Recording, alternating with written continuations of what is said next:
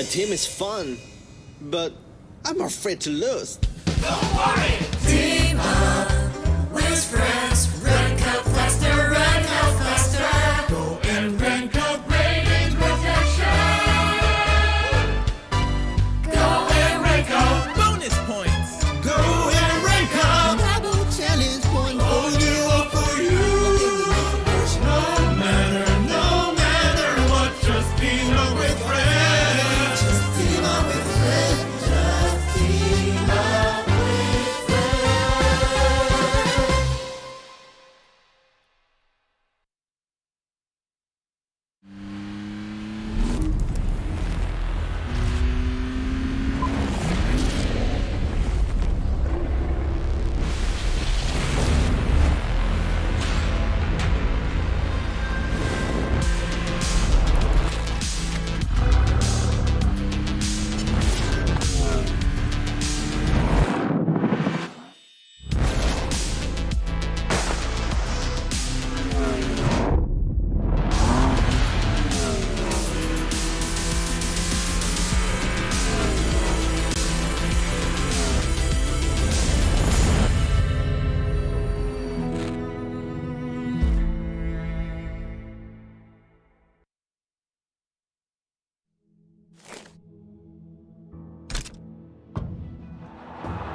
Here's Messi, away from 2, 3, 4. The world's best player shows us just what he's about to get. Is this on? Oh, great. Hi, everyone. Welcome to my secret lair. Everything is getting put together right now. Perfect. This here is testing stage that ensures your safety during your ride. They are currently debugging the hub. See how it goes. Boy, it is powerful and agile. Doesn't that just make me want to give it a go? Only after careful inception will your equipment be ready for release. All of this equipment can help you achieve victory. Get ready. Join us now. Disfrutar el juego.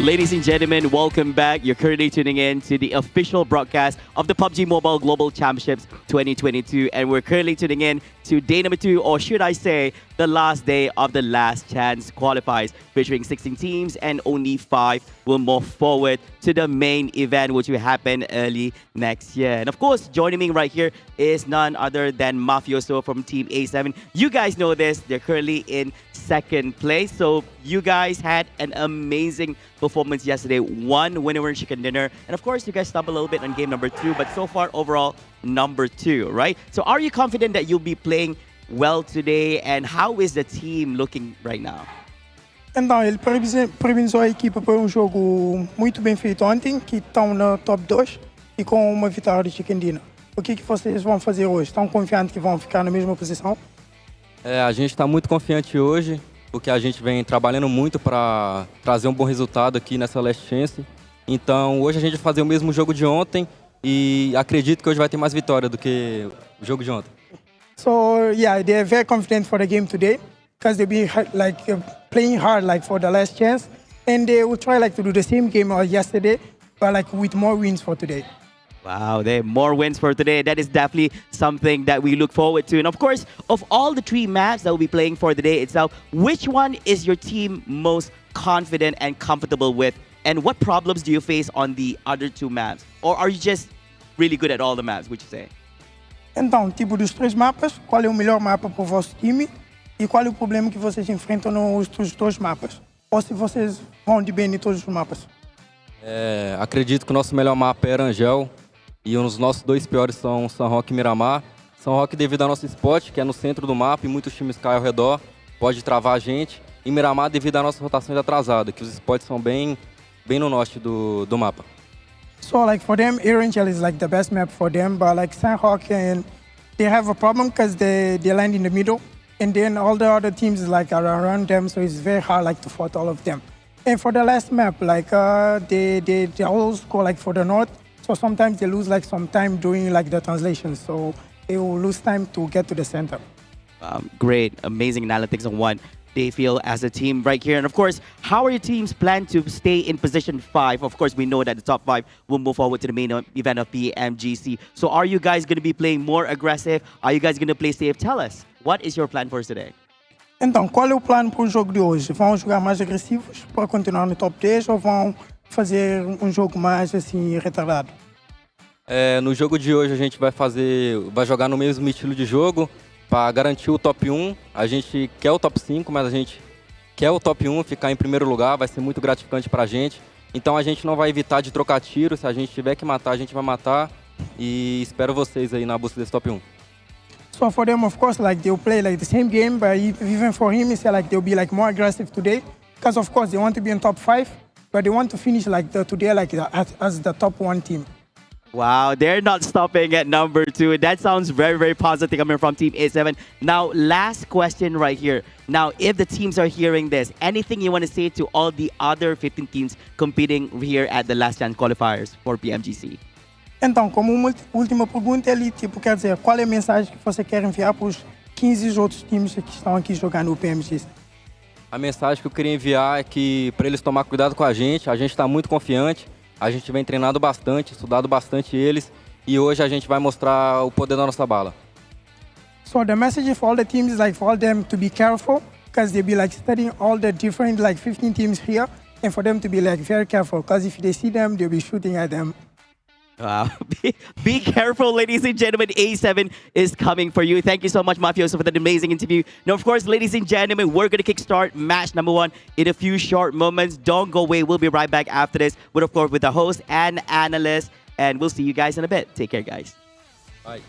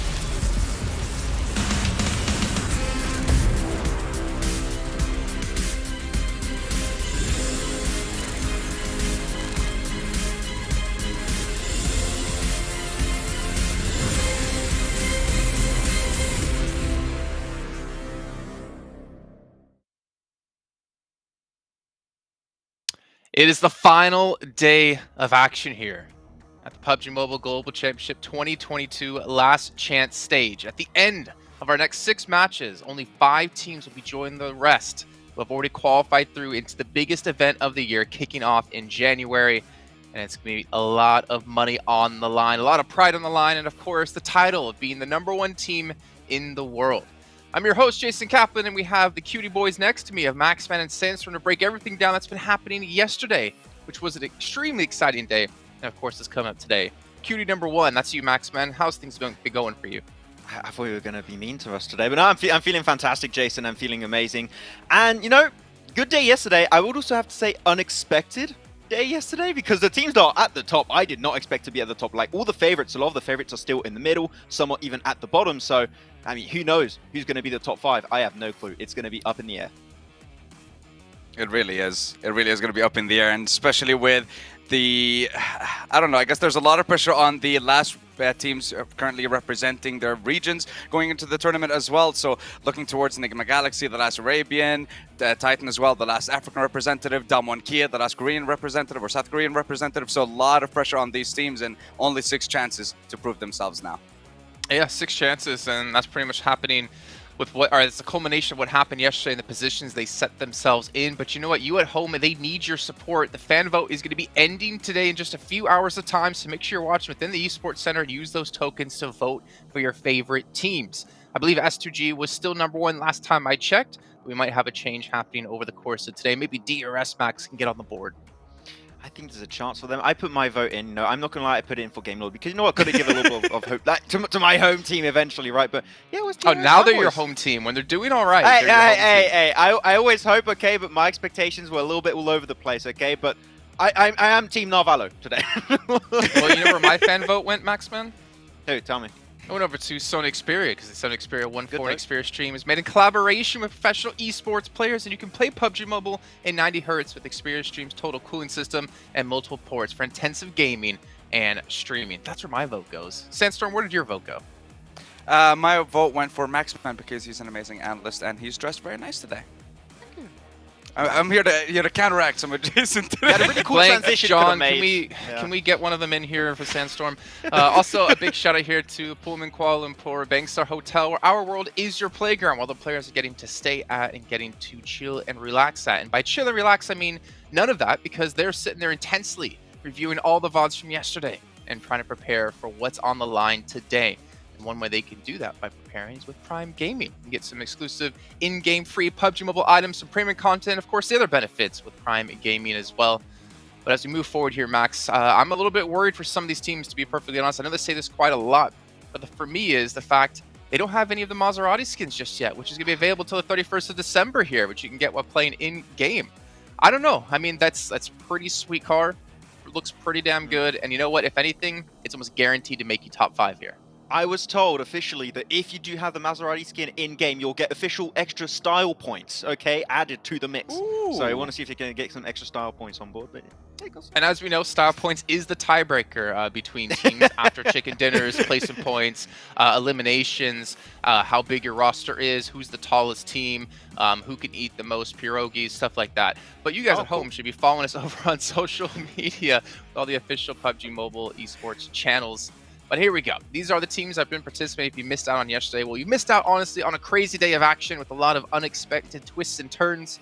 But here, we can see a couple of teams. I mean, this is maybe the highest we'll see some of the teams. Like LGD, for instance, in the 2nd place here. Not looking too hot when it comes to the overall leaderboards. It's super interesting, really. I think that Sandstorm, as I already said earlier, I think that this first day came very unexpectedly for a lot of the teams that are currently at the top. Like, we'll look at the leaderboards later on, but DRS have been able to absolutely dominate in yesterday's matches and are just looking hyper aggressive, and it's been paying off so well. And well, Navarro, he's just a team on his own. He just keeps on surviving. It's insane. He really does, yeah. I mean, look, in the first game yesterday, he managed to get 6th with 3 eliminations for his team. And again, he managed to repeat the performance in game 4, managing to secure 3rd with 13 eliminations. He had, I think, 4 or 5 for himself in that one game. So consistently, we're seeing him being the last person alive for his team. And the fact that he's securing 10 points, I'm pretty sure that there's more that he's going to be able to get today. But a very good performance and a very good start for them on day 1. Well, we have to clarify as well, those are points they've gotten as the only player remaining for their team. So pretty much Navarro got a fifth of their points in total by himself alone, which is obviously insane by itself. But as we look forward into our top 4 smoke users, kind of makes sense. I mean, Maxman, we've seen like walls of smokes, we've seen them utilized in so many different ways. Yesterday in particular, I feel like we could even see the map at some points because of the amount of smokes we had down. But IHC, 96 is ridiculous. I think that what IHC have done really well throughout all of this tournament so far is that they're really good at using smokes to wall off fights. Like, for example, if a team's on 2 of their sides, they're going to just smoke off one of their sides, make sure that one team cannot spray them down anymore, and then they're just going to put 100% focus on the team that's on the other side where the smoke are not going to hide their vision. And I think that's what they did extremely well on this first game, where they were pushing, I think it was on bacon time, and also negating visibility from Alpha 7 on the side. It just enabled them to make in a second place, but then the DBS, off squash happens, and I don't know what you're supposed to do against that, but not much. Well, I mean, it's obvious, apparently. right, Sandstorm? The only way to beat a DBS is to use a DBS. Exactly. If you can't beat them, join them. And that's what the server has been doing so far. After seeing so many fights being decided by that DBS, like we've seen yesterday in the first game, iNCO versus LGD, just outside of match, and LGD didn't know what hit them at that point. And I think just every single team started to pick it up bit by bit. And I love seeing those close quarter fights with the DBS. You think you have an Uzi? You think you're going to win? No, just get one pump and that's it. You're done. You're dead. So let's see if we're going to be seeing the same impact from that again on today's games, or our team's going to be bringing something special. It's insane how the DBS... Oh, okay, this was a weird one. I would love to know what was the shot call of that player. Like, let's just send us a 3-cart in a compound with no smokes and just get sprayed down by Mao Mao from LGD. That was... Hopefully we're not going to see that again, but it was also pretty damn funny, and Titan, of course, did not lose that game. But the thing is, the DBS is also being used at mid to almost long range from time to time. Like, it is go really far, so even at mid range, you're not safe. Yeah, there you go. There, right there. Perfect example. I mean, you mentioned Titan, Maxman. Really interesting to see as well. Like, if they end up qualifying somehow, because currently, as you can see, in 5th place, that 6th match of yesterday, I think, is going to be the real page turner, the one that everyone's going to look back on, because Axer, unfortunately, couldn't play that last match. It was 3-person team for Titan, and they ended up winning things and catapulting themselves into 5th place. That in itself is a great story, and hopefully Axer today is going to be able to help continue to build that momentum with this team. But DRS, Alpha 7, IHC, iNCO, and Titan, all are top 5 at the moment.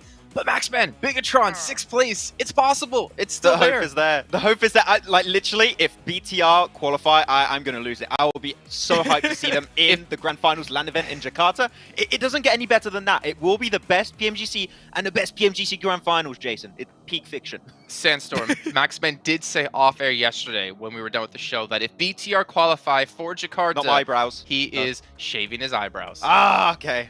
Oh, wow. You know what? Now I really want to qualify and go like straight up into 1st place. Looking right now at DRS and iNCO, these two teams, I'm just going to brush right past that. DRS and iNCO have been absolutely sensational. DRS for sure. Yesterday, by the way, was the best performance that we have seen from DRS in the PMGC. 81 total points, 32 eliminations. Not once have they been eliminated in the bottom parts of the leaderboard. Every single time they've been in the top 7, with 4 of those games in the top 4. They're doing exceptionally well, and not what I expected compared to the performance that we've seen before. So definitely going to be on the lookout for them in these games. Yeah, and I think, Max, like, if we look at DRS, I mean, obviously we see them around for multiple years in a row.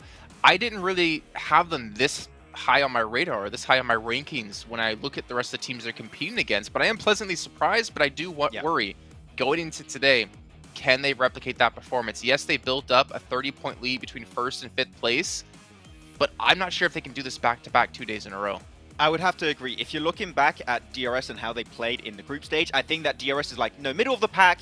I didn't expect them to qualify in top 5. But this new DRS 2.0, is playing hyper passive, but the moment that they flip that switch, they just go in super aggressive mode, start clearing zone after zone after zone, and taking as much space in the circle as they possibly can.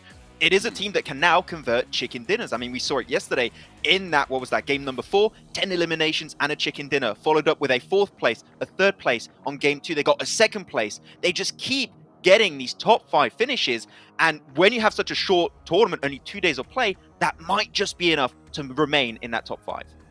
Well, let's actually take a look at your teams to watch. Maybe either one of you do have DRS actually in there. Oh, okay. Well, Maxman, I'm glad I threw it to you to talk to about him. I didn't even know you had him as a team to watch, so we know exactly why you're going with them. Game Lord, I'm kind of guessing because you're French. Exactly. They're French. And then Bigatron because you don't want to lose your eyebrows. Also, then I don't have to speak for the segment. I don't think so. Sandstorm, why?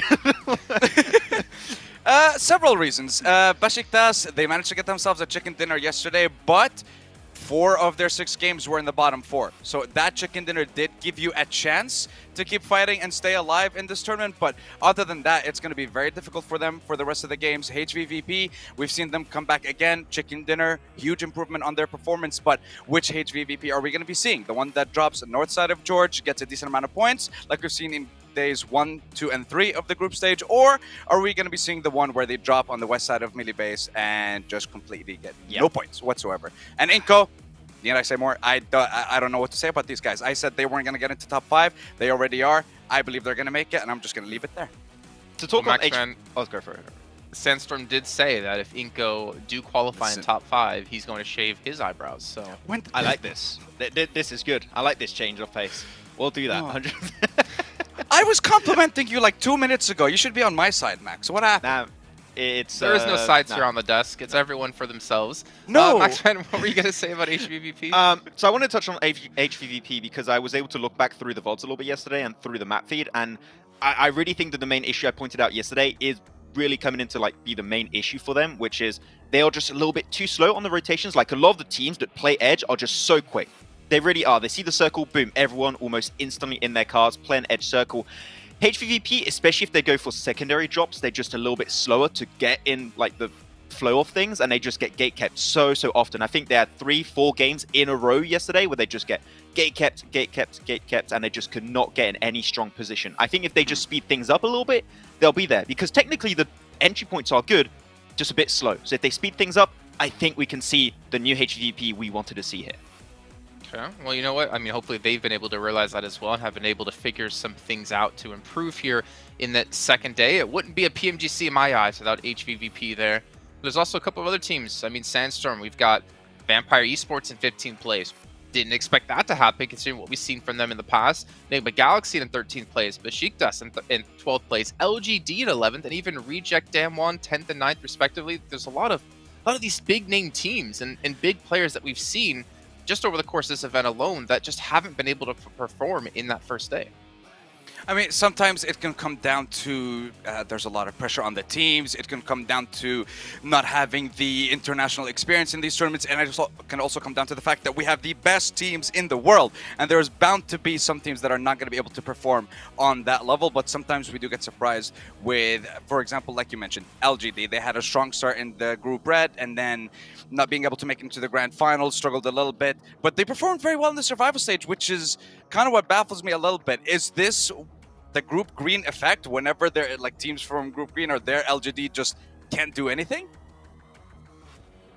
Well, I'm not going to answer that question, but you know what? Maybe our casters can answer that question, or just let the gameplay alone answer it, because we're going to be heading over to our commentators to kick off our first match here of the day, our one of 6 remaining matches here in our last chance stage. So John Allen and Blink, take it away. We are over the midway hump and we are going downhill, and we will not be stopping. There are no brakes on this train, Blank. We're inexorably drawing to a close here in the last chance stages, and all of these teams, they're trying to hang on for dear life. They are 100%. I mean, there's not many places you can hang on. Some of these teams are on the outside of the train as well, so it's getting real windy out there, and there's a tunnel coming up, so they got to duck their heads, make sure that they can make their way through these last 6 matches. There is some teams that I worry about massively. I'm looking it down towards the bottom of the leaderboard. Vampire Esports, 25 points, Bacon Time. The 2 Thai teams joining one another arm in arm in the bottom of the leaderboard itself. I do think that a comeback can still be made, but it will be very difficult to make happen. LGD, on the other hand, known for that type of bounce-back nature. They're very elastic, very trampoline-like. We'll see if they can hit those numbers today and get themselves up towards that top 5, because yesterday there were some things that just weren't working out for them. But heading over to our angle, our first match of the day, and it will be all concluding in 5 more matches after this. Oh, it is all to play for. The same set With AXA back in for the Titans as well, they'll be playing at 4 players strong, which is good news coming off of their chicken dinner yesterday, which saw them up and into 5th place at the end of the day, just about pipping out Bigitron on a tiebreaker, with, of course, that chicken dinner being the deciding factor. So it is still very, very close towards the top of those tables. And very, very hotly contested by quite a lot of teams. As you were saying before, Vampire Esports and Baker Time, they will need that step up. But we've seen them seen it from them before that they can have that sort of gumption, and they have had those pop-off days. Looking at this playing path, it's very awkward, honestly. Down towards this south side doesn't give a lot of people the opportunity to get up towards the northern edge of the map. VPE is going to drop out towards Primorsk. It's going to be difficult for HVVP to get up towards North George. They're going to go to their secondary drop down towards Sosnovka. Now, yesterday, we saw they had a much bigger improvement when they were able to get into those circles early on. This might not afford them that same kind of chance, but a lot of times when they're playing on the northwestern edge anyway, it is a long haul down towards the eastern side of the map where we've seen a lot of these circles drop. A western circle could work out for them here. Similarly for VPE, we're improving their gameplay from the center side, especially on that Miramar where they took a very central position. But this circle basically favors absolutely everybody. Anyone can get towards this spot nice and easily. It does keep the majority of this bottom part of the map in, which does make things a little bit harder for anyone towards that Sosnovka military base in the first place. Getting across those bridges is going to be a little bit more difficult considering there's going to be complications in terms of gatekeeping going on. Will be pretty tricky, those vehicles hotly contested, I imagine. Vampire split and uncontested actually over towards Primorsk. No one dropping out at that stage of the playing path that early on. They will not have any contest for that spot on the tables. Of course, if you want to be getting on board with Captain Messi, he is joining the PUBG Mobile Battlefield. Stand out on the battleground with the Messi football icon set. Grab them in PUBG Mobile now. 100% worth it as well. Looks very cool. Flavor's 100% rocking it over on the interviews. He looks very, very cool as well. I'm jealous. I'm 100%. I wish I was wearing that today. It would give me the comfort, the ability to take this all the way to the end. In the meantime, Besiktas going against iNCO at the moment. Squash will try and run down one of the players and is successful with it. Looks for one more. Enjoy quite low. Let's get away. Squash able to take down Peace. Almost going for another here. And with this vehicle, he has a really good chance to actually take down the whole team. It's like Zessi does manage to pop the reload there. I knew that these vehicles were going to be contested. I didn't realize it would be full squads contesting for a couple of these vehicles. Looks like that backup did come through. iNCO lose 1. I think Besiktas also losing 1. They will be able to res there as well. So both of these teams fully disengaging from this area and figuring out where they're going to want to go further forwards, because they both now have 3 players alive. iNCO 4th place on the tables. 12th place is Besiktas. Yeah, iNCO's still at risk at the moment, considering their recent performances, which is a case of 2 games has made up the majority of these 54 points. That is slightly worrying, but something that does not worry me whatsoever and makes me very happy, in fact, is that tomorrow, December 5th, we will be seeing 2022 PMGC special crates releasing all the way through to January 8th, so make sure you get your hands on those whilst you still can. But it is all back on this one right now, this match, this day in particular, where we'll be finding out exactly which top 5 teams will be heading through to the grand finals. Honestly, it is getting a little bit scary as we're seeing we have much more info to go off from yesterday. And again, like I was saying with iNCO, 2 matches make up the vast share of those 54 points they have. Now, they could take a similar approach today where, they get 2 games and they're very happy. They see themselves secure towards that top 5. However, this is now the adaptation day. This is where teams have figured out what's going on, what works, and they will have looked at yesterday. They will have looked at iNCO's rotational paths, where they're finding these easy positions to get in towards the circle, where they're sending central as well, and maybe even looking to cut those rotations off or even pick them up for their own. And iNCO, although very good in the macro, decently good towards that end game and picking up a lot of eliminations, usually they do it where they are the 4-man squad. They're essentially taking down 3-man squads, 2-man squads, and it's a lot easier for them to actually hit those kind of numbers that way. This time around, I think iNCO will find it a little bit harder to get those easy positions towards center, and already losing 1 player sets them back at that disadvantage. HVVP on that south side, they did drop out to their backup drop over on the military island, all the way on the south coast. Kitsune looting up on the docks down south. Potential for them to I guess, like boat rotate, but it's more likely that they're going to just take that bridge on the western edge. Down one, central in apartments is a pretty powerful spot given the circle as it is. A lot of space on the northern side of the river hasn't been taken though, Blank.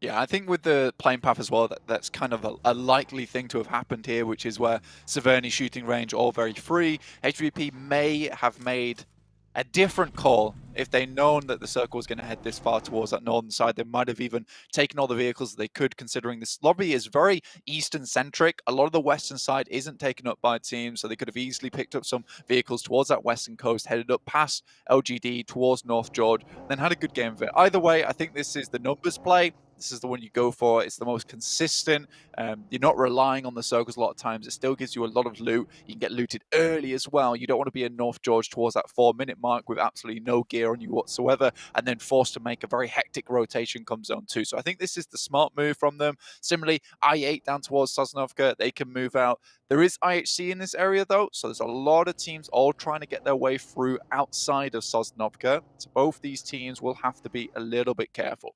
Bacon time at the bottom of the tables right now. Get central fairly early. Currently playing, well, I'd say central. They're sort of on the outside of the center pack right now, but it's a pretty solid compound as well. Nice sight lines out nearby to them. They'll have a lot of rotational opportunity ahead of them, but with how tightly packed the center is, it might be curtailed that little bit. Misery spots Game Lord rotating past. Spots them rolling on into the compound as well. Spots them crashing in. Spots the hop out as well. Spray is not going to be good for the first knock and actually traded off. Narvalo able to get that flush down. And Misery out for Bigatron. Really needed to find that first knock on the roll-up. It was curtains from there. Misery's usually very good at that, which is catching players off guard, but I think that he was a little bit all over the place there, panicking slightly. Maybe holding a singular angle could be good, but I think he was attempting to keep himself hidden from these players as they came in, but there were so many sight lines into that building that it is difficult unless you are prone, in which case you have no real vision other than in being able to hear the sounds of the vehicles rolling up to make that surprise play, and then relying on the rest of the team to try and take some shots outwards. So for BTR, they attempt to go for the sneaky assassin maneuver, however, it does not work out in their favor. HVP now finally making their move out. This is towards that northern side, heading over the western bridge at the moment. DRS left this position earlier on, so they will have to move through them at some point, but the Pachinki's in the way, so there's a lot of spots to be hidden in. The western bridge uncontested. And Vampire, as you said, out of the way. Moving forwards on that western side, Alpha 7 swinging up north.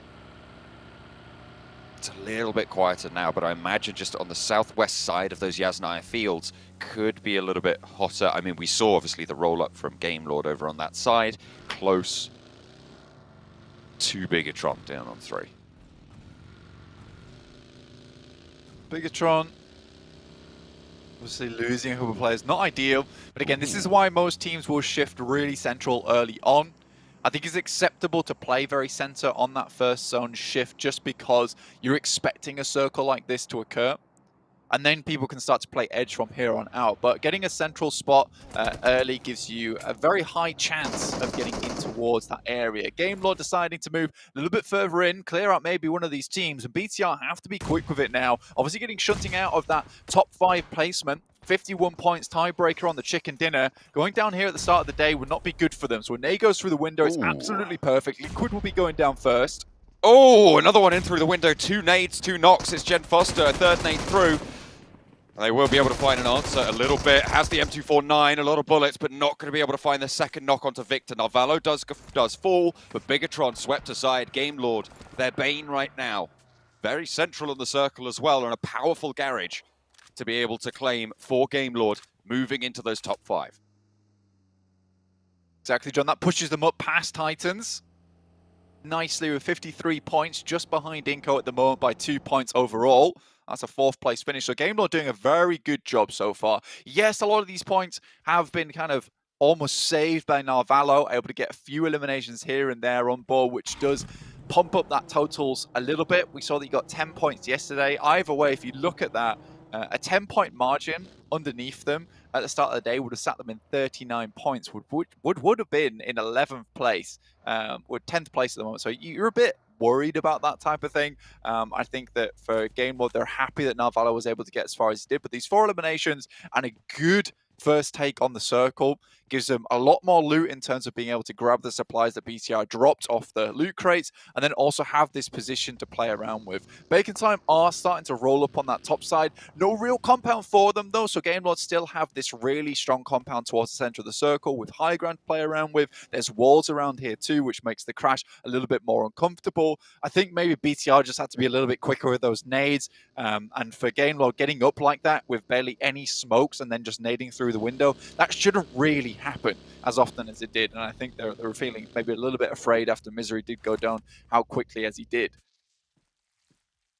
HVVP now have swung all the way up to that northern side. They were playing on the north edge of the river. LGD were in this position, but the rotation paths from here, they'll be much more familiar with, Blank. Obviously, normally going in from North George, so potentially a little bit stronger. IHC, south side, and going to be corralling on at that edge. They are south of the Asnaya Fields, close by to Titan, who have moved a little bit off of Potato Hill now as the circle comes to a crunch. Aegon XI8 pushing in from that south side will be behind Titan and DRS to their side. That is a nasty shift, Blank. It's hard north, but it keeps a lot of both sides of the river in, and they're going to be difficult choices to be made in the future.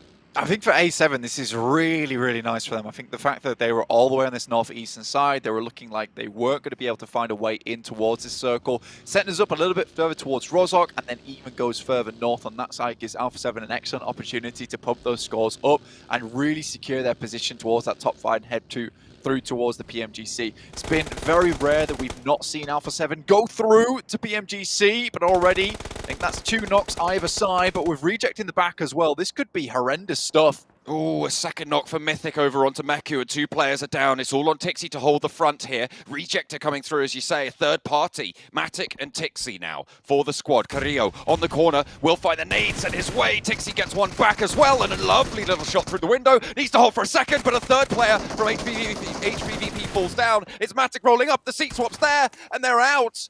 Both Alpha 7 and HVVP try and crash the same compound, Blank. And it goes to hell for HVVP. Reject move in and look for the third party as well.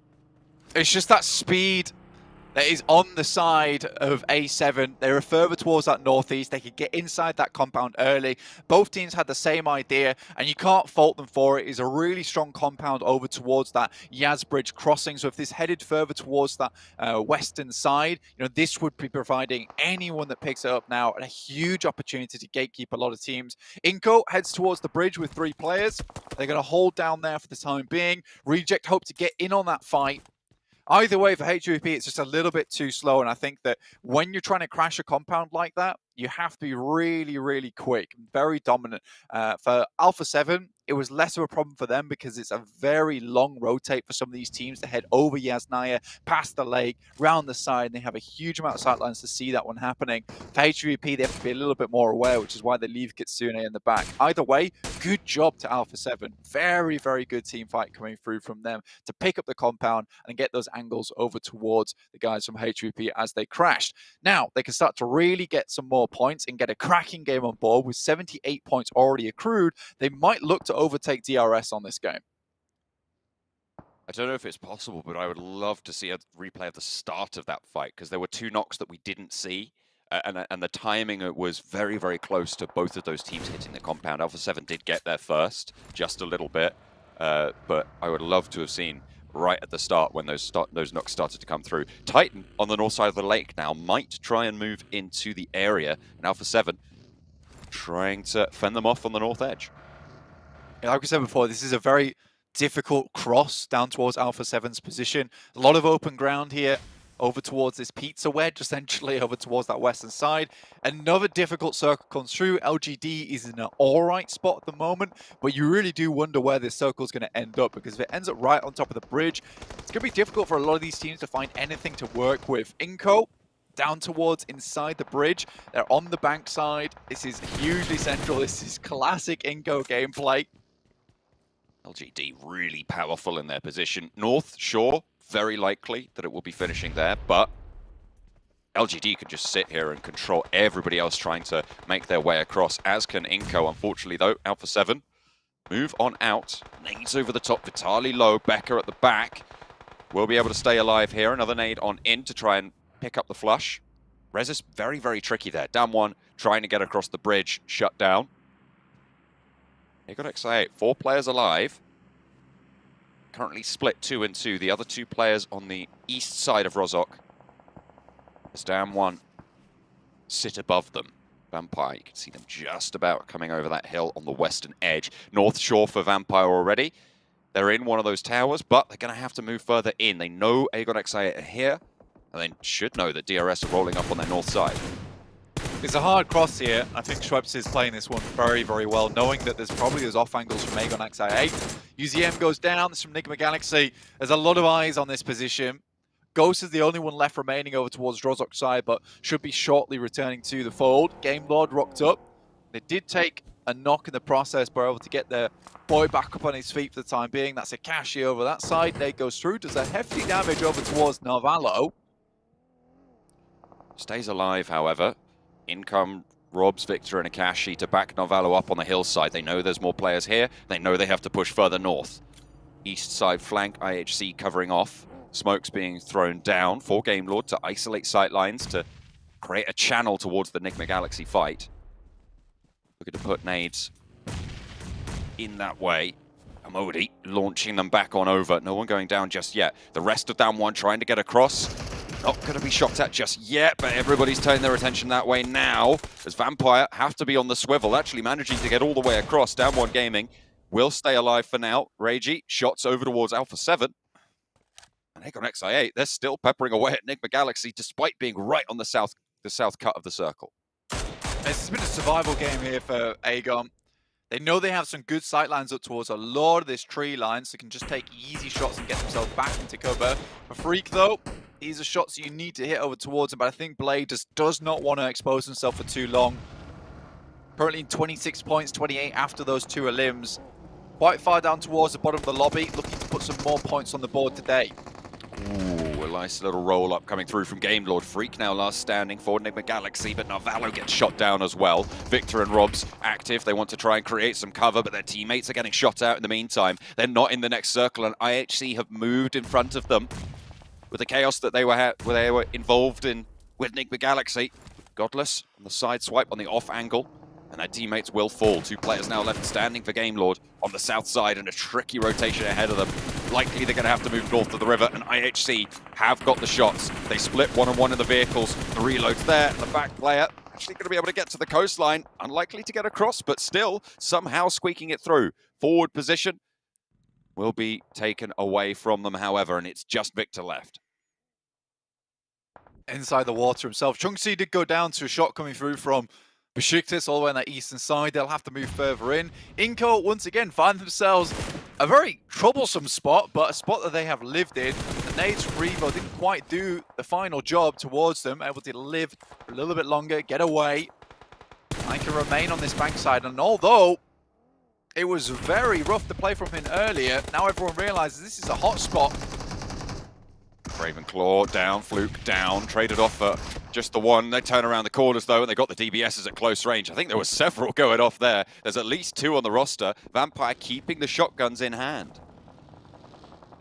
See themselves a little bit safe, but the circle's still enclosing. We'll have to move out from this position, trying to get as many reses through as possible before they start to make that grand dash.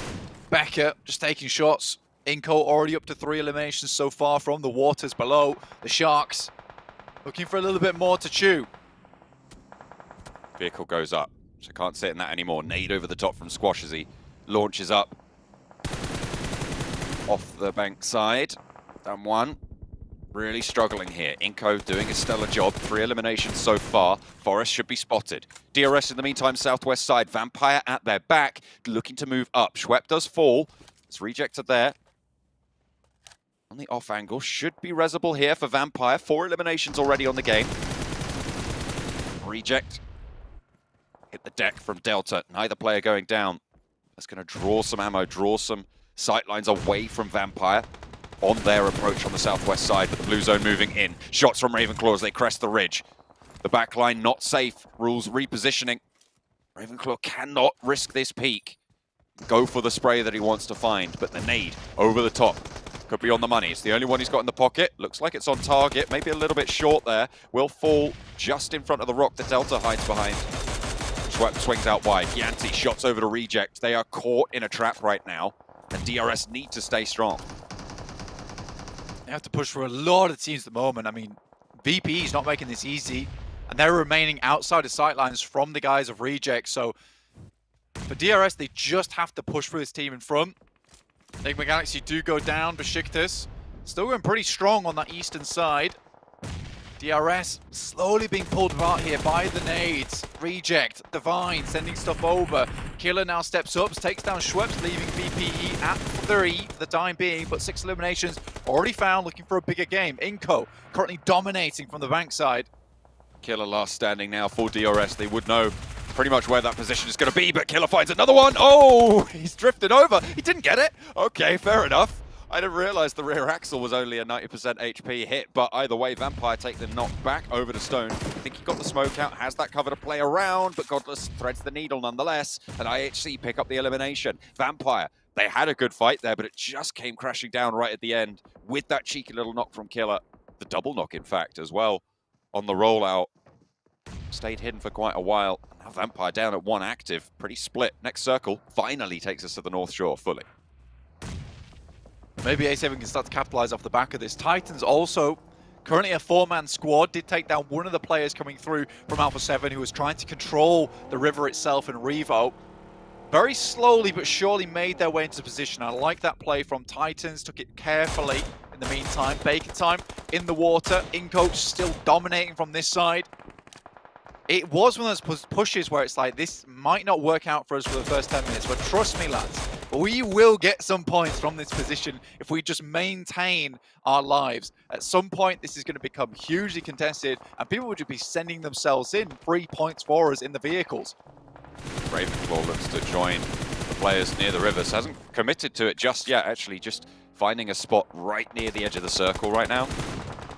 So for Vampire, they have 8 eliminations, so placement points that they can rack up now as there's a lot of ragtag teams in the river. If they can just stay alive and not get caught up in it, they can ladder up easily 6 to 7 team places here. Teague taking shots. This guy really performed very well through the group stage. A little bit of a slower performance going through on the survival stage, but has made it in. Still had some really big moments. Seems like he's still being that front man for the squad. Though 6 has really caught my eye recently as this backstop member. He's able to get some very interesting little angles, some peaks that's coming through. He opened up the fight here over towards Alpha 7, allowing them to get into a position on the circle. And Titans haven't pushed their luck, actually. They didn't go for the full-on crash over towards Alpha 7. They just found a compound they can play from and decided this is better for them to just stay up as 4 rather than risking the full-on fight, knowing that with this circle, with the bank in play, although it's very risky and horribly dangerous, this type of terrain, they're more than likely going to live for a long while just sticking as 4 as opposed to going for a full-on brawl. Victor trying to survive for as long as possible. Osal in the buggy will be able to bandage up, get a little bit of healing done. Staying alive for now. That south side, you can see just all of the teams who went to the river as a last chance. LGD finally having to leave their stronghold. Besiktas ready and waiting to receive. They won't find a knock just yet. 2 players active, YZ and Suki. Suki already on the high ground. Is still in the next circle and playing around that bridge. Besiktas, though, they know where that is. The nade over the top from Zessi finds the high ground knock, and LGD join the teams in the river crawl. Vampire just picking up more and more points here. I mean, Ravenclaw is in such a powerful position. Yeah, even as a solo from this spot on the side, doesn't have to take many fights coming through from Reject, but what he can do is certainly pick up some good points down towards the river. Might not get a huge amount of placement points here, but any team that he can remove is good news for him. Still has cover from the rock, but Besiktas will have clean lines of sight to this direction as soon as they step up, but they're more than likely going to commit to just going north of the river on this next circle. They have 30 seconds to play. The question is, what will they do with the position they've been given? Zessi actually looks for a swim across. Ravenclaw steps up for more. Spots the 2 players there, but it's just ducking back behind. And yeah, there we go, Besiktas. As soon as he takes those shots, they go down. And it's 10th place for Vampire, which is really unfortunate. Luckily, 9 eliminations on the cards. We'll jump them up a little bit on the tables, but they could have got so much more. There's 9 teams still remaining, and I'm very, very certain that it's going to be much fewer than that. Not very long. And with a lot of the teams already have a fair few points towards the top of the lobby, feeling very healthy. Over the Game Lord currently, I believe that is Narvalo in the water himself. No, it's Victor this time around putting in the shift. Okay, Game Lord's going to live for a little bit longer. They're the solo team apparently, and this is good news for them. 6 eliminations, get maybe further into top in terms of placement points. iNCO already, clocking in at 9. They get the majority of the work done towards that first hour of work, and then they just kick their feet up and then rest for the rest of the day until they need to do something else, or at least the manager asks them to go do something. So for them, they're getting their big game in, securing themselves towards the top of the lobby nice and early on, give themselves that buffer. It's a very relaxed little last chance here for iNCO, I'll be honest. This is where iNCO can really put the hurt on and sweep up a lot of these points. 8 eliminations already. I imagine they're going to be able to see 3 or 4 more in the next couple of minutes. Shots over towards Alpha 7 as Reiji backs them off the wall. They've been held in this compound for so long. Blank, remember, this is the compound that they fought HVVP for. Both teams wanted to crash it. And the fact that Alpha 7 are alive this deep in a really strong position, it just makes you wonder what HVVP could have done with it as well. Ooh. This could be a big nade, bro. That could be really big, actually. From YZ, it finds iNCO. Becca, maybe being dismounted there, is going to look for the res onto Vitali, but another nade to follow. The Cook looks a little bit too short there. YZ lets it go a little bit longer. This one, though, could prove to be a little bit more brutal, but the bounce off the rock, it would have been too long anyway. Another nade in hand, though. Lost in the arsenal. Jump out wide, and YZ actually tucks back into cover. Besiktas are there with nades as well. And Vitali goes down again. Becca, low. Besiktas on the other side of the river. But LGD out of nades now. Vitali flushed. 5 elims now for LGD. Wisey's doing a very good job. I think he's realized that, he's not getting a high placement. What he can do is get a lot of elims here. Squash moves out the water. This is a full-on challenge between him and YZZ. See what you can get done here. Reiji, Reiciocio goes down. Squash actually knocked as well. Fortunate. Titan actually taking the shots over towards Reject. Alpha 7, the only team in cover right now. And they have been given this one after their first initial rotation. Away from the river. They'll be able to control all the crossing, and Titan know it. They want this compound. They want to take it back into control. 4 players alive for Titan. The only team at full power. Mafioso struggling to find an opening knock over to the squad. Finally able to thread that needle. And Puncher falls first. 6 on the sidelines as well. Up and into the fray. There's too many angles for him to deal with, though, as Carrillo unleashes the Groza. Looks for the flush. Over onto Puncher. And the rest of the duo just staying at the back here for Titan. 2 players now alive. Alpha 7 on 3 as everybody from the river finally getting cut down. iNCO eliminated. Down 1, down 4 teams remaining now. Blank. What a hold there from LGD though. YZZ still going, trying to ruin the chances. Son HP has to drop in towards the water himself. Most likely will get knocked out here. And LGD, with just YZZ himself, owning the bank, taking all the cash from the vault there and putting it in the elimination points bracket. Looks great news for him. 10 eliminations, yeah. LGD will go down there, but 3rd place, 10 eliminations, a 20-point game for LGD. Unstoppable indeed, but Alpha 7, 3 players, Titan with the 1. Teak, I wonder if they even figure that he could be in here. They've got to imagine he's in the tower, and now he's enveloped by the blue. Wants to bounce a nade off the wall at the last second, but will be denied even that. The point doesn't go to Alpha 7, but they get the chicken dinner nonetheless. And play from a super strong compound. Hard fought for them at the start, but they kept everybody else at bay until to the end. They exerted that control on the Northern Shore. I really like this though, because it completely ties into their interview to what Revo's been talking about, which is a case of towards the beginning of their games of the last chance, they were struggling a little bit getting towards the center of the circle, playing on that northeastern edge a lot of times. They're an edge team just like HVVP. However, they were mentioning that they want to get a little bit more aggressive with their positioning, get into a spot where they can find it, and not have to just think to themselves, right, we might need to scout this position before we go in, make sure it's fully ensured that we can grab it up. So instead, this time around, it's a case of we have to fight HVVP for this spot. We're going to send directly in there, and we will just challenge out any other team for this position because it is the game-winning spot. And HVVP and both Alpha 7 understood that it could have gone either way. And it is so unfortunate that HVVP didn't win that fight, but that's just the way it goes sometime. Alpha 7 with the chicken dinner to take them up and into the first spot.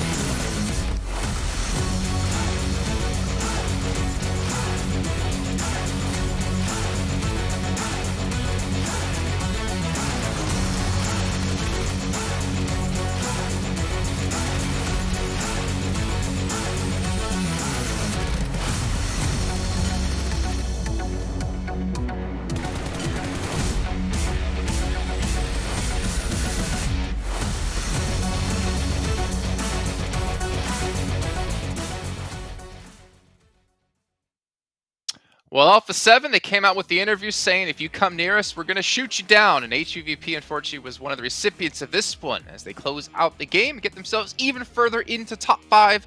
And I believe even in first place now, gentlemen. This is a fantastic showing out of Alpha 7 as they look to join Influence Chairman over in the finals. Normally in the interviews, I'm not going to lie, we hear them say, oh, if we see you, we're going to like chase you down, we're going to take your compound. I don't typically believe it. I do now. Yeah, they just barely saw a pixel moving of HVVP in a really good compound at that. Like, it was a better rotation from HVVP, a lot quicker. But the fact that Alpha 7 just sent it while the team was split was the perfect timing from Alpha 7. And then you just can't breach it because the compound, it's hard to leave, but it's even harder to breach, right, Sandstorm? And that defense was just on point. Well, Titan found out. The hard way. Yeah, true. Yeah, they really did. But what we saw from Mythic in that last game, completely wiping out the HVVP lineup. And I asked this before the game, and I'm going to ask it now. Do you think they might have done better if they dropped, or at least close enough to North George, tried to rotate there? Would have been a quicker rotation to that compound. That might have actually been the difference in them arriving earlier than Alpha 7. Might have been the biggest difference that they needed. And at this point of the game, making that mistake, not getting a single elim either, not securing a single point, is definitely going to hurt HVVP here. Yeah, it's going to put them even farther behind that top 5 that they're trying to catch up to. But a couple of individual plays we're going to have to mention here as well. YZZ from LGD, the last surviving player from the teams out of water. First of all, I mean, obviously the confidence that goes in to be able to pull off that kind of situation and knowing your limits and knowing what you need to do. But I feel like at the end, to be fair to him, Victor kind of saved him from Gaylord as he knocked 2 players from Besiktas. Pretty much. Like, the situation is really like out there. It's hard to predict what's going to be happening, but he just picked up the pieces. And I think that the weapon choice for him in that situation was really good. He was playing the PP Bison, which, as we know, has got a lot of ammo in that clip, and you can just keep spraying down as they just come out of the water. You can just keep spraying, keep the pressure on, and it's going to be really hard to make it over to the mainland. So, yeah, good weapon usage, and YZZ. I mean, they had a good game initially, but making it across that river as a 4-man team is just so hard, Jason. Here you go, the points for Alpha 7, 23. LGD, though, 20 points. I mean, if we talk about those individual points scored, we talked about Navarro getting himself 10. I think YZZ has just been able to catch up quite a bit here because that gets LGD so close to being in top 5 now.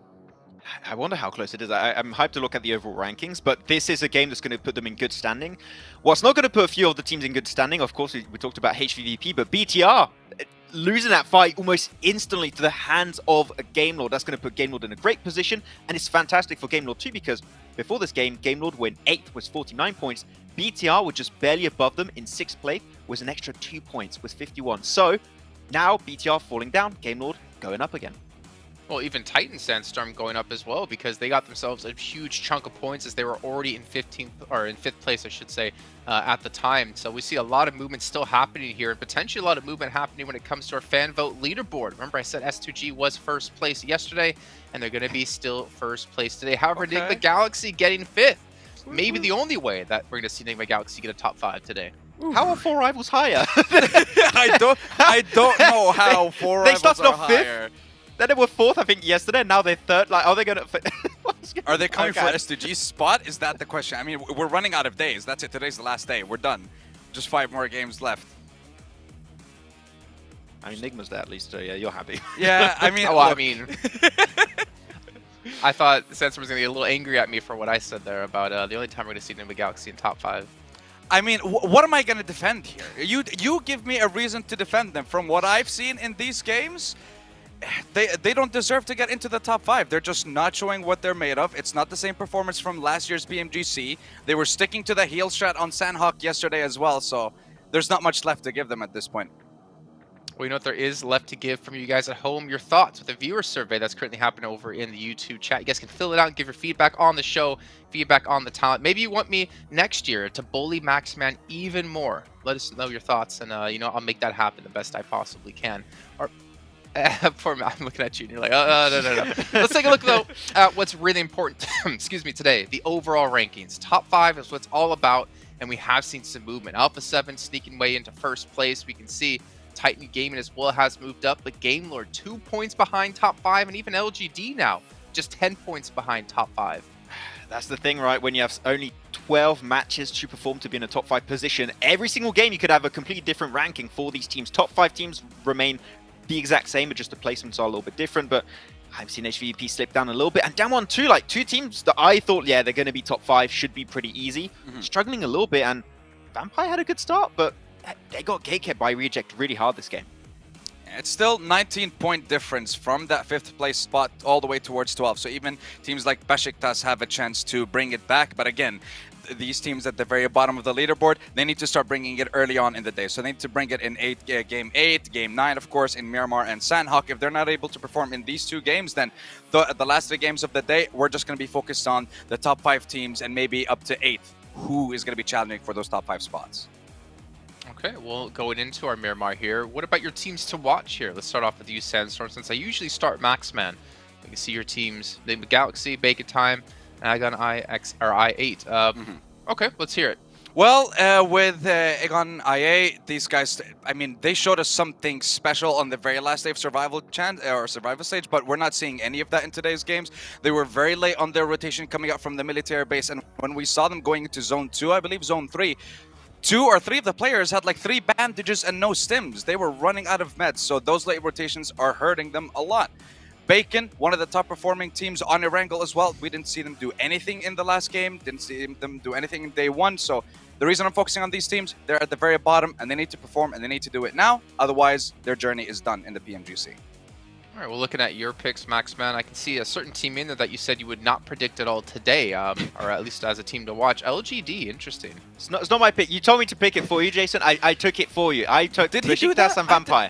I didn't hear Jason do that. I was going to say I've proved we didn't record anything, unfortunately. But yeah, LGD, I mean, they were in a position that was not great before this game. They were in 11th position, and it was said, right, also that they only have a certain amount of games where they can potentially hope to be back in a race. Thanks to the performance of YZZ, they're still in a position where they can compete. They're still clearly in a position where they can be in the top 5. And as we know, Jason, they are a team that are really good at playing on Miramar. So if they can get himself maybe their very first chicken dinner of the last chance on this game, this would put them, normally push them up even in top 5. And top 5 obviously would make them extremely happy, but the problem is they are running out of matches to do so. There's a lot of other teams gunning out for that position as well. So we're going to head on over to our commentators, though. You know what, for Maxman? You can throw it on over to John, Allen, and Blake here for once. Okay, John, Allen, and Blank, take it away. Oh, you're so lame.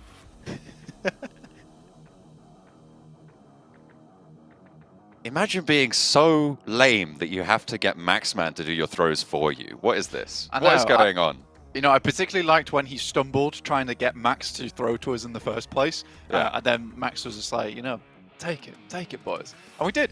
We took it off his hands. You know, now we'll take the pressure away, and we'll have to sit back here and watch for 30 minutes as some of the best teams of the world are going to get cut out. You know, we're not seeing a lot of these guys going through over to the grand finals. 11 teams will be leaving us now. A lot of these teams are fan favorites too. I don't think there's anyone here in this PMGC stage that no one's cheering for. I think everyone's cheering for these teams. I'm passionate about all these teams as well. There's so many cool and interesting step-ups in terms of performance, in terms of gameplay, so many separate regions. I think this is one of the most inclusive PMGCs we've seen seen in a long time, with a lot of different regions finding their star power, finding those members that can operate on that world stage, which is so cool to me. And I think that a lot of that comes down to just the format this year as well, where we have had a much more evenly based tournament format, in which case teams can get in, where, you know, if you do very well in your league stage, you get a big bump up in performance and points over towards those finals in PMPL, which has meant that a lot of our teams that are consistently the best have had that big chance and that big advantage to get towards the finals. And if they don't make it through the finals, well, they weren't good at sprints and they wouldn't have done good here. So we have the best performing on this grand world stage, with new stars and the right world stars as well here for us. So everything has aligned for this best, I will go ahead and say it, the best PMGC we have ever had. And with this Northern Circle as well, it has been chaotic, particularly with that last Angle 2, and these teams, these players have had to deal with some very awkward scenarios and have dealt with them admirably as well. We've seen a Northwestern Circle before, Blank. It was HVVP's game, and they couldn't have it at a more important time as well. We've seen, well, not only in just this tournament, back in Group Green as well, there was this Hard Northern Circle. They won that as well. Hard Northern Circles on Miramar are an HVVP speciality. They need these points now. Can they get them when it matters most? I feel like this is a team that would be so disappointed not to see in the PMGC Finals in Jakarta. It wouldn't feel quite right to not have them there. And they're currently in 9th place. If we shut it down now, iNCO far ahead of them. Well, I mean, this is what I'm saying, that there's so many teams that we would lose that you would be hesitant to see not go through. And the thing is in the top 5, all of these teams, I would 100% support them going through to the grand finals.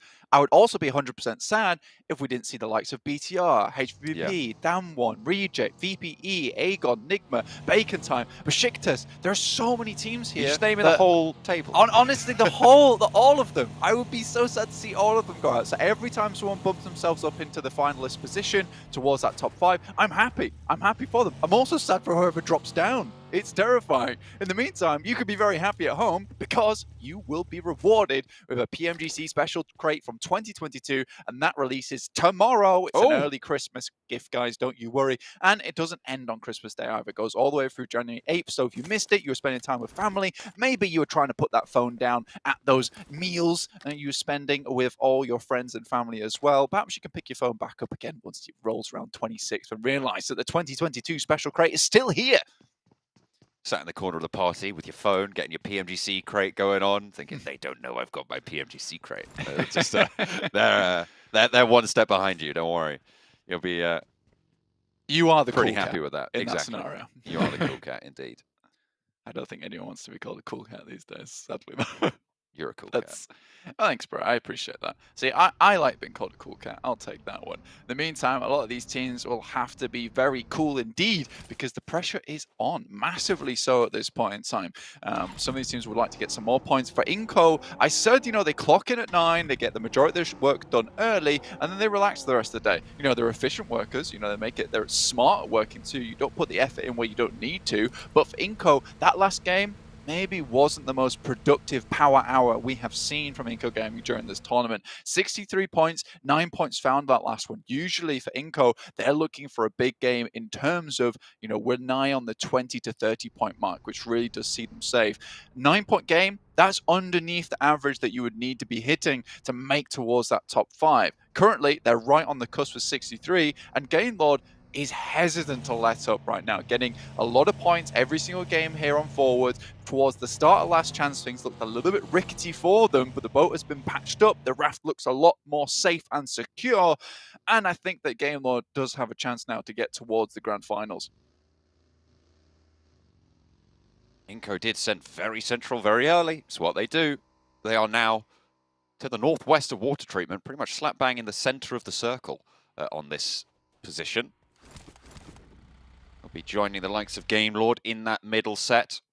Enigma Galaxy as well, crunching up on the south side of Crater Fields. Damwon Gaming a little bit behind them on the queue. Alpha 7 pushing in from the northeastern side. Torre Hamada right now, currently on the east cut of the circle.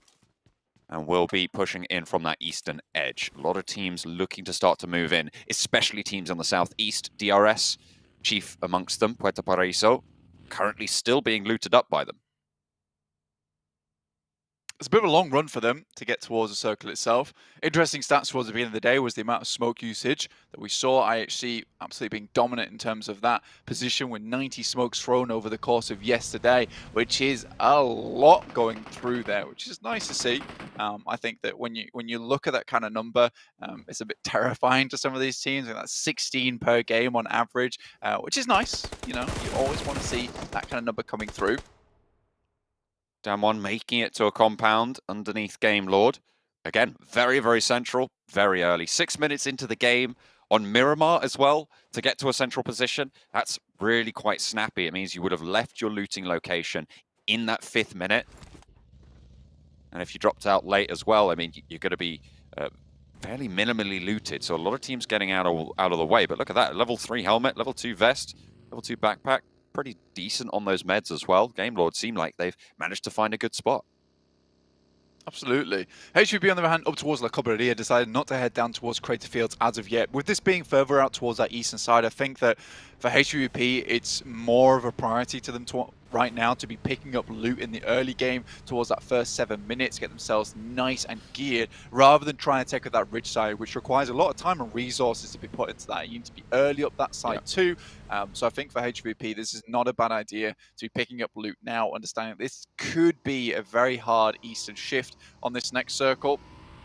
In which case that ridge side doesn't become very valuable anymore to you whatsoever, because you have to come down off it. Let's remember that. If it's not definite on that position, when you are leaving that spot, you know, you're having to grab vehicles and send off the top side, more likely teams around this area will be spotting you and taking shots. And I think even going further beyond that point, yesterday and throughout Group Green, this is a position that HVP found so many points from. I think everyone's aware that this is happening now and will be hesitant not to be looking up towards the skies, towards those eagle perches that HVP have been taking up so often. So changing up the pace, changing up the game is essential for HVP. One of the changes that they've made is actually Tixie's position is a lot further west currently than it usually is. Playing on the west crater fields. Normally he's playing on the east or at most to the west side of, like the middle of the 2 craters, right, in those ridge lines. Maybe that's something that they've learned from yesterday's games against Bacon Time pushing in on the back. Bacon Time won't be filling in that area right now, but IHC might. Besiktas up and into a scrap with LGD as we tune back on in to the east side of the circle near Cruz de Valle. Besiktas looking to disengage. LGD not going to lose a player, but Besiktas again losing a spot that early on into the game is not ideal. A tumble on 2 players, but Changxin not able to capitalize. The bullet's not quite going to fill the mag enough. MVM takes up the mantle, and there goes the vehicle. 2 knocks of Besiktas. They're going to be careening all the way down to 1 player alive. Yeah, when you see that type of thing where it is still open ground and LGD is able to reposition very quickly into good spots, they are heavily accurate in these games. It's difficult to get away from the sightlines of them. They're rather, instead of trying to pop you out the vehicle, they'll just send bullets in. They saw the smoke and they realized that the thunder was going to come afterwards. Circle heads out towards that eastern side and HVP make the right call. VPE, on the other hand, very similar position to what they saw yesterday on that game where HVP won the Miramar. However, this is much more beneficial towards them. They have a very nice spot towards this circle to start to take shots out towards anyone on that western side. And now HVP, A7 forced to play those outer edges. It's so interesting to see this dynamic between A7 and HVP because they do tend to engage in combat quite early on. I think the only weird factor right now is that no one's going to be challenging A7. IHC, on the other hand, coming through La Cobreria right now, and HVP will have to be set up for something like that. Potential for IHC to continue to move further in and try and swing over the north. They'll know that this is the HVVP zone, right? So now they're going to have their wits about them. Reject up and into the fight with Aegon XI8, playing on the south chunk of the central area here. iNCO opens up with a knock onto Duello. Reject now active with 3. iNCO cooking a nade. Spots Reiji around the corner. Repositions away from the nade. Doesn't take any damage for it. A Molotov from Reiji to slow that corner down. Looking for the res. They need to hold off on the other side of the building, but Vampire over the top of the hill have got these third-party sightlines. It's going to make it really hard for Reject to do anything other than fight forwards towards Aegon XI8. The res did come through, so they are back to full 4, but they'll need some healing done if they want to have a chance. So they have medkits as well. This is only 70%, and I8 looking a little bit healthier right now. Nades are now pulled out. for Reject, looking to send them over towards that compound that I8 moved themselves into, towards that warehouse side. A lot of open space in there, so the nades can tumble and drop over towards just the very beneath of your feet. So gotta be careful for I8 going forward. I think that they started off that fight strong and now can kind of slow it down just a little bit, wait it out, try and get those stims on board and go again when they feel the time is right. But at the moment, where they are, very central, this is happy days for them. iNCO currently on a 2-2 split at the moment. They were central, now they're trying to hold out 2 zones. Could be dangerous for them with teams maybe wanting to come down towards that area. H7 on the other hand up towards water treatment, very high ground already achieved on their side. Got Mafioso up towards that northern side, watching the crossing on the road, making sure that no one's coming down there. And they have good sightlines down towards DRS too, so they'll have to be very worried coming to this one. Hard shift down towards the south side. This is going to put Hacienda del Patron back in the action, and a vast majority of the circle now a little bit unplayable with that fielded area over towards the east that currently LGD are holding it. All right, let's see what these teams on the north side have got. A little bit of a bitter test for them. Bacon time. Desperately in need of performance. 23 points, a poor game last game as well. Currently 40 points whole behind that 5th place bubble. 5 matches to make up that gap. I think after probably, I would say, moving into the last 3 games, we'll be able to start discounting teams at the bottom of the tables, but for now it is still possible for anyone to make it in. Vampire have got a pretty strong couple of buildings here to hold out the teams on the northwest. Yeah, it is really nice to work from. I mean, there's a lot of open ground, and some of this area is held off, made sure it's free and clear just purely by the terrain they're currently holding in. Game Lord, nice and on high at the moment, but outside the circle, will have to move in. Currently just trying to hold out teams like Damwon, as well as IHC. In the meantime, HVVP moved down to a compound just on the north side of the circle, where this road slits through the map. Shots coming through, trades off. Vavian first to fall, but it is back and forth. LGD lose 2. A blow dealt to the Korean squad, but it is given back twofold, and Forrest peeks out. Lovely little spray there onto Suki. Last player for LGD going on into the fight, looking for a knock, and we'll be able to find it. YZ as well. Last time survivor on the previous map, looking for more here as well, and he takes down all of that one. LGD ruined the chances for Korean squads. It is unfortunate they'll be moving forwards with just the 1 player. 5 eliminations racked on up, and that is disaster for Damwon. Game Lord just get decimated by IHC, who just move in as a 4-man squad, and Game Lord cannot hold back the tide that is IHC as they wash over them, and will leave that compound clean of any Game Lord players remaining. Titans down towards the southeast, playing on the high ground, looking down towards the eastern side. Very interesting end towards this Miramar, honestly. With Hacienda del Patron still in, awkward terrain down towards that south side. BTR holding there currently. I think for BTR right now, things do get a little bit scary. You need to put some points on the board to get them back into a position where they can leapfrog up into that top 5. I think they've been given a lot of chances where they could get those chicken dinners, being some good spots, but unable with the players they currently have to bring that firepower to the table. Scarce reload, Enigma Galaxy. I think that was a tire spin out there for Ralph. Shots from Godless down the hill. A pivotal off angle coming through from IHC to slow down this aggression.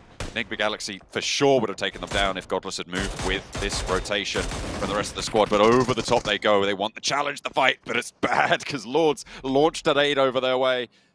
Oh, goodness me. 2 players down for Enigma Galaxy. Hamodi gets drawn short. Ralph as well, knocked on this approach. Godless, so important for IHC. He needs to stay alive in the spot to allow them the chance here. Icy, low HP, nade over the top, going to continue to come through from Lord. Nades find 2 from Enigma Galaxy. Icy and Alex doing a lot of work there, but a Molotov actually burning Alex away. That might tick him. Can he get the first aid off? Yep, the fire will go out as well. So first aid necessary. Over the back, there's Vampire as well. Ready and waiting for third party. There's Freak spots it. Goodness me, Freak, very important there from the sidelines. But Meku coming in with HVVP, looking to finish up this fight on the third party, but gets turned away there. Godless tries to get out of dodge in the UAZ, very low. Oh, no. Freak also finishing off Meku from the sidelines. This is not the way they wanted it to go. This could have been a perfect opportunity for that third party, but losing a member on the process, not ideal. However, they had to punch their way into the circle somewhere, and this is probably the best place to do it on the top of the third party. Do not expect that player out in the blue. Meku goes down to unfortunate circumstance there for HVVP. They'll be aware of it now. Freak still low, still ticking away. Zone 4, so the zone will start to out-heal the meds. And a nade over onto Alex from Tixie is good news. HVVP continue their bid for this hillside. Remember, this is the Northwestern Circle. This is the circles that HVVP should specialize in. Shots over their way, getting taken away. Lord dismounted as well. Heals come through, looking for Kitsune. As Tixie roams the hillside further. Freak disengages. He's moved on up and out of that blue zone position. The flush comes through. HVVP, 2 eliminations to show for it. Yeah, I mean, that's a really good opportunity. Learning from that last game in the case of, look, if we need to punch in somewhere, we need that battering ram to do it. And we cannot have 2 players behind us watching out in towards that circle, towards the zone. So they wait until it encloses just a little bit more before sending outwards. I think that you don't expect Freak out in the blue, like you say, in which case they do lose a player in that process, which is absolutely fine in my opinion. But now at least they have a position to move in towards the circle. Yes, Aegon and Reject are in front of them, but there's definite possibility to pick up a position that Freak's currently playing in over on that western side. And it's better than nothing. It's behind that big ridge line as well to the west of Aegon XIA. You can see that's exactly where they'll go. It's fully covered, and they can play on the other side of the circle. Ghost, if Tixie had gone down there, that would have been disaster. So definitely necessary for that one. A nade over the top. Not going to land in the building. Will have spotted the arc, and Tixie going a little bit closer to it. But Matic somehow lands that nade across the road. Nick Galaxy take the tumble. HVVP up to 3 eliminations now. They can control this side, but Godless from IHC is still there. Is still in the shack that proved so dangerous for Nick Galaxy. And when you hear that third party and you don't see an instant flush on the second, that you should know that there's at least one other player hovering around this area. But for HVP, again, this is a solved scenario right now where they're on that western side. They don't have too much to worry about. I think for Alpha 7, this is going to be a very difficult push down from that northeast edge unless they get a circle shift up towards them, which they do. It's a lot easier now for their side. But HVP have to continue onwards. Their march is made a little bit more difficult by the murky swamps of that I-8 position, as well as Reject in front of them. It's going to be difficult to get through there, and it might just be a case of waiting it out. Matic knows the position of Godless, just waiting for him to peek up for just a little bit. He has to move out of this position. So for HVP, should be another secure elimination unless the players from I-8 can pick this up away from them. Godless might try and take a challenge, maybe just look for a cheeky little knock. Smoke is there. But yeah, you've got to imagine this draws to a close fairly soon. HVVP can swing down to the south side of the ridgeline, but then they're directly challenging Bigatron's sightlines coming on through from that southwest side of the circle. Bigatron been fairly quiet for them at the moment. They have been playing near the urban environment, near those buildings, and it's very unlikely that teams are going to be rotating in behind them. They can just chill out for a minute, but they will need to figure out where to go from here. It is so difficult now to get past this position. Looking for Godless, an ideal scenario, pick up that elimination and maybe think where to move next. I think crashing down towards I-8 spot, not the greatest of ideas. I mean, heading further down towards the south, there is warehouses down there. Finally, he goes down to iNCO. A very long distance shot. iNCO, by the way, spot where that is. That early rotation from iNCO still very much paying off. It's working out yet again. Team in 5th place right now. I mean, it certainly is doing wonders for their table standings, Blank. Yeah, and they went for a 2-2 split at the beginning as well. I mean, they lost a player, able to get the res up, but they secured 2 positions around the map. VPE tried to pick up the other, in which case they immediately regrouped towards that northern side. So they're securing positions within the map at the moment. Yes, it's not the most central position, but it is somewhere to play from. You have teams like DRS, Titans, BTR, all with difficult decisions ahead of them trying to move downwards. I do respect the hell out of A7's current predicament because they're up towards this northeast side. They've already sent 2 players up playing as front men for them, trying to allow the rest of A7 to get through. They send up in the vehicle, and slowly but surely, they have just pulled each other towards this ridge side under the cover of each player. So sending up one towards the ridge side in Carrillo, getting Mythic up there next, and then allowing the rest of the team to move to them with the cover of those two players in that position. So a very, very slow, tactical, but successful push coming through from A7. It's likely, though, with this ridgeline right in front of them, giving them the majority of their cover right now, they're going to have to fight Vampire or choose to go for iNCO instead. So it is a squad fight in their very near future, Blank. Could be very, very tricky. Aegon, X8, and Reject have been sharing this compound as well on the western side for a long, long time. I mean, they both just realized that this is a strong spot, and it would be unideal at this point in time with the amount of low ground and flat grounds around them to go for a fight. Very easy third party on the cards for them. DRS trying to pick up that position behind the guys from A7. Rules gets there, will be dispatched. Unsure about that rotation. They knew Alpha 7 were up on that cliffside, and it was a completely bare knuckle push.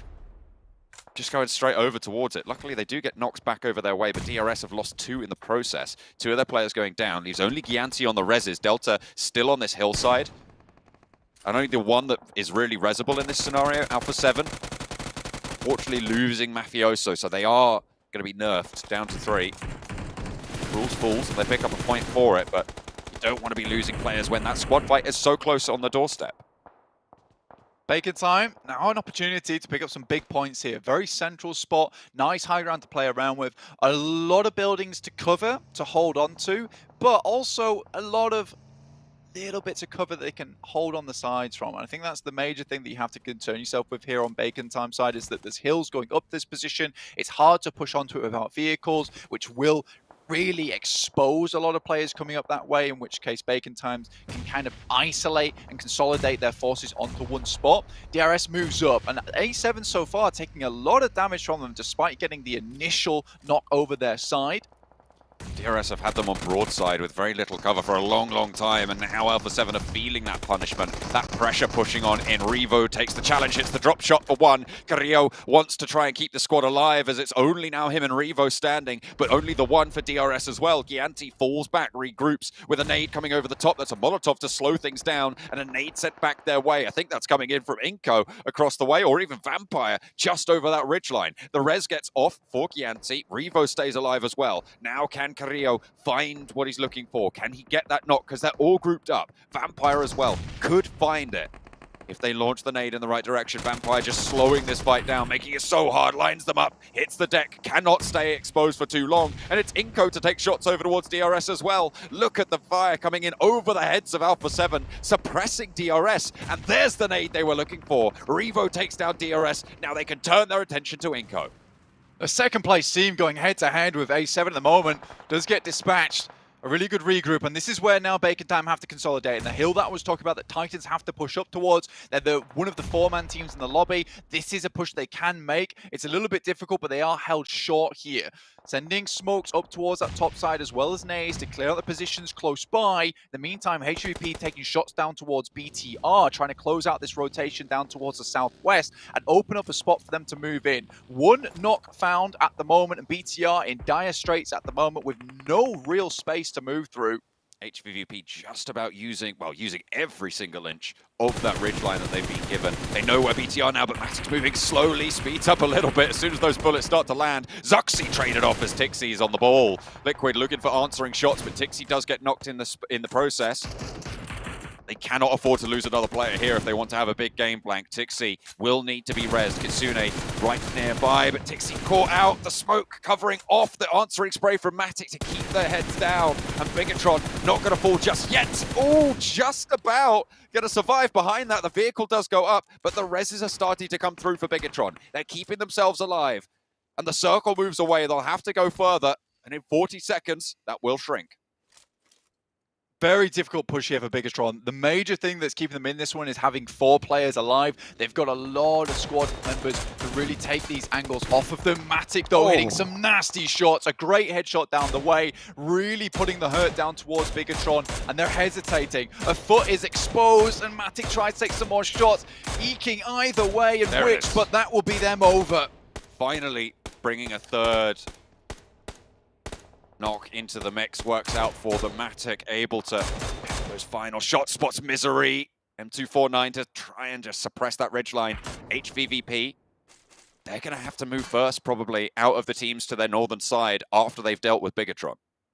Still have cover to work with, though, moving off towards that east. 10 teams remaining. Genvoster steps up for a second, but instantly answered by the guys from HVVP. Damage sent over towards Zuxi in the back, and realistically, this team coming through very strong with the Mini 14s, with DMRs. It's a very individual and unique playstyle coming through from them. Zuxi goes down. HV up to 5 eliminations so far, make that 6. As Matic actually takes down players coming through from Aegon IA, in fact.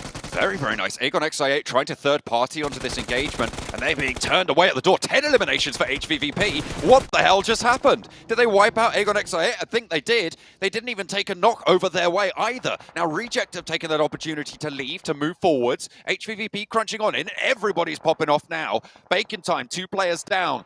Right in that central position, high ground compound, very, very valuable, and Titans have the numbers advantage. Vampire rolling on up in the northern side, and look at the teams that are starting to fall. Blank, the teams going down and the teams above HVVP. 12 eliminations on the game right now, and Squash, last player standing for iNCO to remove potentially another player from the teams above them. Titan from the south side, their only real competition here now. And what a bloodbath on this northern side. Finally, HVVP turn up the heat. They make it work, and they're turning their attention to Reject. 13 eliminations, Vampire looking across the ridge, iNCO down, and yet more teams fall ahead of them. This is a cataclysmic performance coming through from HVVP as they just ruin a lot of these other squads' chances. They have that position. I8 crashed directly on top of them. Remember, they had 4 players, and HVVP send them packing. And now they have great sightlines over to everyone in this area of the map who are all squashed into a tiny space, have to fight off against one another. Sure, there's really not much cover whatsoever for the guys from HVP, but they're making this happen. We'll have got a nice little bit of a resupply on Aegon I8 before they had to move forward a little bit more. These DMRs, the M4s, working out very well for HVP on these long-range fights, these long-range engagements where some of these people in the lobby, they're prioritizing having the DBSs, having the UMPs over the DMRs themselves, but a few nasty little headshots coming through from the guys from Matic as well as Kitsune. Disgusting stuff. Oh, Titan, they're going to have to leave this position though. HVVP need to time this perfectly. Puncher just hits the branches. They're getting cover from it. Reject looks for the spray to light it up, and Matic goes down. Vampire are taking their turn as well at the batting post, but with 13 eliminations, if they can just survive long enough, they have done so much to put a dent in that gap, and the teams ahead of them falling like flies. iNCO already down, take C, laid low, and now just one player. The IGL Kitsune for HVVP stays alive. I think he might just be in the next circle. Which teams can survive the oncoming onslaught? Realistically, HVP should have gone down 10 minutes ago. It was such a difficult push for them. They had hardly anything to work with. The fact that they've got this far with this amount of eliminations is absolutely gargantuan for their side, up towards 6th place now. But like you say, they just need to survive a little bit longer. Besiktas at a single player, Reject down to 2. There is a high chance that both these teams go out fairly soon, with VPE understanding they have to move out this way too. And we're on knife zone, and this will just pull further in. Bacon Time suffering. They need a big game here. Blank, Vampire, Bacon Time, 2 teams that you would have expected to be in those top 5 at the start of the last chance phase. But right now, at Death's Door on their tournament, 5 eliminations for Vampire, 4 players alive. It's good for them, but Bacon Time suffering a little bit heavily as Titan roll on up into the door. HVVP eliminated, 6th place, 13 eliminations. It's a whole load of points for them. They'll be happy with that. And Titan roll on through. It's breakfast as Bacon Time chowed down on by Titans. Only the 2 players active. Orbicile is there, but they are just going to get torn through. Titans move on in. 3 players alive for Titan, but 4 for Vampire, and they're looking to turn it up. Titan getting cut out as well. Pieces low for Besiktas, but they make it into top 3 as Reject now with a duo. Vampire with 4. They've been holding behind this ridgeline for so long, but now they're going to move on out. They execute on their final strategy, their end game, and 11 eliminations so far, racking it on up. And Peace, the last player to stand in their way, will be bringing in that 12th point for them, and a chicken dinner for Vampire. You can see the elation in this squad. From the bottom of the tables, a necessary time to stand up. 100%. I mean, like, there is only so long that you could stumble before you either fall down or find your footing. And VPE have found it here on that game of Miramar. 4 players still alive. This is much more the standard type of playstyle we've seen from VPE, getting back in towards the mix. Schweppes putting up a big performance, which has not happened in a little while, whereas we kind of expect it from this guy being one of the best players on the squad. I am pleased with that result coming from VPE. They took that central position, and you know what's really interesting about it is the fact that HVVP, if it moves over towards that northwestern side, they hold on that ridge and they dominate from that ridge. But we saw VPE get a very good result from the exact same position they took yesterday. It moved further towards the east, and VPE are able to translate from that spot. So very well done to Vampire there. Most players getting a very even result of damage and eliminations and knocks. So a great game overall for VPE. But is it enough at this point? When the night is darkest, the vampires come out to play, and they are here with a big chicken dinner to come through for the squad. As we've been saying time and time again, so necessary. HVVP, 13 eliminations on the game, a lot of teams ahead of them going down early, pushing up for that 5th place bubble, pushing up to be in that PMGC Finals, because Blank, they needed this for them to be able to stay alive in this tournament. You expect them to be going there. They expect it of themselves. And both of those 2 rosters putting in the shift.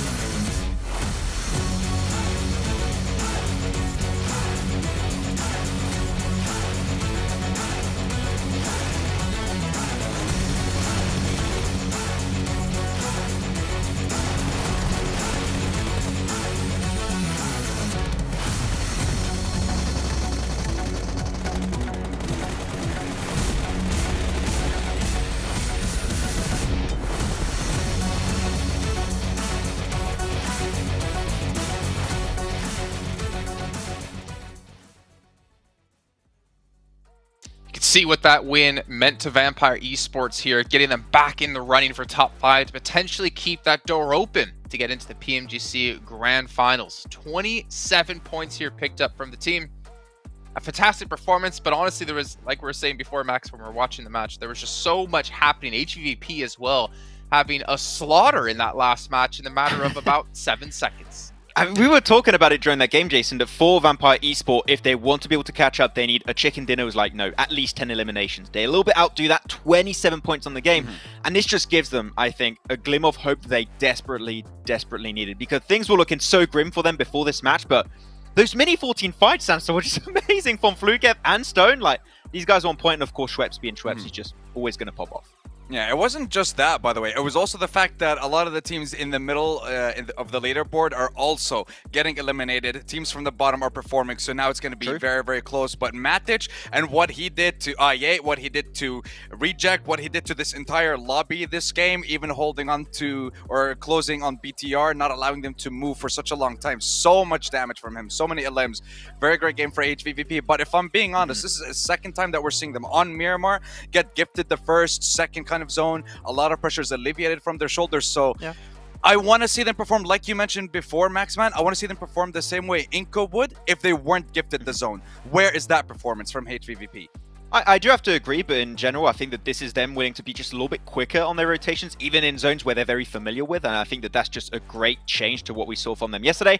And man, they eliminated, there you go, that's the word, 2 teams in a matter of like 10 seconds. Like, they just flipped a switch in that game and just went super aggressive. So good from HVVP. We'll see if they can keep it up in the next matches. Well, you know what, Maxman? I'm going to flip the switch here and send us to a quick break while we get things ready to go for our 3rd match of the day.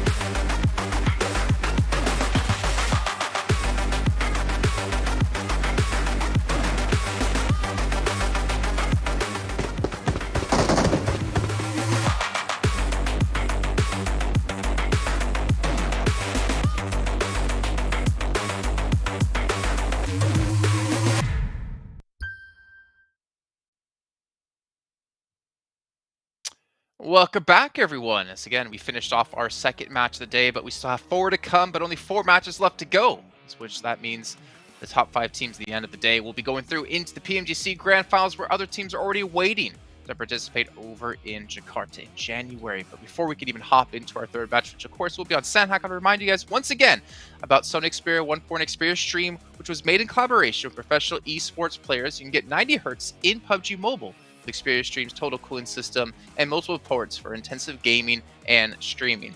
I learned yesterday not to throw that over to Max and Sandstorm because they don't remember the last word for some reason, but one thing they do remember is how awesome Prime Gaming is, because you can get exclusive in-game free PUBG Mobile items as well as additional content beyond that. And even with the Prime benefits, it's a win-win-win situation. Just no chicken dinner involved. I don't know how that works, but I thought it came with it, with the deal, but that's fine. I don't know. Let's take a look at our overalls. Let's see where we're currently standing here. Alpha 7 going to be in first place at 103 points. And we have seen Titan move up to third, but there hasn't been a shift at the moment in our top 5. However, HVVP, Vampire Esports, Game Lord, they're coming. Problem was Game Lord got 0 points in the last game. Yeah. Oh lord, they're coming. It's Vampire Esports. Vampire started off the day in 15th position right now, Sandstorm. Now in 7th position, just at the door of making it potentially in that top 5 position. One other just even average game would be enough, but we know the competition towards the top is just so tough right now. All the teams are taking down one another. It's a tough position to be in, but at the bottom, it's looking a bit grim for the teams right now.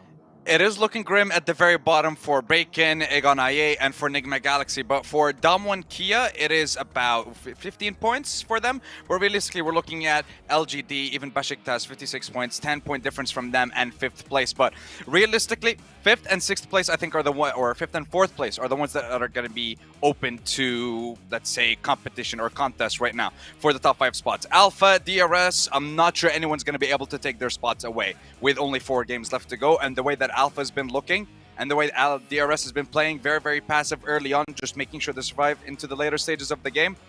It's going to be very interesting to see these last games for sure. Yeah, you have to imagine that if you're the likes of one of those 2 teams, you just don't even care about playing super aggressive. You don't care about winning matches. All you care about is just surviving to the late game, right? Try to get as many points built up just from placements alone. And ideally, no one should be catching you. But let's see your 2 teams to watch here and see if any of those teams could potentially catch up into our top 5. HVP, Vampire, Alpha 7, Maxman. A little bit of a cop-out answer, but you know what? I gotta respect it. It's fair. I feel like if I pick any team outside the top 5 right now, I'm just going to bring bad luck to them right now. I've done it for BTR. I've done it for Game Lord. Like, it's got to end right now, so I'm just I'm going for the good HVP top and answers. VP aren't top 5 though. Sorry, the teams are like not in the race right now. Okay. That So makes yeah, sense. we're close to top 5, yeah. Looking over towards you though, Sandstorm. Again, 2 teams in top 5 at the moment, and HVVP. Talk me through it. HVVP, because I want to see them perform again without the zone giving them a huge advantage at the very beginning, and especially when we're looking towards Sandhawk, these guys need to perform a little bit better. And when I'm looking towards the rest of the teams, Titan, just consistency is there for them towards the end of day 1 and slowly getting themselves in those top 4, top 5 positions multiple times. So pretty good for Titan. And DRS, keep up that passive play in the early stages of the game. Get yourself as a nice cozy position towards the end, and you should be perfectly fine and ready for the grand finals. Well, I have read the script here, have learned that HVP will get a Northwestern Island zone. Let's see if it's going to work out for him, though, as we head over to our commentators to kick off the 3rd match of the day.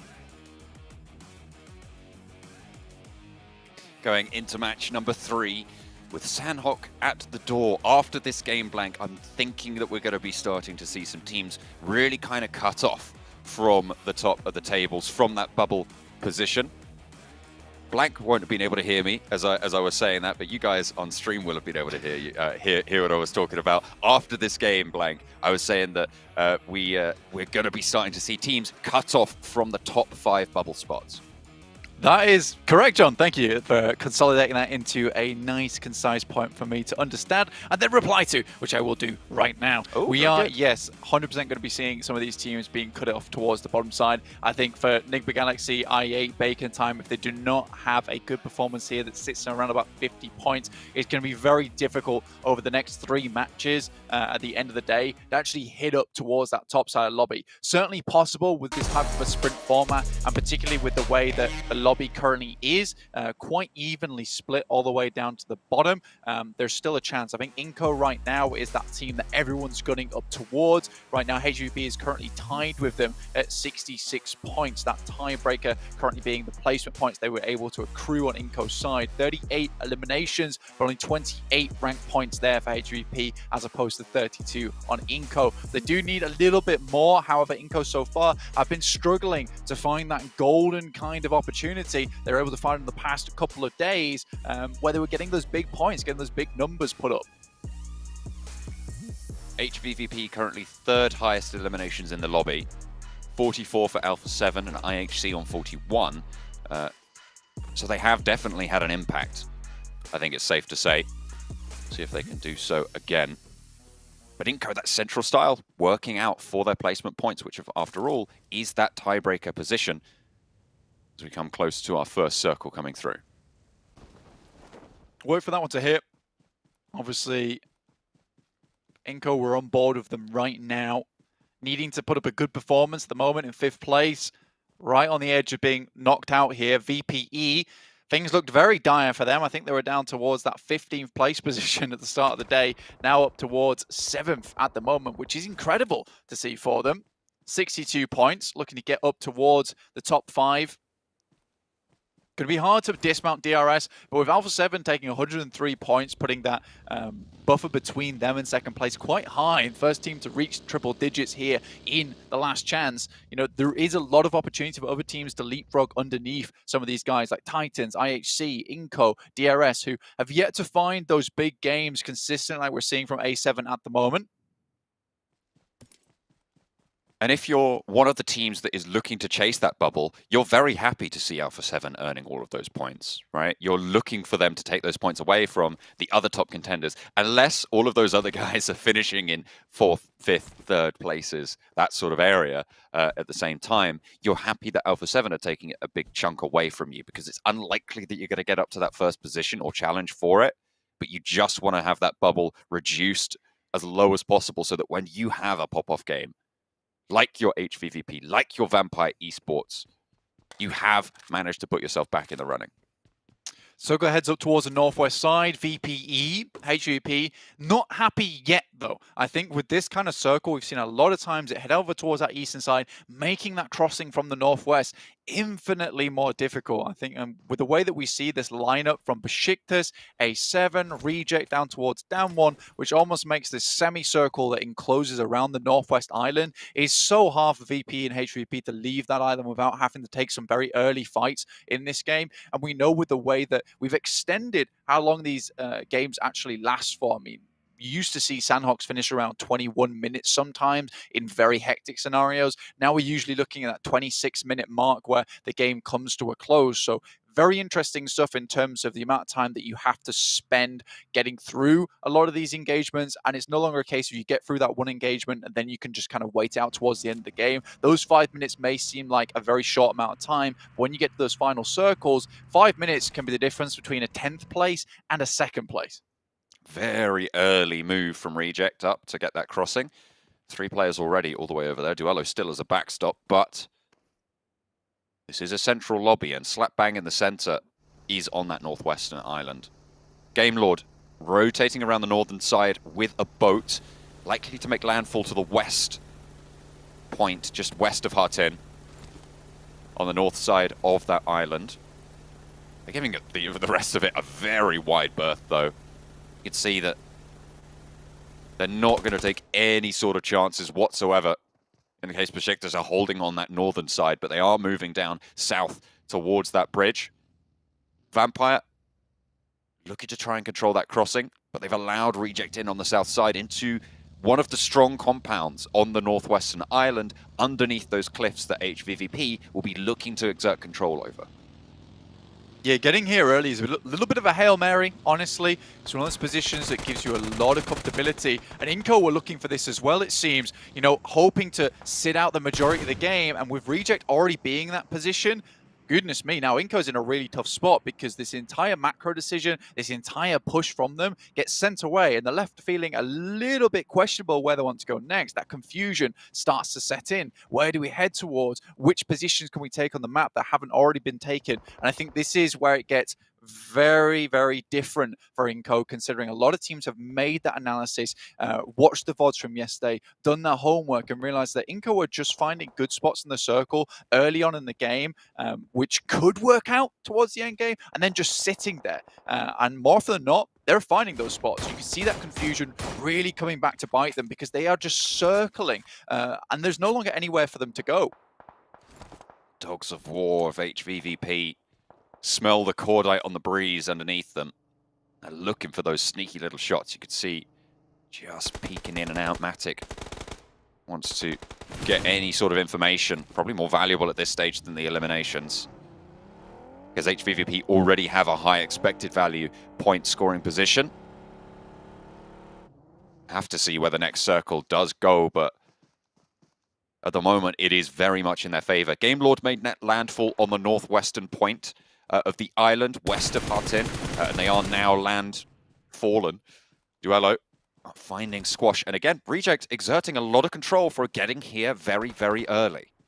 Yeah, it's literally the iNCO play, and it's funny to see it come back to bite them because you have this singular play where it's worked out so many times because other teams have not been going for this same rotate. As soon as another team takes up that position, iNCO is just completely floundered by that. I genuinely don't think that they knew what to do after a team was in that position. They had no backup plan, to say the least, and hoping that that would just take them all the way. And this is the one thing that I was worried about, the one thing that I thought would cause problems in future for iNCO, and it's certainly starting to rack up now as they're not finding those points. Again, 54 at the start of the day, able to get 12 points on the day after getting quite a lot of eliminations from that bankside position over on Erangel, but it's not really brought them up to speed with some of the other squads towards the top of the lobby, like Titans, who have made a really good run for it, trying to secure their place in that grand finals.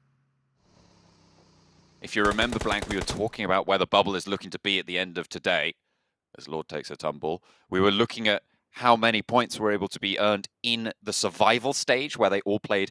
Oh dear, we'll talk about that shift in a second. But where we're looking at that bubble being is on that 10-point average line. At the moment, a lot of teams are falling quite far beneath that at this stage. So we might have a reduced bubble at this point. But Blank, tell me about this shift, because it is quite dramatic.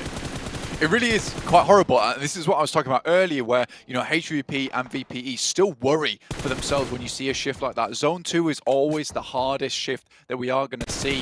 So it could really go anywhere a lot of times within this circle. Heads hard up towards that northeastern side, which sits us on that bridge. Now, a lot of teams at the moment, again, prioritizing those central spots, have almost ruined themselves by taking these positions down towards the south side of the mountain. I think you're going to be struggling for a lot of them. Titans, on the other hand, who have yet to move, actually secure themselves a good spot within the lobby if they move in the next couple of minutes, purely because there's so much open space on this eastern side. It could be west, it could be east, but if you're on the western side, you're in a world of hurt anyway with the amount of teams already here.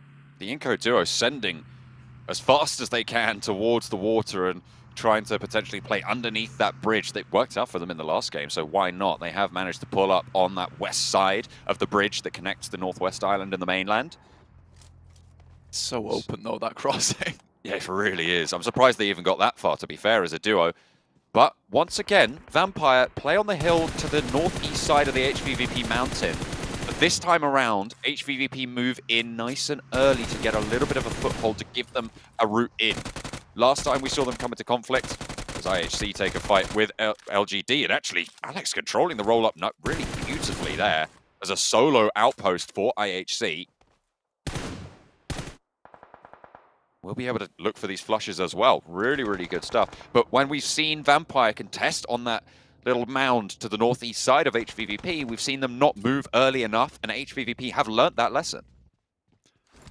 Absolutely. I think getting up towards this position gives you a lot of high ground control. I think for HVVP at the moment, those elimination counts are really giving them the majority of the points that they need. And I think it's this point in time where this circle isn't always going to favor us, but what we can do is we can shift from this mental play style of, look, we have the circle itself, so let's just continue to sweep. We'll play that 2-2 position. When they don't get the circle like this, I think they just have to completely start thinking about, right, we have to go into full elimination mode and start bringing out the big guns and just taking as many shots as possible. Because if we can clear out teams, we're technically clearing out space. And I like that from HVP. IHC rolling up, pretty much completely destroying the rest of LGD, who were at 60 points and they were bringing it back. But after this unfortunate loss, going down in 16th place now, which happens more often than not for LGD, a very streaky team. Some games they look like the best team in the lobby and maybe even the best team out of PMGC.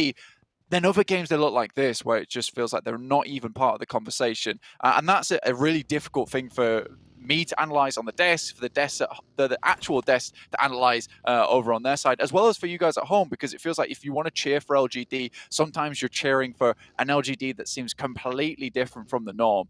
It's odd to see, and I think I'd like to see LGD bring it back into that position where they're performing similarly every single time. However, at this rate, I don't think they're getting towards the grand finals. Circle again onto the bridge. Somehow, Blank, iNCO are in a central position. Okay, it's just one of the facts of the universe that if there's a circle, it's very, very likely that iNCO are right in that middle spot. But Nick the Galaxy move around the north side and scout out towards underneath that bridge. And actually, with iNCO swimming across, trying to make it to the other side, that could be difficult. Vampire this time around, however, are going to control that approach. It didn't work out for their control over iNCO, but Nick the Galaxy will feel the brunt of that pain. Ralph spotted, shot down, Schwepp picks up the flush. HVP even got involved on that engagement as well, taking shots down that way. VPE, though, in a good spot at the moment. Like you said, though, oh, dear, he has the vehicle underneath. Try and keep these players off him. Keeps pulling out the nade. That is mean. That is really mean. God, that is a like threatening presence. Yeah, a little exclamation mark above his head. Alpha 7, up against IHC. It's a knock apiece. 2 4-man squads. So far, though, Godless getting knocked too. That's them down to just 2 players. Continuing on that streak. 2 for 2. I would love to see this fight right now. I mean, it is all going off. I mean, IHC would really like to get some points, and purely taking out A7 out the way means that a lot of those points being ripped away from the top of the lobby, IHC could probably secure a little bit of a better position towards that top side of the top 5. Bacon time with a strong position as well. Vampire had their turn. HVVP had their turn. It is Bacon Time's turn to step up from the group green heavy hitters. But IHC demolishing on this south side might ruin Alpha 7's chance. You don't want to let IHC be getting these points if you're chasing for that bubble either, because they are much more within reach than Alpha 7 are. So you do want to root for them. DRS rolling across the top of the bridge. Nobody else had this idea, Blank, but it seems like nobody else had a good idea either. Into the back of the pickup, and they'll be playing with the cover. I like that a lot. It's like everyone's, we got to go underneath the bridge. And DRS is like, why don't we just use the bridge what it was made for? Let's just go on top. Maybe not all the way. This makes no sense. In fact, everyone else in the lobby, completely illogical usage of the bridge, which is, this is a comfortable way across, let's swim. That's not how I see bridges in particular. However, iNCO seems to find success off the back of that approach anyway. Alpha 7, though, with 2 players, actually taking down more from IHC. So once again, another 2 for 2. And holding on, another knock comes through on that side. That's VPE, Vampire getting involved. They needed to be able to get up in there for the vault, but now there's 2 players down on the inside. Alpha 7 holding off against IHC. First knock is close, but there's 2 players still on the inside to handle. Carrillo gets the spray down, needs the weapon swap, a sliver of HP on the inside, just jittering around the corner.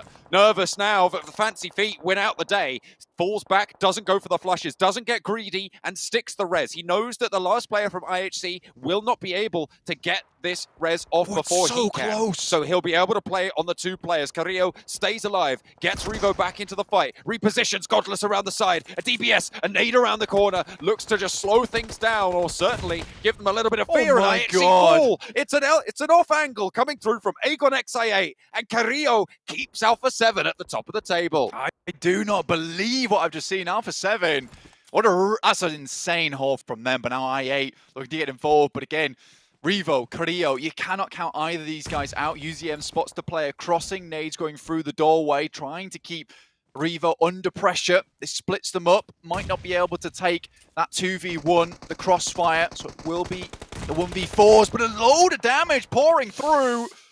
Another test for Alpha 7. This time Aegon XI8. Revo has the bulk of the health right now, and Carrillo is down. They've taken it in turns, and nades towards the back are going to make it even harder. Revo split from his teammate right now.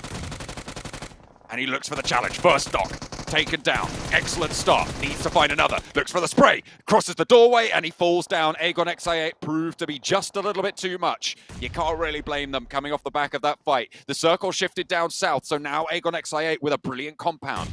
HVVP controlling the hillside on that western edge of it. Down one trying to challenge, but in the meantime, Game Lord and Besiktas trying to leave from H10. Narvalo up with the DBS. Son HP also laid bare there. Hits the deck.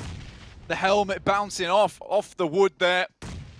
Makes the resounding sound of defeat on that side. BTR, similarly, Zuxi going up against 6. Misery's already down, but Titan's in a worse spot. But nades pouring over the top, and Jem Foster cannot handle the amount of firepower coming out from Titans.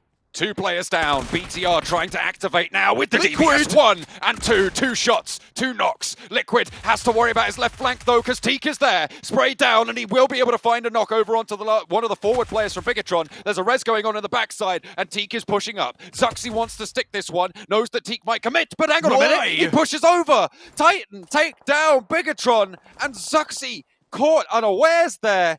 You've got to wonder what was going through their mind. You take the challenge. You know Teak's pushing, but Titans stay alive on 2. This is one of those speed plays. You either commit to one decision or the other. No. What is that? Out in the water with the loot crate, a small island with a compound down towards the southeast. Maybe Titans want to pick that up. I don't know how close anyone can get towards that position. Nenebete might be able to swim his way down. Remaining in this game for a long, long time for iNCO, but I don't know if these placement points are going to cut it for them. Titans for Tixie and HVVP looking to move up towards down one's position. They got ahead of them nice and early, but nades still pouring through. Favian moves down, knows he has to get off this top side, considering this is no longer an ideal spot for either of these teams. Song waiting. Favian leaves.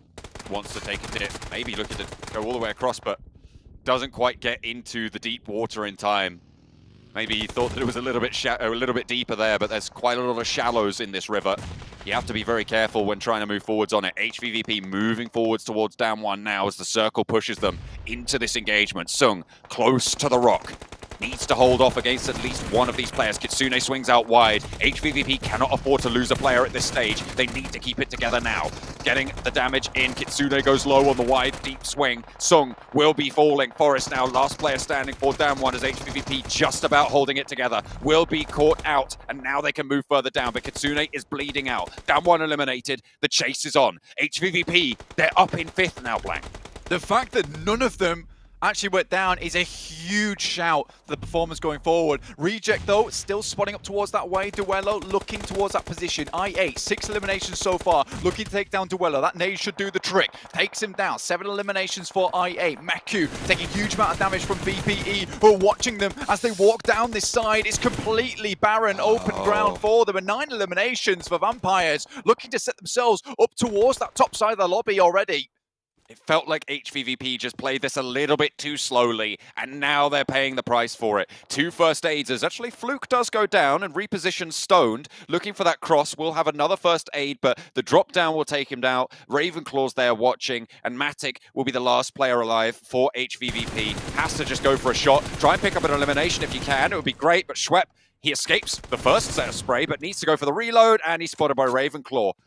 Unfortunate for HVVP to not pick that up, but Vampire going to be really slowed down by that. They'll lose a lot of scouting power, and they'll lose the potential to go closer to this. Bacon Time, by the way, still alive. They are swimming across now and getting off to the shoreline. There's Shirty, and because Vampire were losing players, Blank, that sightline was denied and allows them an opening.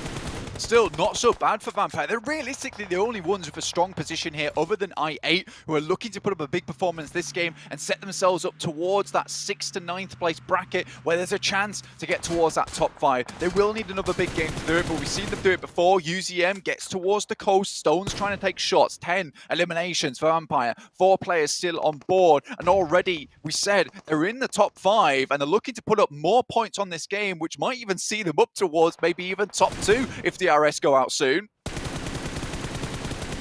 Vampire taking shots over to Bacon Time, trying to stop their landfall, but there's always that foothold that they've got in already. Shirty, Orm style, they just want to stay alive at this stage. They cannot afford to go down this early in this one. 7 teams remaining. Going down at this point would pretty much cut them out, the top 5 entirely. Big Galaxy take the tumble. Vampire really striking out, not only for the top 5 blank, maybe looking to try and jump up to compete with Alpha 7 after this one. Absolutely, this is what I'm talking about, is that with that amount of eliminations here on Sandhawk and so many more available eliminations for them, this could be a gigantic game for these lads. Oh dear. You can see these guys are just trying to get onto the edge of the rock, because I think in certain cases you can actually start punching. It's very unlikely you're able to hit it, but it's very dangerous being close to these players because there is a chance it happens. Everyone just chilling on this side, forced to take a breather, but they will have to move out from the side of this rock soon.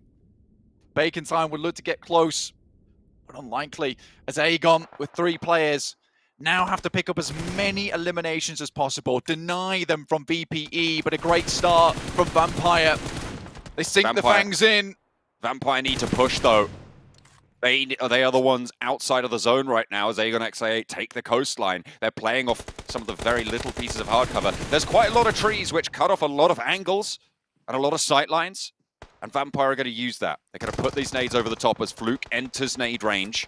A lot of damage sent. Ghost taking the knock, and that's actually going to go over to Shirty. From that coast side, he did move up. Orb style on the forefront as well, able to take shots from behind this rock. He's not in the zone, sure, but he's going to play spoiler to all of this engagement. Bacon Time, 4 eliminations now on the game. Shirty moves out wide, wants the challenge. 5 eliminations on the game. Schwepp falls as well, and Shirty moves into position. Fluke behind the rock, cannot step out because IQ's there, and the blue zone's pushing Vampire in. AQ maybe going down to Shirty here as he moves into the next circle. Bacon Time start to go up on the coastline. IQ down, and Fluke now takes the challenge. Shirty's there, and the Mike Ruzi gets a good spray. Takes down the 4th position for Bacon Time as 3 teams remain. 6 eliminations, but Orm Styles here as well, looking for Schwepp in the back line. Ice gets up into the fray, but gets knocked back immediately. Shirty is down and into position. Comes Chianti from DRS. A last stand for DRS towards those top 5 positions as he crawls on forwards. Vampire down to 1, DRS on 1, and Bacon Time looking for the res, but can they get shut down? No, the nade is not loosed. A 2-player potential, but Fluke in a 1v1 standoff. Can maybe pick up his players, but unlikely to peek out too soon. Circle will move both these players in. I think that Bacon Time have more time to play with here as Shirty gets back up on his feet. That is a great molly. Will push them out to the side, but it's not quite enough. Doesn't do the damage, and there's a nade coming back their way. Another Molotov for Fluke gets sent, but nade doesn't hit. That was so important. You've got to hit that nade. Shirty behind the tree has the cover. 5 first aids will be able to heal. There's a nade in the pocket for Fluke. He needs to get a knock here. Noise is low. Healing off of the backline, but we'll be able to get it off. Peeks out wide. Shirty goes down. Fluke for a challenge, and Vampire fall. It's Bacon Time.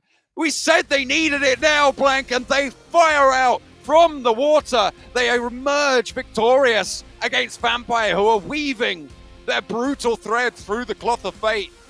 But this time around, it was not to be. Still, a big game for both of them.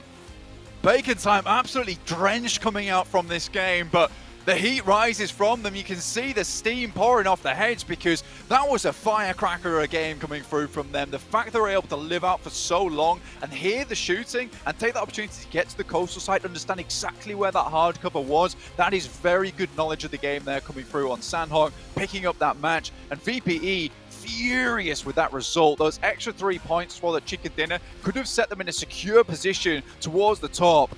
I am astounded by that game. It could not have been more difficult for a lot of these teams. HVVP also, again, it's that slow play style, that careful play style that has rewarded them so much in the past, which is coming back to bite them on these absolutely hectic circles.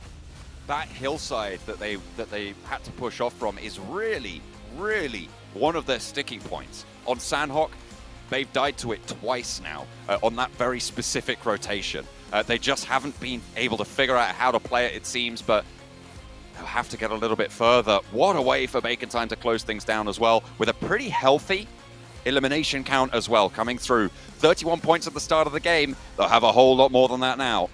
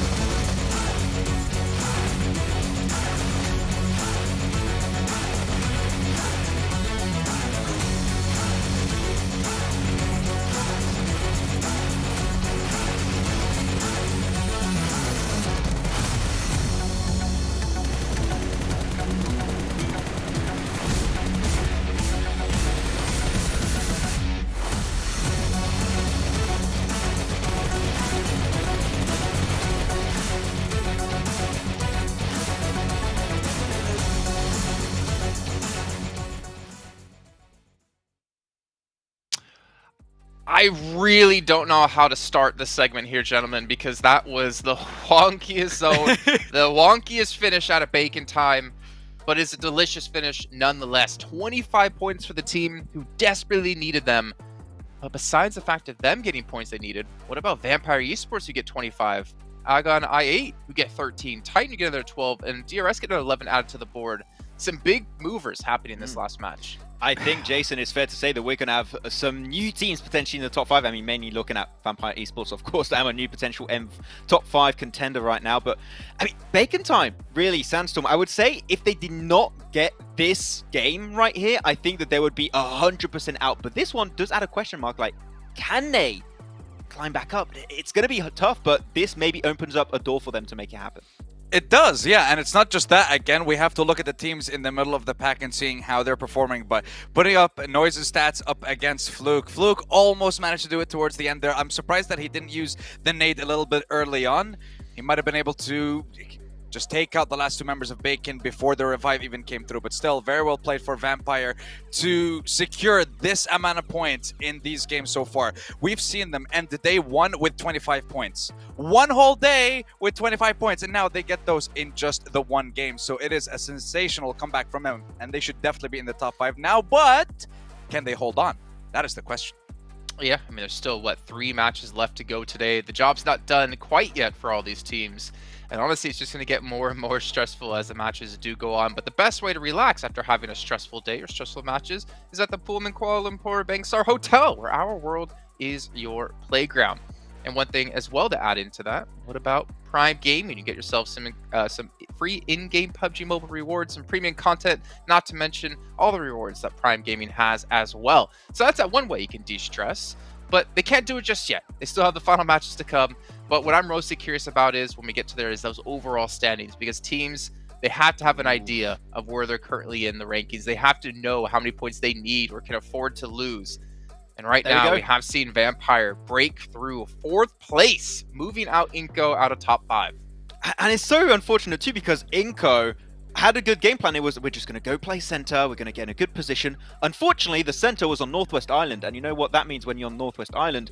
HVVP. And they learned that one the hard way, unfortunately, that game. So yeah, iNCO a little bit of a tough game this time around. We'll see if they can adapt, but Vampire finally able to breach in this top 5 position. It is looking great, but that's the thing, Sandstorm. It is so close towards the top between all of these teams that at the end, these top 5 teams can be completely different in the next 3 matches today.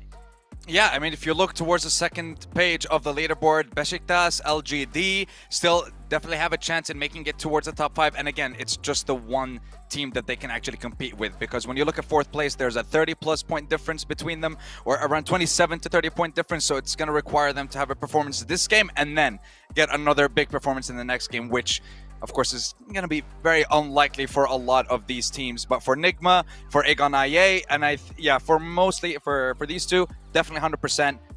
Unless we're seeing triple chicken dinners from one of these teams, I don't think they're going to make it, and it's pretty sure that they're not going to be in the top 5 for now. I'm sure, Max, you saw something there that's kind of scary for the sake of your eyebrows. Bigatron. Not looking good here. I mean, as you're just talking, Sandstorm, about needing to have 2 or 3 chicken dinners in a row, Bigatron need at least 1, I would say, for them to be in the running. They're starting to fall by the wayside here, and it seems like Alpha 7, IHC, DRS, Titan, they're looking to lock in their position even further. I mean, if you're Alpha 7, you should know in the back of your mind, 1 more win, and we're through. Yeah. 1 more really good game, we're through. And they can almost taste PMGC. What does it taste like? I don't know. But they can taste it. Probably like a really good ice cream. I don't know. I'm just trying to imagine. A really tasty chicken. That too. I don't know. We're going in a weird direction right now, Jason. Save us. Save us. I mean, I understand, Maxman, ice cream is your favorite treat. But, you know, it's my treat. Seeing you guys' teams to watch. Let's take a look at what you both said. Select, iNCO, Titan, LGD. Okay. iNCO, IHC, and Bacon Time. Okay, so let's go with the LGD pick first of all here, Maxman. You did say earlier on you wouldn't pick them. I picked them for you, and then now you're picking them. So I don't know what to believe anymore. It's not been working out. I didn't pick them. They're not able to perform, and I agree, especially with what Blank was bringing up during that game, which is sometimes they can look like one of the best teams in this PMGC period, and sometimes it just seems like they're entirely out of the conversation. And it feels like that's what we're seeing from them right now. We had that glimmer of hope from them yesterday, and now there's just nothing to show for it. And unfortunately, it seems like the further we go into these games, the more desperate it feels like they're trying to play, and it's just a desperate play style is not working for LGD, it's not working for BTR. We need to see a change of pace, and if it doesn't happen, I think it might just be too late right now. Okay, well, speaking of too late, Bacon Time, is it too late for them, Sandstorm? I would say this game would be their last opportunity. They need to get 15 points plus in this game in order to have a chance in the last 2 matches. If they don't, I think they're going to be out. When we're looking at IHC, they started off day 1 pretty strong. They had their first game with second place, 10 elims. You look at their last game as well, second place, 9 elims. But other than that, it's just been a performance that's all over the place. And we're not seeing anything good from IHC throughout the first 3 games of today, and something definitely needs to change. For iNCO, long story short, you guys started off strong. You even qualified through the strongest group in Group Green with a difference of 2 points, and now they're barely holding on to staying in that top 5 spot. So they need to kind of adapt a little bit, and we're going on the Wrangle, one of their strongest maps, so I'm hoping for a good performance from them. All right, well, it's time to head into our next match of the day here with John and Blink once again to kick us back into Erangel. I said, Blank, that after this game, after that Sandhawk, I was going to start to look at teams being counted out of the top 5. For now, Enigma Galaxy for me, bottom of the table. Oh, whoa!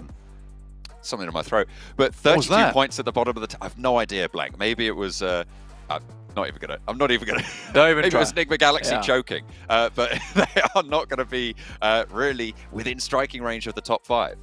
No, I wouldn't say so anymore. I mean, Enigma Galaxy, 16th place, 32 points. It is going to be extremely difficult for this team in the next few games to actually get up towards that top side. You're looking at back-to-back chicken dinners. Now, possible, but very unlikely to happen.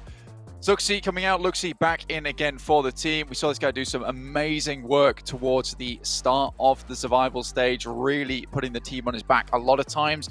We'll see exactly how this works out. I think there was just a bit of miscommunication, and I will maybe put this down to the fact that, you know, they've had so many sub-ins and sub-outs at the moment. Not being able to have that consistent roster is hampering them a little bit, because they seem to have different ideas of what they want to do at moments in the game. I mean, Liquid wanting to push that, Zuxi hanging back for the res. I mean, you either do one of the two, and I think the result is the same, that they win that fight. If they both hung back, went for the res and had one player hold off behind one of the vehicles or a bit of cover, play an off angle, they win that fight. If they both push together, they get the refrag, they win that fight. But the fact that one went forward, gave them the 1v1, and then one sat back and then just res, which means they're in a static position, you lose that fight 10 times out of 10. I think that is just a complete misplay on BTR's half. So I think that they need to figure out this roster they want to play over the rest of the day. I don't want to see any more subs come through, because this is now really the final chance for BTR. Currently sat quite far down the lobby with 13th place, 55 points. There's certainly a chance for them, but requires these chicken dinners. And remember, they've been given a fair few chances for them.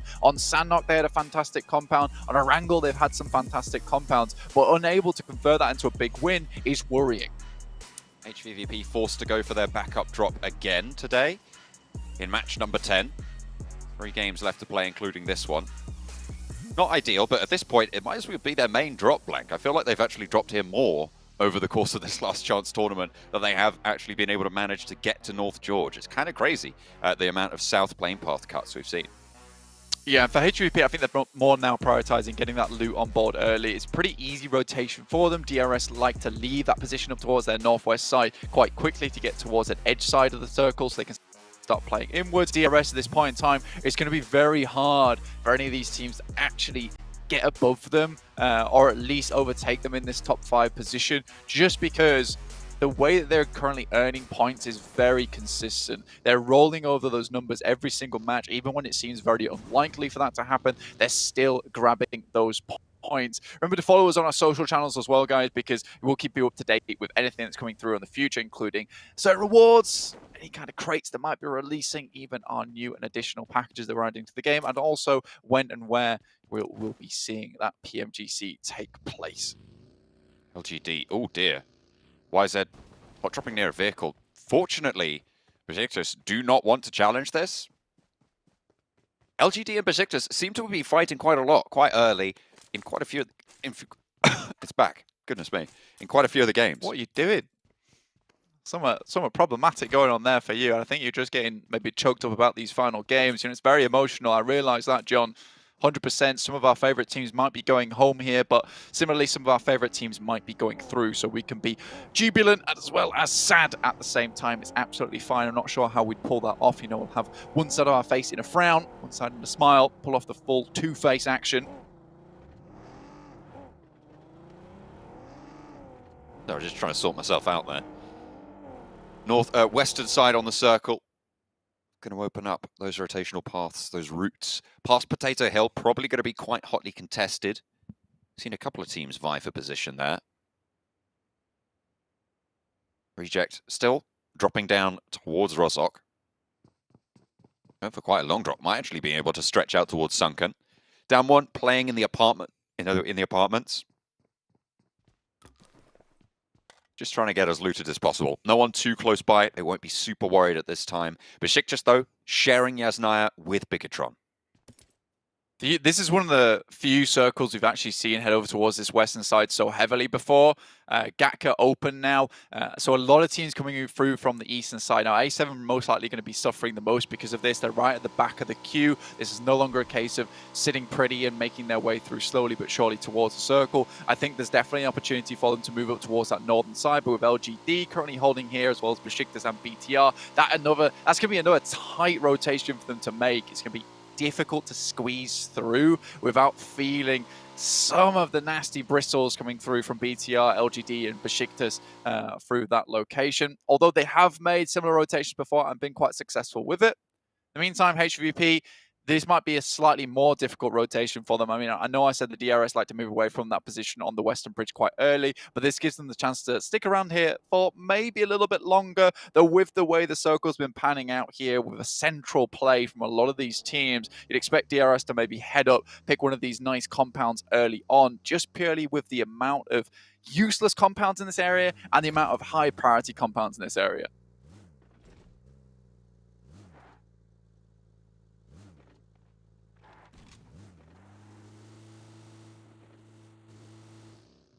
DRS. Currently still moving upwards. Aegon down towards Sosnovka.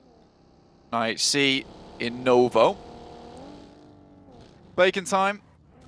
Also in Milter Power at the moment. So honestly, still feeling pretty good about them. I mean, they can move through. Reject up towards Rozok side.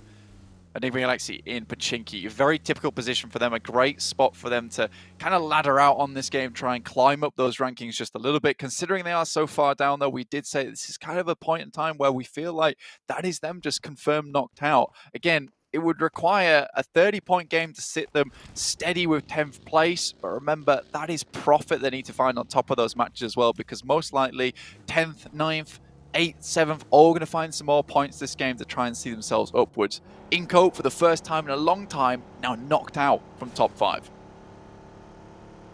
It's not ideal either at such a late juncture. 9 points behind that bubble.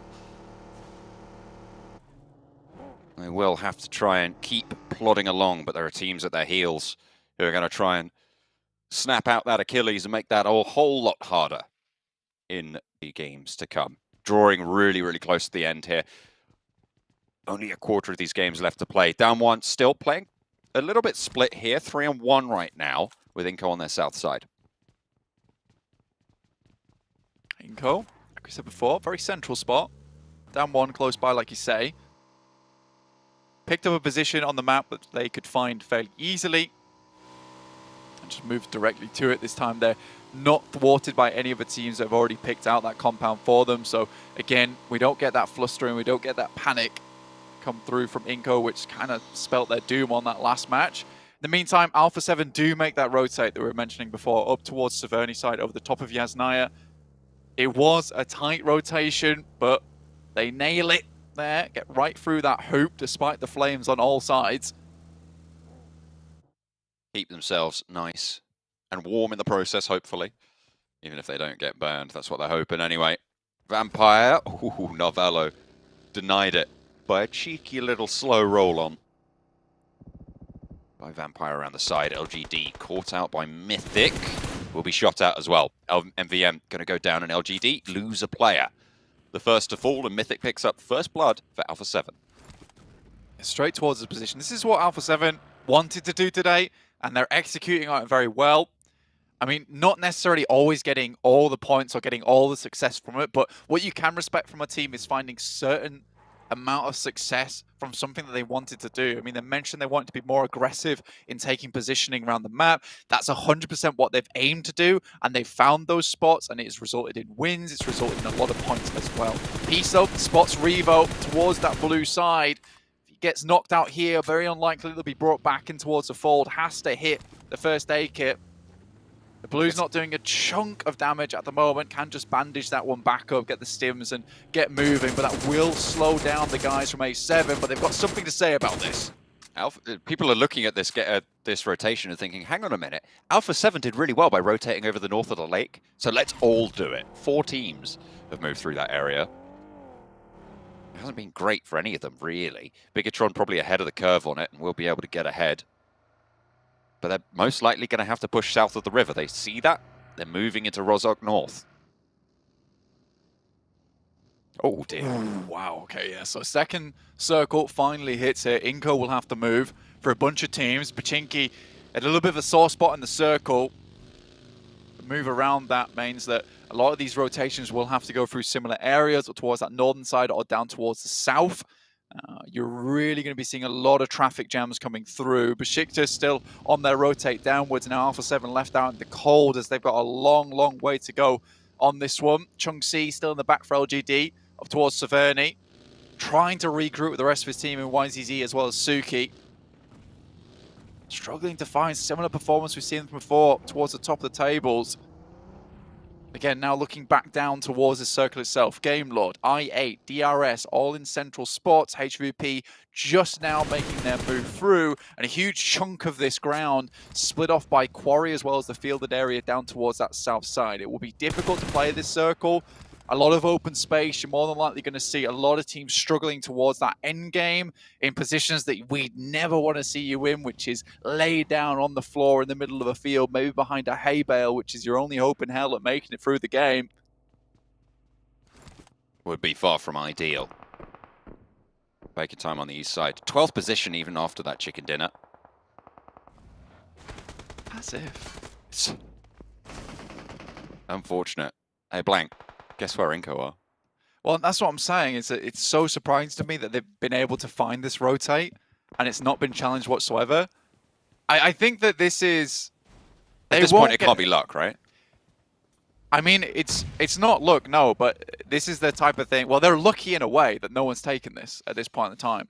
So many teams had a lot of available time to get in towards this position. Yes, it's not the best compound, and I think they've realized that, which is why, you know, there's a more priority compound down towards the south side, which VPE have. So they take the leftover, essentially. But there should be other teams taking this spot. They're already much further towards the circle than them. I mean, they were up towards school side about 3 minutes ago, and now they make their way down. No one takes shots at them to get into this spot. This is not something that they'll get away with if they head towards the PMGC Grand Finals. This position should be taken up by that point in time, and crashing onto it, they will require a fight to get in. I don't think we've seen many times iNCO have to take any kind of crashes, any kind of engagements for their compounds, and when they do, it really does not work out well for them.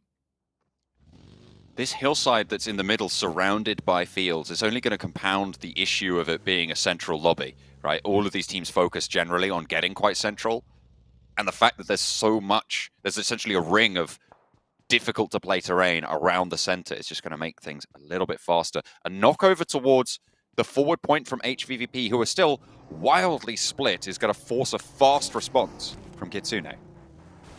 Heading back up towards that high ground, I mean, it's not a bad spot whatsoever. And now with this high ground to play around with on top of Quarry, they can look down to a lot of these teams that may be out in the open, providing some good sightlines their way. Game Lord, again, also on a really nice compound towards the roadside. And we're moving further away from that nasty bit of fielded area down towards the southeast, which makes things a lot easier for these teams. It's going to be a bit more tactical, a lot more compound play. So you're going to be looking at some of these good shots. Some really nice precision DMR play as well to hit the helmets off, reduce the supply count for a lot of these teams, which most likely won't be moving from a lot of these spots. And iNCO directly in the center. You wonder if VP are going to try and move down or maybe take some shots towards their position, because they are deadly neighbors to have, because they're not likely to help you in an engagement once it pops off, but they're certainly happy to wander on up and pick up the pieces in the aftermath. LGD, northern side. Lost a little bit of momentum early to an early pick. But they're still on 3. And they've got some buildings, which is more than could be said for quite a few of these players. HVVP getting back together, getting Tixi back to his feet and redistributing. Really, really watching out on their back in the meantime. LGD taking shots. Chunksy will be knelt as Mythic takes shots over to LGD's compounds on the north side of the next circle. This is their backstop area. Now for 7, looking to sweep in on this northwestern edge. I think Meku has to be very careful now, currently holding on a compound on that western side. Not the most amazing spot for HVP down towards Quarry, but the high ground is nice for the time being. Nades coming through from BTR over towards LGD. We said that this team had to have a good performance here. YZ, bit of a clutch maestro, looking to take it to him. We'll be able to find one, but the next knock is just too much to bear. Both of the players here down, and now it's just the forward outpost Suki for the squad. Bigatron moving in and backfilling on LGD, picking up those pieces. But Mafioso's sending out wide. Will have heard these gunshots. They're thinking about how they can capitalize. So they move ahead. Do they try and third party? What are they going to do? There's a good chance here for taking up Suki's position, and BTR being able to catch them on their rotate would be really nice. I mean, Carrillo's already looking for one of those knocks which they can aggressively push on top of. You can see which compounds he's scouting to. Tixi gets a shot down towards Regiosio, who moves out very wide here. More than likely will not be able to be picked back up again by the reject squad, which allows perhaps a future rotation from HVP up towards that northern side to gain a little bit more space, maybe just be a bit more towards the central side of the lobby. This is an uncomfortable rotation from Bacon Time. Trying to move their way in through about 4 or 5 different teams. Look at that. How have they managed to get through? I was going to say unscathed, but Noise does get knocked out in the open. Vampire picked that one up. The hillsides on the southwest stay in. The circle does shrink. HVVP on 4 players. 2 players from Reject down the hill from them. Reject, 4 players alive, sure, but you can't turn that slowly in front of Kitsune. You will be able to line those shots up. The players on your left, though, Kitsune, you need to be worried about. Has to reposition, wants to either get the flush now or look to regroup with the rest of the HVVP squad who are looking to move forwards. They want to crunch in on the position. A7's coming down now as well to get joined in on this engagement outside in the blue. are outside the circle. And now HVVP's been very cautious about any of these third parties. Regroup with Meku is very good that they held him in that position for a long time, allowed them to have that anchor point to come through to. Suki is put down immediately, and LGD's hopes to get towards that grand finals getting ever slimmer as we go through. 2 more games now. We'd have to have a killer LGD performance to get towards that top side. Titans also taking shots there. I think that's from one of the remaining members up towards that hillside, down towards the south. Shots, Bigatron taking on Alpha 7, the top dogs in the lobby. A good test for them, surely, but not one they want to take at the moment. However, they might not have much choice. They are swinging in. They're fully committed now. Luxy caught out there, but Mythic's position known. They can start to put nades in on this forward position. You can see Liquid and Misery immediately pushing through. Gen Foster on the off angle to catch those rotates out, but could go down and could be disastrous. Carrillo lights them up, looks for 2, and he stays alive. Carrillo Forte yet again staying in the mix of it and clutching it out for Alpha 7 on a crucial part of the push. Turns around and Mythic helps him out there. Gem Foster dealt with. Bigatron find out all about it. Why are Alpha 7 at the top? This is why, but Luxy might just have one last throw of it. One last pitch towards the backlines. Carrillo has the nade though, and there's the shutdown. Besiktas third party. It might be just over now for BTR. 57 points, 2 more matches. The current performance as well. I mean, you can almost expect LGD to start flying out of control towards the end of the day. But for BTR, we have not seen that similar kind of jump up in performance throughout the day. Enigma Galaxy almost looking to end their run now. It's looking very bad for them. Oh dear, just the one left standing now. And at the bottom of the tables, 2 eliminations on the game. 34 points if they fall at this stage. Aegon X8 pushing into their compound. IHC on the far side. Lord picking in the middle and will fall last. That is Enigma Galaxy out of this game and most likely the tournament. I think at this point in time, we could practically say that Enigma Galaxy will not be making it through to the grand finals. They have been getting to each and individual stage by a hair's breadth as well. I mean, it's a congratulation they get this far, but I do think that at some point, it did have to come all crushing down around them, purely just with the gameplay we've seen from them out this entire time. Kitsune Matic, still far away from the team, looking up towards Alpha 7 and Reject spot. I mean, it would still be a 2-2. I think that at the moment, HVVP are really trying to clear this western side as best as possible. And with Alpha 7 on 2, with Reject a little bit diminished as well on 3. Probably really quite reasonable. Besiktas have the third-party angle, and if they can clear this area, that's really, really solid for this next circle shift. It would be gorgeous for them. They still have to deal with Alpha 7, and they never go down easy here. But finally, one player is removed, just Mythic remaining. HVVP do not want to lose another player in this instance. Going down to 3 would really diminish the amount of power that they can bring towards the end game of this circle. With so many teams coming from the east and high ground they can control, this could be a really good game for them. IHC out in 5th place, at risk of being overtaken by HVVP now with the strong position they hold on the eastern side, western side of the circle. Really not ideal, but you've got iNCO, Game Lord, Besiktas, Reject, all also looking to leapfrog you. So not only could HVVP do so, but the rest of the lobby as well. Difficult to hold on to, sure. We'll have to see just how far HVVP can go on their strike. Dixie moves forwards. Will have seen Mythic going on in, but Mythic has a nade of his own, puts it right on the target, just about sidestepped by Tixie, opens the door, he's out the front, and there's the light up. You're not going to survive there.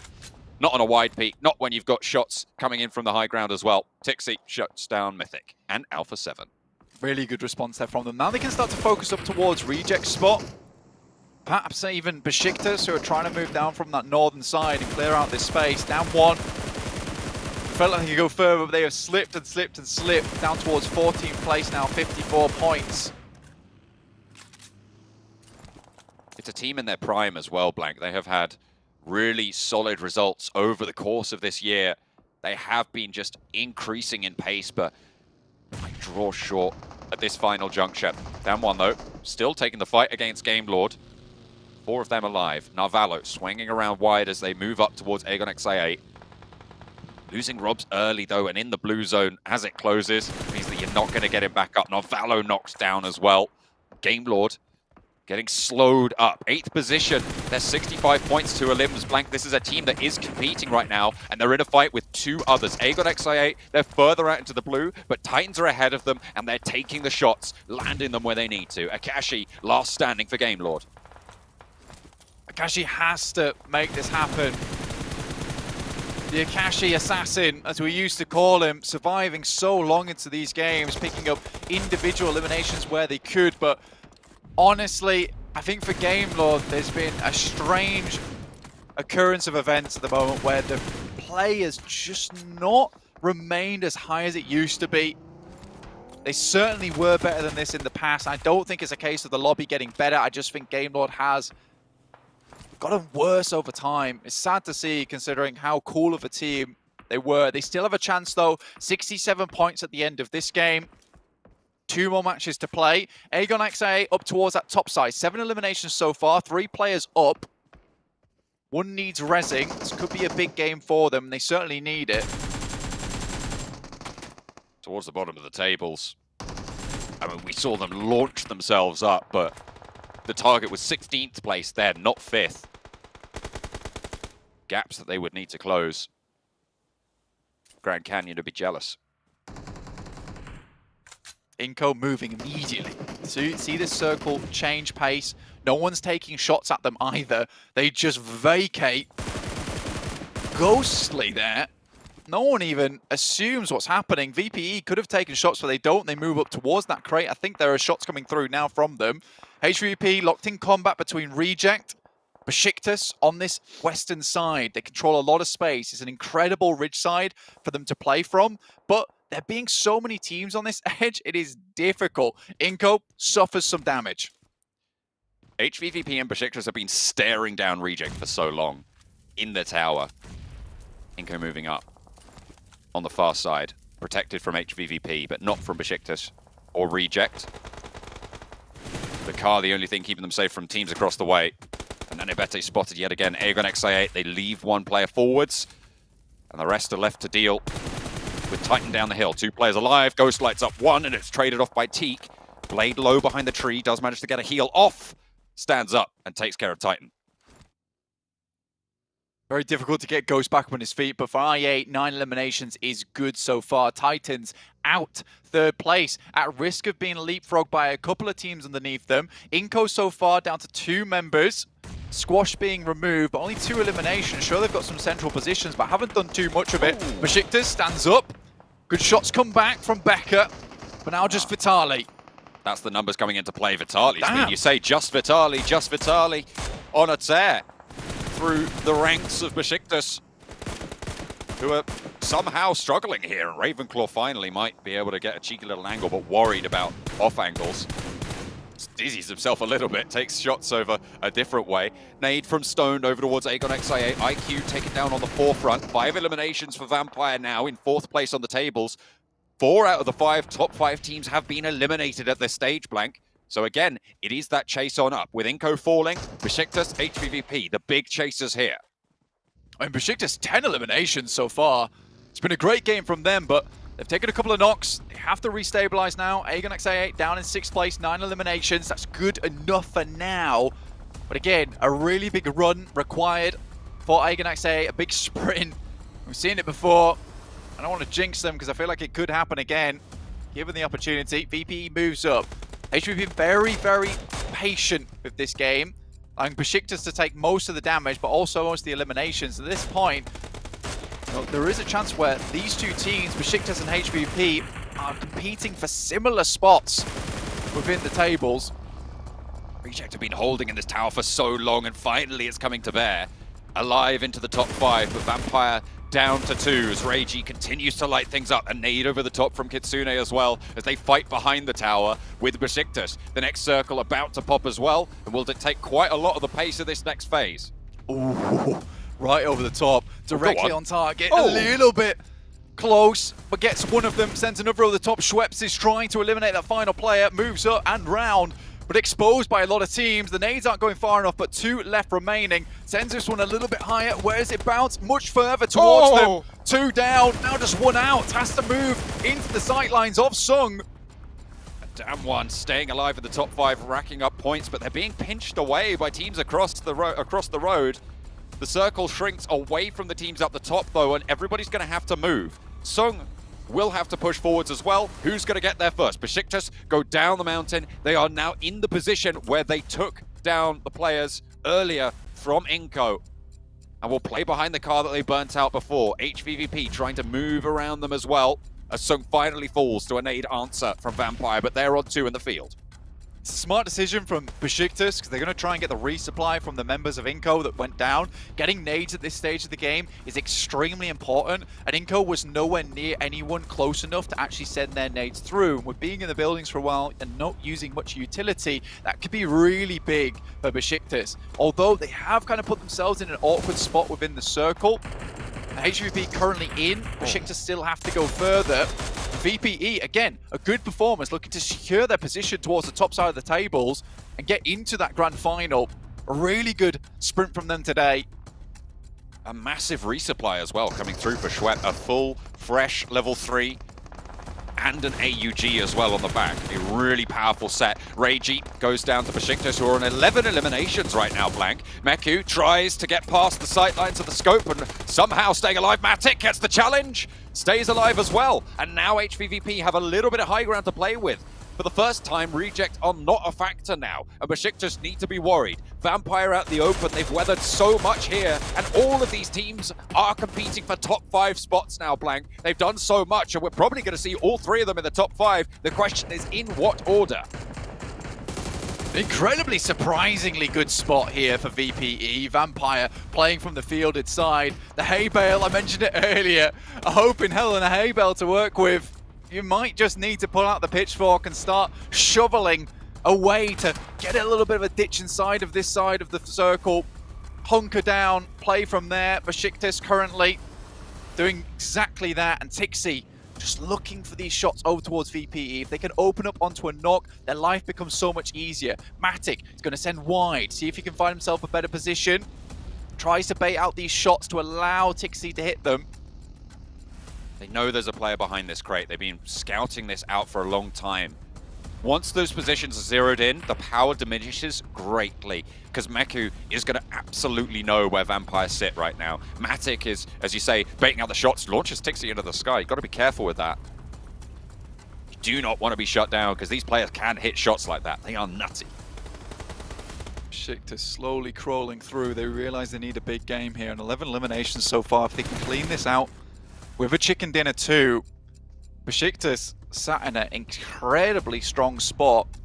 A lot of our big teams finally putting their names on the leaderboards, pinning it in there towards the grand finals. Right at the end, it's a little bit dicey. This is the time you want to step up. You can start jumping above a lot of these teams that just have fell off, aren't able to keep the gas burning in the tank. The surprise entry here for me is Besiktas. To be honest, this is a team that I had fairly closely discounted, especially given their performance in the regionals. Getting in here to the last chance. Did not expect to be them in the conversation for the top 5 spots and a qualification to the grand finals in Jakarta.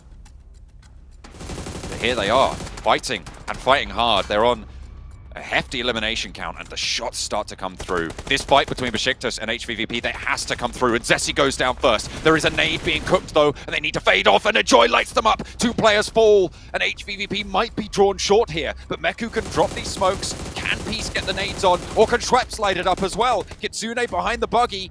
The burn is there, and HVVP struggling. Should be able to get 1 res. Tixi crawling forwards in the meantime behind cover of smoke. The res goes through, close. Just on the edge. Kitsune steps up for 1 more res as well. Can they get back to full force? No, they can't, but they still have 3. More than anyone else in the lobby, but Meku gets taken down by Stone, and the shots are not there to answer. They're covered off with the smokes from Besiktas. Enjoy spotted, but Matic gets the knock. Looks for the flush as well, picks up the point. We'll be able to find it. Who's getting it? But Stone is spotted as well out in the open, and HVVP are striking hard. Peace there behind the vehicle. They know where he is, but 2 players active for HVVP. Peace tries to hold it on Outblank. 8 eliminations, stoned. Schweppes finished off the final player from Besiktas, only find themselves a 3rd place. Unlikely he's going to make it through, but HVVP have done an astonishingly good job with the smokes. The cloud has kept them safe for so long, and that will take them to greater heights there, towards the sky, and in the top of the leaderboard. What a good job from HVVP. A really tough spot to play from, with so many teams around them, making it difficult. I think for Vampire, they had a chokehold over that lobby for a long time, but it's definitely those smokes coming out from HVP. Not only did they deny the sightlines from Vampire Esports, they set themselves up on the right side of the ridge. They control that side of the ridge for so long as well, just in case they have to play out this end game, which allows them to take shots towards Besiktas, hide back, get those reses right at the end. It's very, very well done and hugely intellectual. I really like that end game from them. What a way to close it down as well. And this is why we were still expecting to see Vampire and HVVP compete for these top 5 spots. They finished yesterday at the bottom of the tables, Blank. But here they are, vying for the top. It's just some very purposeful gameplay coming through from both these teams to allow them to get this far into the match. The fact that Vampire takes a pretty horrible spot over there, but sees those loot crates, that is what is the big game changer for them. And I mean, it's making the best out of a bad situation, and that's what HVVP and Vampire have done today to get towards the top.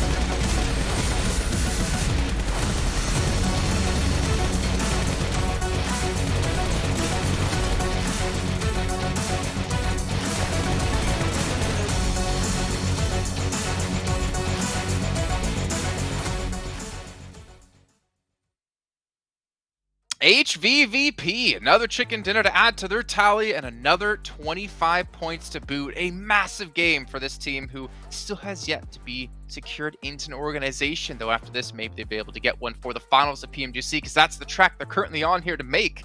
Gentlemen, a fantastic game. The field finish was very interesting, I think we should say, as Vampire unfortunately were being shot from basically, it felt like every angle by every team. But we even see Vampire getting 21 points, Besiktas 22, even Aegon I8, Esports with 13. This has to shift up the standings quite a bit. It really has. And Vampire, like, they got himself right now a chicken dinner with 12 elims. A second place was 13 elims in the previous 2 games. And now they got himself another second place with double-digit eliminations coming their way. I don't know what change happened between yesterday and today, but I'm loving it. And it seems like when they just get into that late game position, they still have 4 players alive. They just overwhelm the lobby at some point in time. Unless you have Sung, which it's a field finish. Yeah, going to have a snake. It's going to be an issue, of course. But if Sung is not there, chances are with those 4 players, they get the chicken dinner. So I'm loving this new Vampire. They're looking so streaky today. All right, well, we're going to head to a short break while we kind of wrap our heads around what just happened. But when we come back, we're going to finish breaking down this last match here and get you ready to go for our penultimate match of the last chance stage.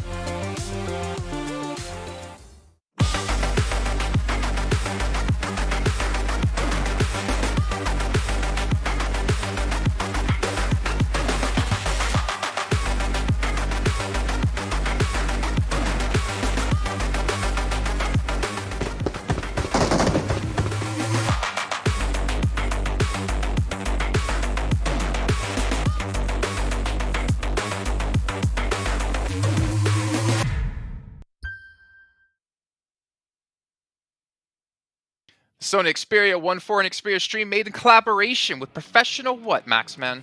Esport players. Yes, it is. You can get 90 Yeah. hertz in PUBG Mobile with Xperia Stream's total cooling system and multiple ports for intensive gaming and streaming. Don't worry, I wasn't going to test you on that one, Sandstorm. We already saw I what was happened ready, the other day where I though. went with it. But welcome back, everyone, as we finished off, again, our 4th match of our final day of play here. Let's take a look at our overalls and see how things might have shifted up. And we are going to see a big shift indeed. What? Vampire Esports coming for that first place. Are you kidding me? This is mad. This is a team that started with 25 points, and they're 4 points away from first in 4 games. Where was this, Vampire? Where was this before? Why did you have to give us a heart attack before seeing this performance from you?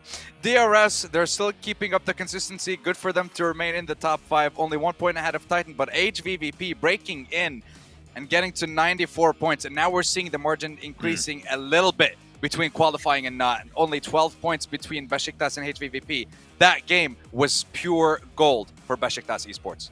Besiktas currently the only team from Turkey that has not qualified. They could potentially make it right here if they keep on this kind of streak. And on the second page, I mean, as we said, Jason, we're going to start to cut out teams and all the teams at the bottom here. I would even have to say potentially even LGD are looking like they're pretty much out of the picture with their performance. They're just a team that has not been able to showcase what they have been able to do at their peak in this PMGC, and now they just kind of fell off. Damwon is not looking too good too. Maybe Sung's performance kept things relevant for the team a little bit, but if you're on the second page at this point with 2 games remaining, you're going to need a chicken dinner. Otherwise, it's not going to go your way.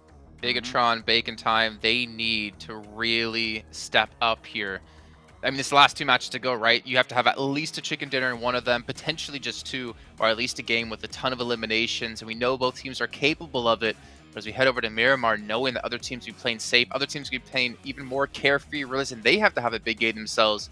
But I feel like the strategy of the lobby does change quite a bit as we get towards the very end of events like this. And we'll take a look at your guys' teams to watch. So you guys explain why you went with who you went with. We have HVVP, IHC, and Besiktas out of almost both of you, as we have the reject pick coming in last second here out of Sandstorm. So talk to me about the reject pick first.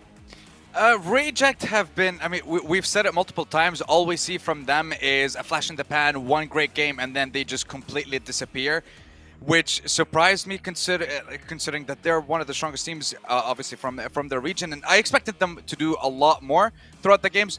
They might surprise us with something here, but I just picked them because I want to focus on them and maybe see something. I'm not asking for a chicken dinner. I'm just asking for something from Reject. Besiktas, the last game that they got, definitely good for them. They have something to build off of. And IHC, we're seeing the consistency, but it's downhill, unfortunately. They were in the top 5, and now they're not. They have 2 more games to stay in. So what happened, IHC? Where's your performance gone? Where are those elims? Where are those points? You need them again. I'm looking back on IHG's numbers real quick right now, and the thing is, they're still getting themselves some decent eliminations. The thing is, they're not getting into the late game ever. Like, they get themselves first game, 3 eliminations, then 6 eliminations, then 5, like, which is decent. It's a decent average to have. They just go out in 11th place, 13th place, 15th place, and I think the main issue with that is that they're just trying to take fights to stay relevant in the overall rankings by getting these big elimination games, but you're just losing a player here, a player there, and then you have your Vampires or your HVVPs that still have 4 players alive at the very end. You're going to hit that wall eventually, and it's just not going to work out. So sure, taking fights is good, but you need to keep those players alive to really aim for that top 3 at least. All right, well, here we go, gentlemen. 2 matches left to go, separating all these teams and a chance in the PMGC Finals. We'll throw it on over to our casters here so we can dive right in to Miramar. Not just any Miramar, the last Miramar on the cards for, well, 11 of these teams. Quite frankly, we are going to be saying goodbye to 11 of them after the Erangel that is still yet to come, Blank, and we are not going to be happy to do it, but it's going to be exciting to do so.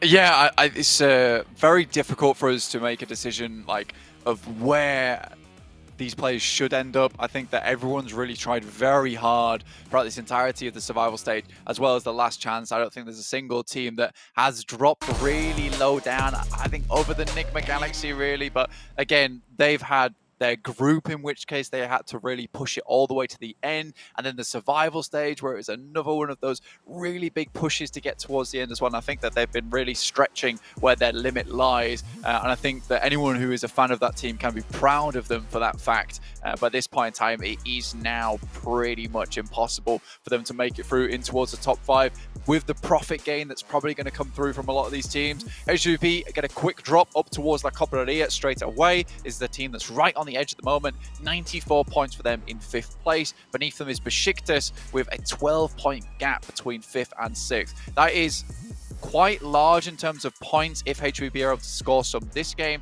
but again, very doable. Unfortunately, for Besiktas is a team that sometimes does well, sometimes gets these big points, but oftentimes we're seeing lose players early in the game and not make it all the way through. It would be a shame for the Turkish fans to see this team go home when they have done so well before. However, we have some very strong representatives already qualified from Turkey into the grand finals.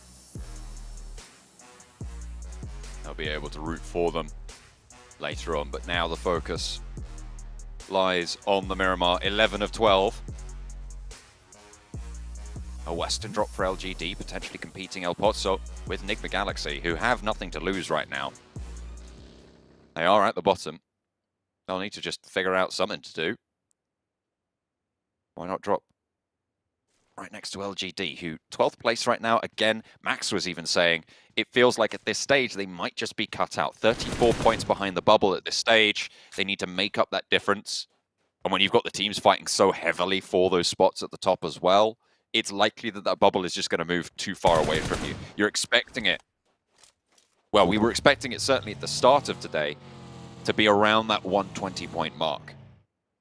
So for LGD, they would need to double their points in the next 2 games. That's 2 30-point games. Very, very unlikely that they can see that. It's really difficult to hear.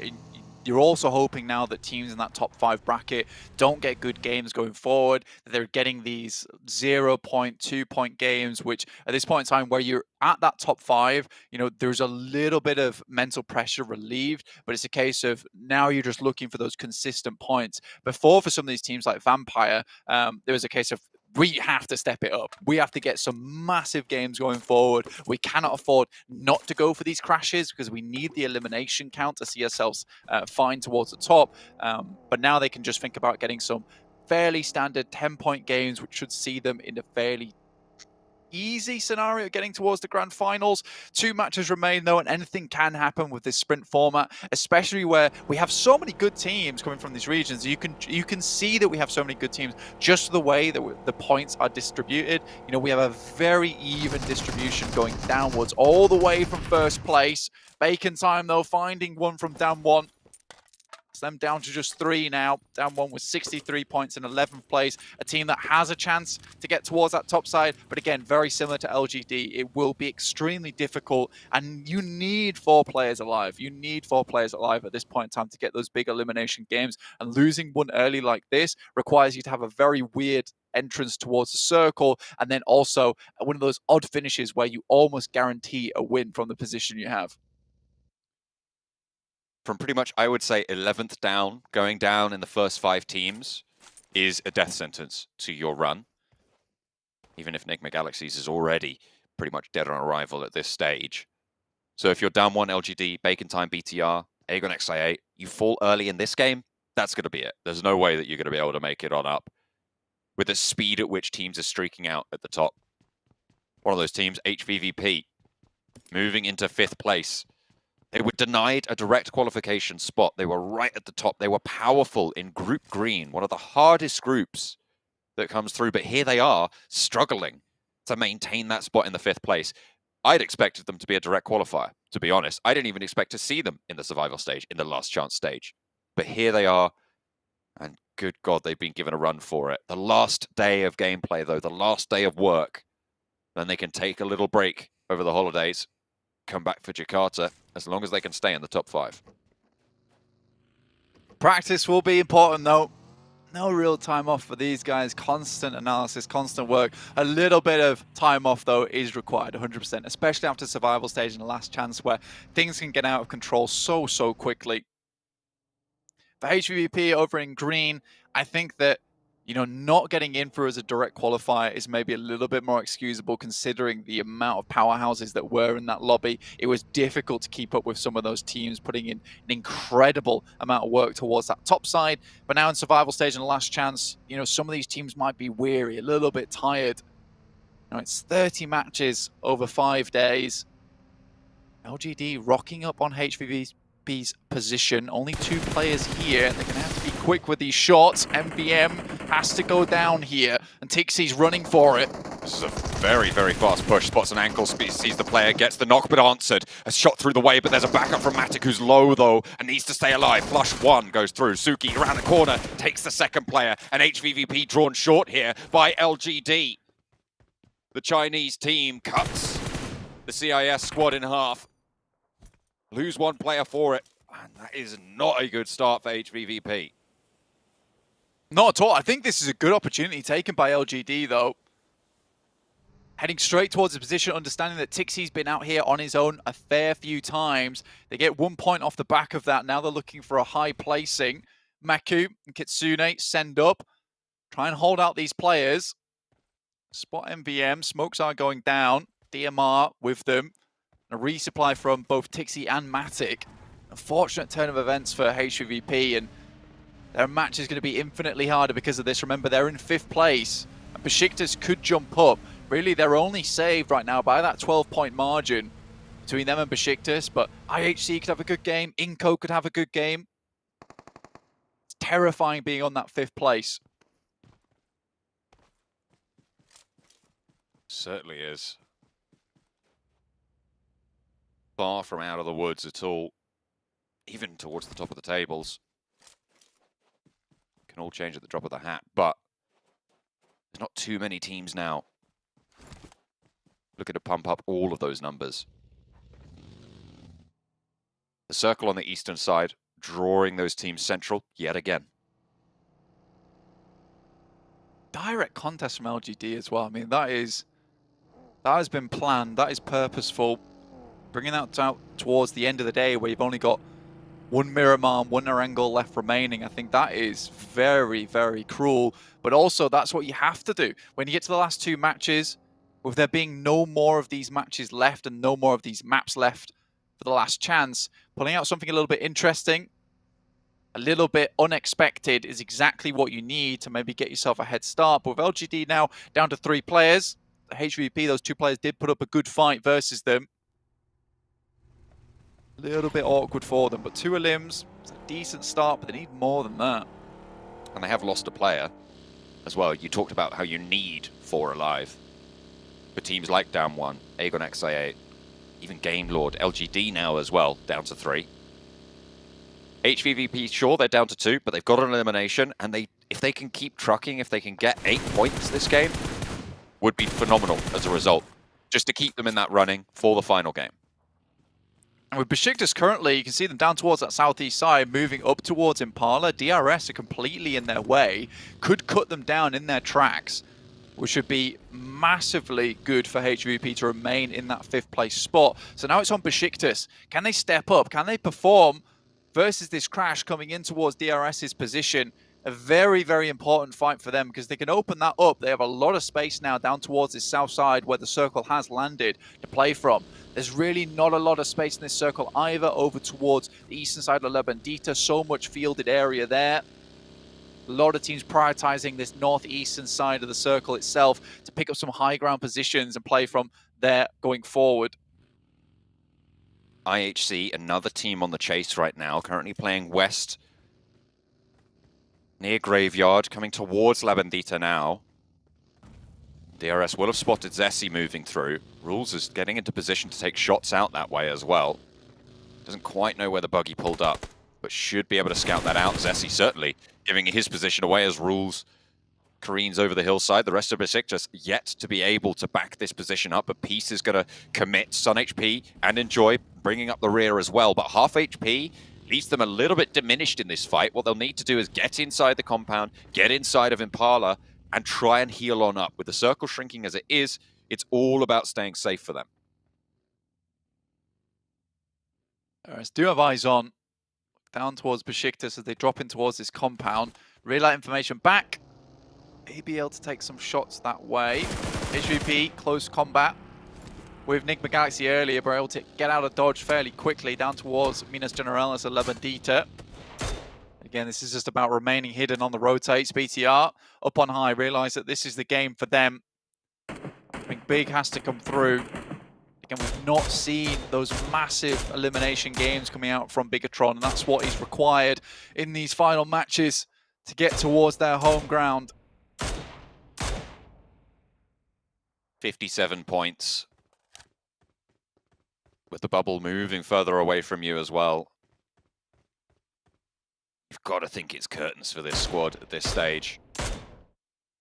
They just haven't demonstrated to us that they deserve this spot.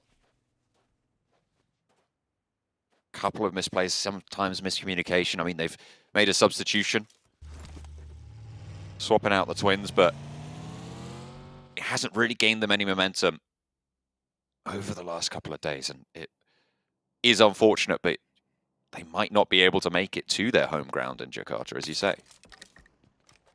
Enigma Galaxy trying to play this one out. At this point in time, it's just a case of maintaining face, keeping the heads and the chins held high. Circle centers up over towards Aegon. IHC as well, got a good compound down here. You can see LGD moving through La Bandita, looking to pick up those ridge sides, take some shots down to anyone that's holding on the underneath. HVP currently holding that compound towards the south. Enigma Galaxy might want to try and crash that one. It's a decent-ish position. It would be probably the most impact that Enigma Galaxy could have on this lobby is taking down the remnants of HVVP at this stage.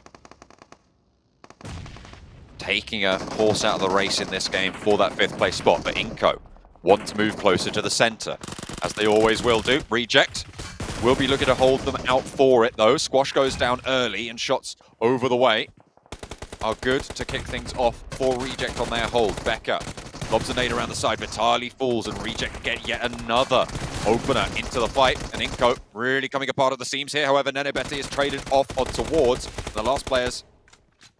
Are going to just flood on through. iNCO holding the door frame. Back at 1, 2. Hang on a minute. He's turned the tides a little bit here. One player standing on both of these squads now as Reiji just looks for the flushes and looks to pick up the team. They're playing it calm. They know that they need to keep things strong for Reject if they want a chance here, but Becca has other ideas. iNCO moving through, trying to stall the reses, and on the inside he takes a lot of damage. Reiji falls, and Becca gets off the 1v3 for iNCO to stay alive. Reject eliminated. Goodness me, that is disastrous. And in the meantime as well, Bigatron have fallen, bringing an end to their campaign. That's almost over there. iNCO, Becca really bringing it back. What a play from him from the outside. Reject falling apart at Becca's hands. What a play. iNCO happy. Nenebete really bringing up the rear for them throughout the days, but Becca has been a stand-up in his own right. And that will keep iNCO in it, actually. 79 points now set tied with IHC to try get back in towards that top 5, but with the one player remaining, that may be all the points they get on this game. DRS. What a tournament they've had. 3rd place right now, 97 points. They're not out of it just yet. They're not confirmed, but it feels like this is a team, certainly to me, that has just been consistently grinding out those points. They've had one chicken dinner so far this tournament, but they've still just kept up that pace. Probably the most consistent, I would say, out of these top 5 current holders. Yeah, a quietly brilliant team. Don't bring anything absolutely insane to the party, but what they do bring is just consistency, like you say. It's very difficult to not see them towards that end game. And I think grinding is definitely the best way to put it. I mean, they never get off that wheel, which is very, very good for them. HVP actually still in the circle and a potential to maybe get some more points in this game from this position. Again, very difficult for any of these teams to move through. Open ground all around them. YZ, I think he tries to scout that building. Perhaps an anchor point for the rest of LGD to move up towards. Titans, 6 takes a lot of damage. Zessi tries to finish him off. Shots towards 6 from Besiktas. And a pretty crucial team to be taking shots at as well. 96 points, only now 1 point ahead of HVVP with the elimination that they were able to claim. Besiktas starting to close that gap as well. They're 12 points behind HVVP, sure, but now with 83, they're only 13 points behind Titan. Gates were pretty firmly shut at the start of this game, but now start to come off the hinges just a little bit now. Icy takes down Killer. Suki take that elimination away. Happy days. YZZ also taking some big sprays over that way. DRS will regroup over towards VPE's position. The Vampires. They have been on a streak today, on a massive tear, in fact, Blank. They started today on 25 points, did Vampire. 15th place. Now up on 108. They managed to get 83 points today. And as I've reminded people before, Down One currently hold the record for the highest single-day scoring in this stage of the tournament, with 86 back in the survival stage. You see them actually quite close towards the top here. They're definitely going to be capable of taking that home. 3 points stand between Vampire and that record. What a way to challenge for the top spot. Bacon time as well. Shots over onto Besiktas, who are the chasing team for the bubble. Really dangerous here for Besiktas right now. Losing your opportunity during this game after just about making it to the circle would be disastrous for them. Good start, though, with the DBS. Oh, cut down, though, as a trade comes through for Shirty. Low HP on the back lines, and Zessi needs to equalize, but he's not going to be able to get the angle just yet. Bacon time want the res, trying to keep up as 4. 2 eliminations so far on the cards. Besiktas want to loose the nades. Res comes through, and the reposition can come out for Bacon time. They're going to fold it back, try and get this heal, and stay safe, consistent. They've got the point. They don't need to overcommit. Besiktas are just locked in this spot. So hard to crawl out from the smoke as it starts to cloister for them just a little bit. They try and send away, but Ice is here. Looks to clean up the pieces.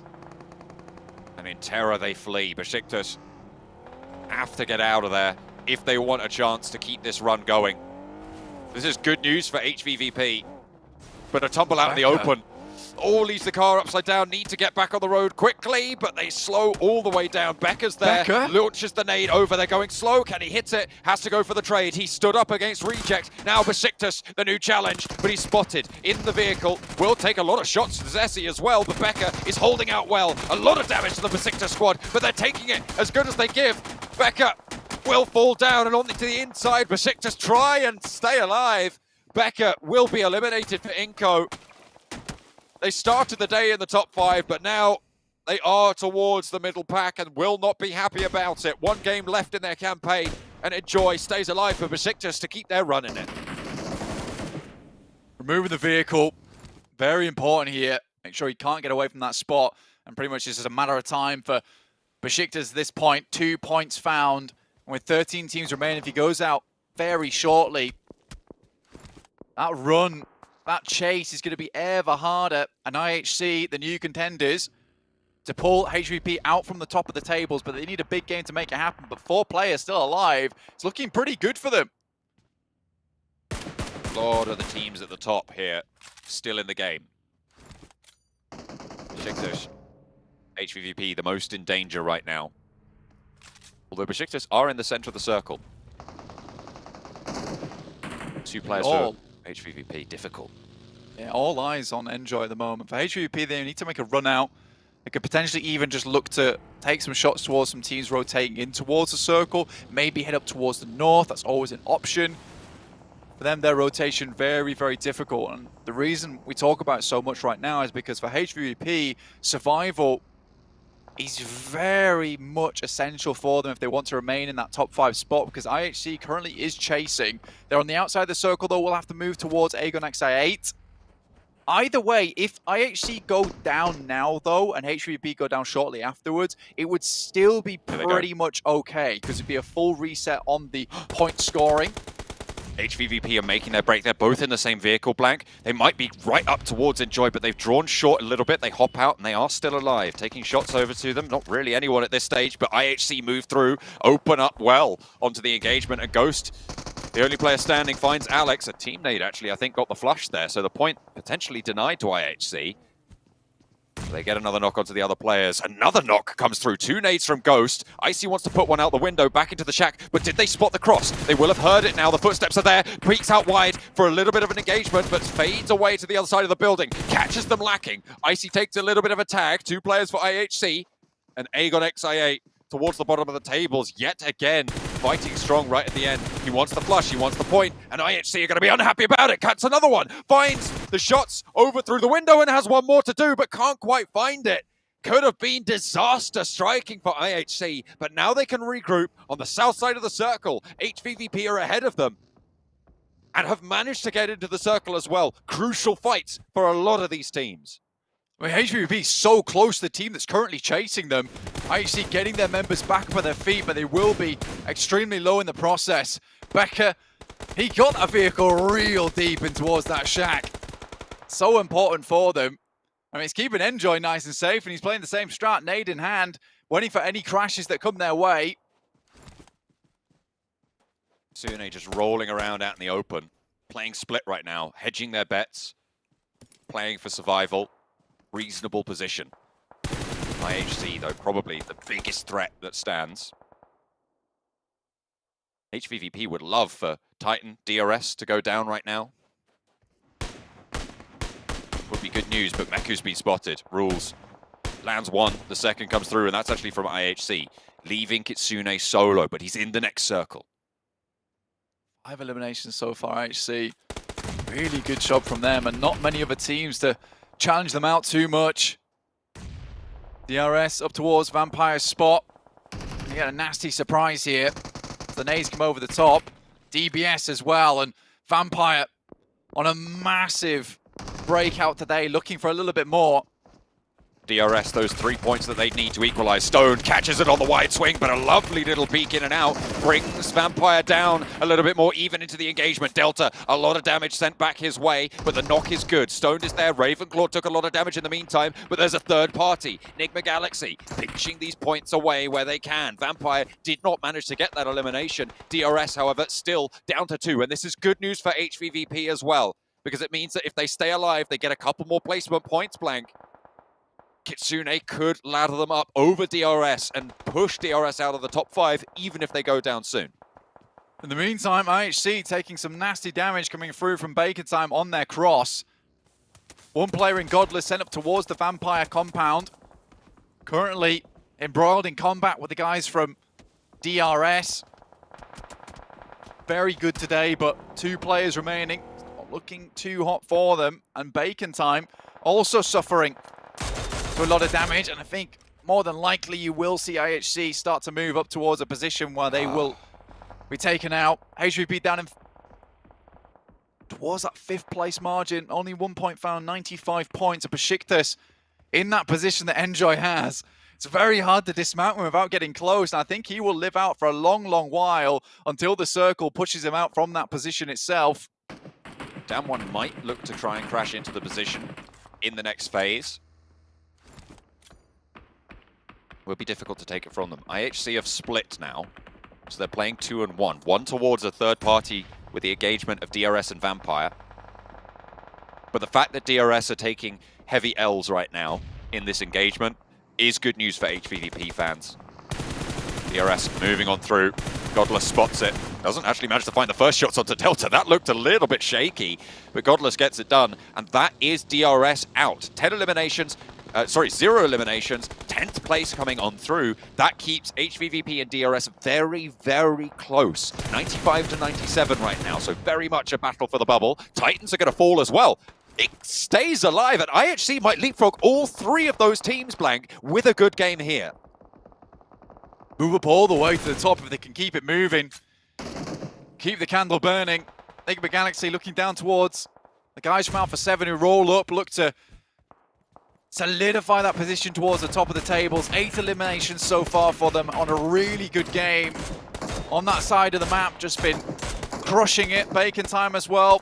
Maybe going out here and ending their run in the last chance. Down 1, also have dice towards them. Enigma Galaxy on the north side, 34 points, 1 elimination right now. There's no way they're going to get into the top 5, but might ruin the chances for a lot of other people. That he was saying Enjoy might last for a little bit longer. Nade in through the window, 7th place, 2 limbs for Besiktas. That'll leave them down a little bit lower, but how far can IHC go right now? They have 9 eliminations. They were sat, 97 points for DRS is the marker for them. They're currently on 88. With the placement points that they can rack up as well, with the center of the circle position that they have. Potential, it could be a 3rd place position for IHC. Definitely doable for them. IHC really needed this, and I think that they have played a good game over in survival stage, as well as here. Gonna get back into the fold. Really good moments coming through from this team. Looking for more now from them. Schweppes gets knocked. 10 eliminations now for IHC. Really taking it to the limit for the Mongolian team. Pushing up to try and join their countrymen in those PMGC Grand Finals. Revo opens up towards down 1. This, of course, an important engagement for the top spot as well, but Enigma Galaxy rolling up to Game Lord. Akashi holding on the inside, just covering off that door frame. Ralph down first. Enigma Galaxy continue to try and bombard in, but Navallo cut down by Ravenclaw from Vampire on the south side. 8 eliminations from Alpha 7 opens the gap between them and Vampire, but if they go down here, would be very, very tricky for them to get much further. Vampire have taken a knock, and they want to third party this. Trades back and forth between Game Lord and Enigma Galaxy as Akashi pushes on out, looks to push through the smoke, has to be on the swivel, finds 1-for-1 yet again, and the trades are even once more. 2 players down on both sides in this compound. Freak and Victor, the next challenge to go through, and Victor wins it out. No trade is there. Will go for the flush immediately as well, leaving them the first full hit going on in, but Vampire can start to descend. Alpha 7 on the other side. The top 2 teams in the lobby taking their toll. 10 eliminations for IHC on the south side as well. And the teams from the top of this hill will have to push down towards them. It is just the sounds of wings flapping, buffeting the rest of these teams back. Victor still going strong though for Game Lord. 5 eliminations found. Navallo still knocked here. Lord, last remaining member for Enigma Galaxy. IHC down below.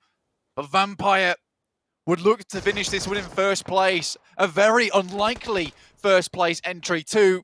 Like you said, John, it has been a gargantuan point scoring day for them today. Into the final game of the day. I'm going to need to get out my abacus blank because I'm going to need to keep track of things really, really hard to call who's going to be able to take it. It's all on the last game, really. IHC putting themselves amongst it. With the placement points they've got, I think they've already leapfrogged over HVVP. Top 5 now, so placement points starting to ramp up very, very, very quickly. And with down 1 going down soon, surely. Unless they can get some cheeky shots over to IHC's position. Game Lord potentially also soon to fall. Navallo cut down. Last player standing. Victor for Game Lord. To keep themselves up. IHC spot yet another point. 11 eliminations now. And they can turn their attention to Vampire, but they still have this backstab potential. This Game Lord full. A7 massively unwilling to let up on that first spot. They light up IHC. Oh. No knocks found though. And Carrillo sent backwards from Zjol. The building that held Enjoy now giving Forest Sanctuary. Mythic out wide on the angle. Can't really peek into it. Sees the crate in there, probably desperate to see what he can find in there, unless it's already been resupplied out of the smoke to cover off Mythic's angle. Vampire, hang on a minute. What? Revo! Revo? 4K nade? Pops Are a you nade. joking me? Where did that come from? I have no idea what... Okay, well, here we go. Nade over towards Forest with Vampire out of the mix. Forest has to push out wide and gets cut down. IHC, they're definitely going to be in that 3rd place. But can they catch Vampire? Vampire didn't have the highest elimination count with the placement points they had. It wasn't out of the question, but it would need all of these points to go over. A full 4 elimination to come through. There's 16 eliminations on the cards for Alpha 7. with that 4K nade from Revo. We're definitely going to need a replay on that. Into the fight now, 4 versus 3. IHC fighting for the spot. A nade over the top is good. Mythic will fall, and that's the off angle, crucially found. Revo in for a second. Ziol up for the challenge, and 2 of the players fall from IHC. Alex now with a 1 versus 2 against Alpha 7. Top fraggers in the lobby. Mythic flushed. Looking for more. Carrillo in for the challenge. Around the side of the tree. Alex will not be able to find him, but he gets the flush onto Revo. The blue zone pushing. Carrillo biding his time, getting the heal. They're slurping up those points as well. Out into the open. Needs the challenge. Waits for Carrillo to peek. Can he get the win on the knock? Will he be able to find the second player peeking? No. Carrillo just is able to step out, get the spray, and Alpha 7 take the chicken dinner. In the penultimate game, the final Miramar. Specialists at this map. They show us why, but what a run from IHC. You can see how Revo is so happy about that game. He was dominant. I mean, I'd be doing that as well. I'd be straight feeling like the carry after that nade was thrown, decimating the guys from Vampire, bits and pieces of them flying all over Miramar at the end. But Alpha 7, they take a massive amount of points, should put them on top. 1,500, 1,600 damage for Revo. In the second to last match to do that as well, 1,100 of a Mafioso. This has been a ridiculous game for these 2 lads. But for IHC, that's the big storyline that we're looking at. Getting a massive amount of points on that one. It was very, very good for them as well because they were just securing points where they could. They knew they had to get rid of Damwon as fast as possible as they wanted to get further up in the rankings. That's going to see them massively secured towards the grand finals. It'll be really, really difficult to remove them from that one. But now we have probably 6 teams with 90 points apiece, very close to one another in the leaderboards, and it could be 3rd, 4th and 5th interchangeable from many, many different squads. Absolutely. Alpha 7, with that final fight as well, have tied the record with Agon XIA. 19 eliminations on the game, Black. What a way to claim the top of the tables. I mean, they still have 1 game left to go, but with Vampire going down a lot lower, and them being in the mix and more worried probably about getting eliminated than anything else, might not be possible for Vampire to jump up in this final game. We'll have to wait and see though. We're looking at Vampire, DRS, Titan, HVVP, AHC Esports, and on the outside you've got Besiktas all looking for those other 4 spots.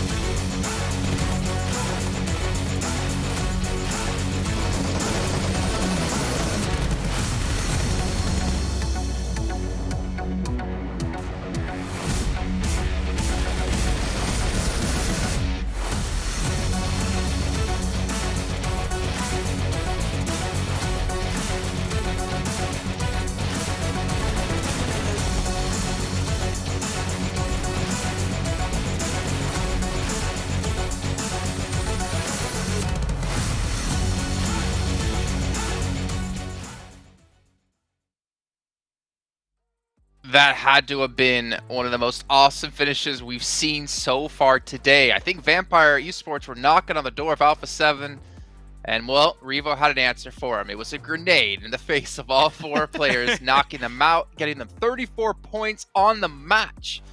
A ridiculous game here for Alpha 7, and they've almost solidified, if they haven't already, their place at #1 here at the end of the last chance tournament. It was a no-look grenade too. He just threw it and he just turned his back. Like, yeah, easy, cool. It just felt like a movie right now. He just put that in slow-mo. He goes off an entire new Die Hard. But what an amazing game from Alpha 7 coming in from the eastern side.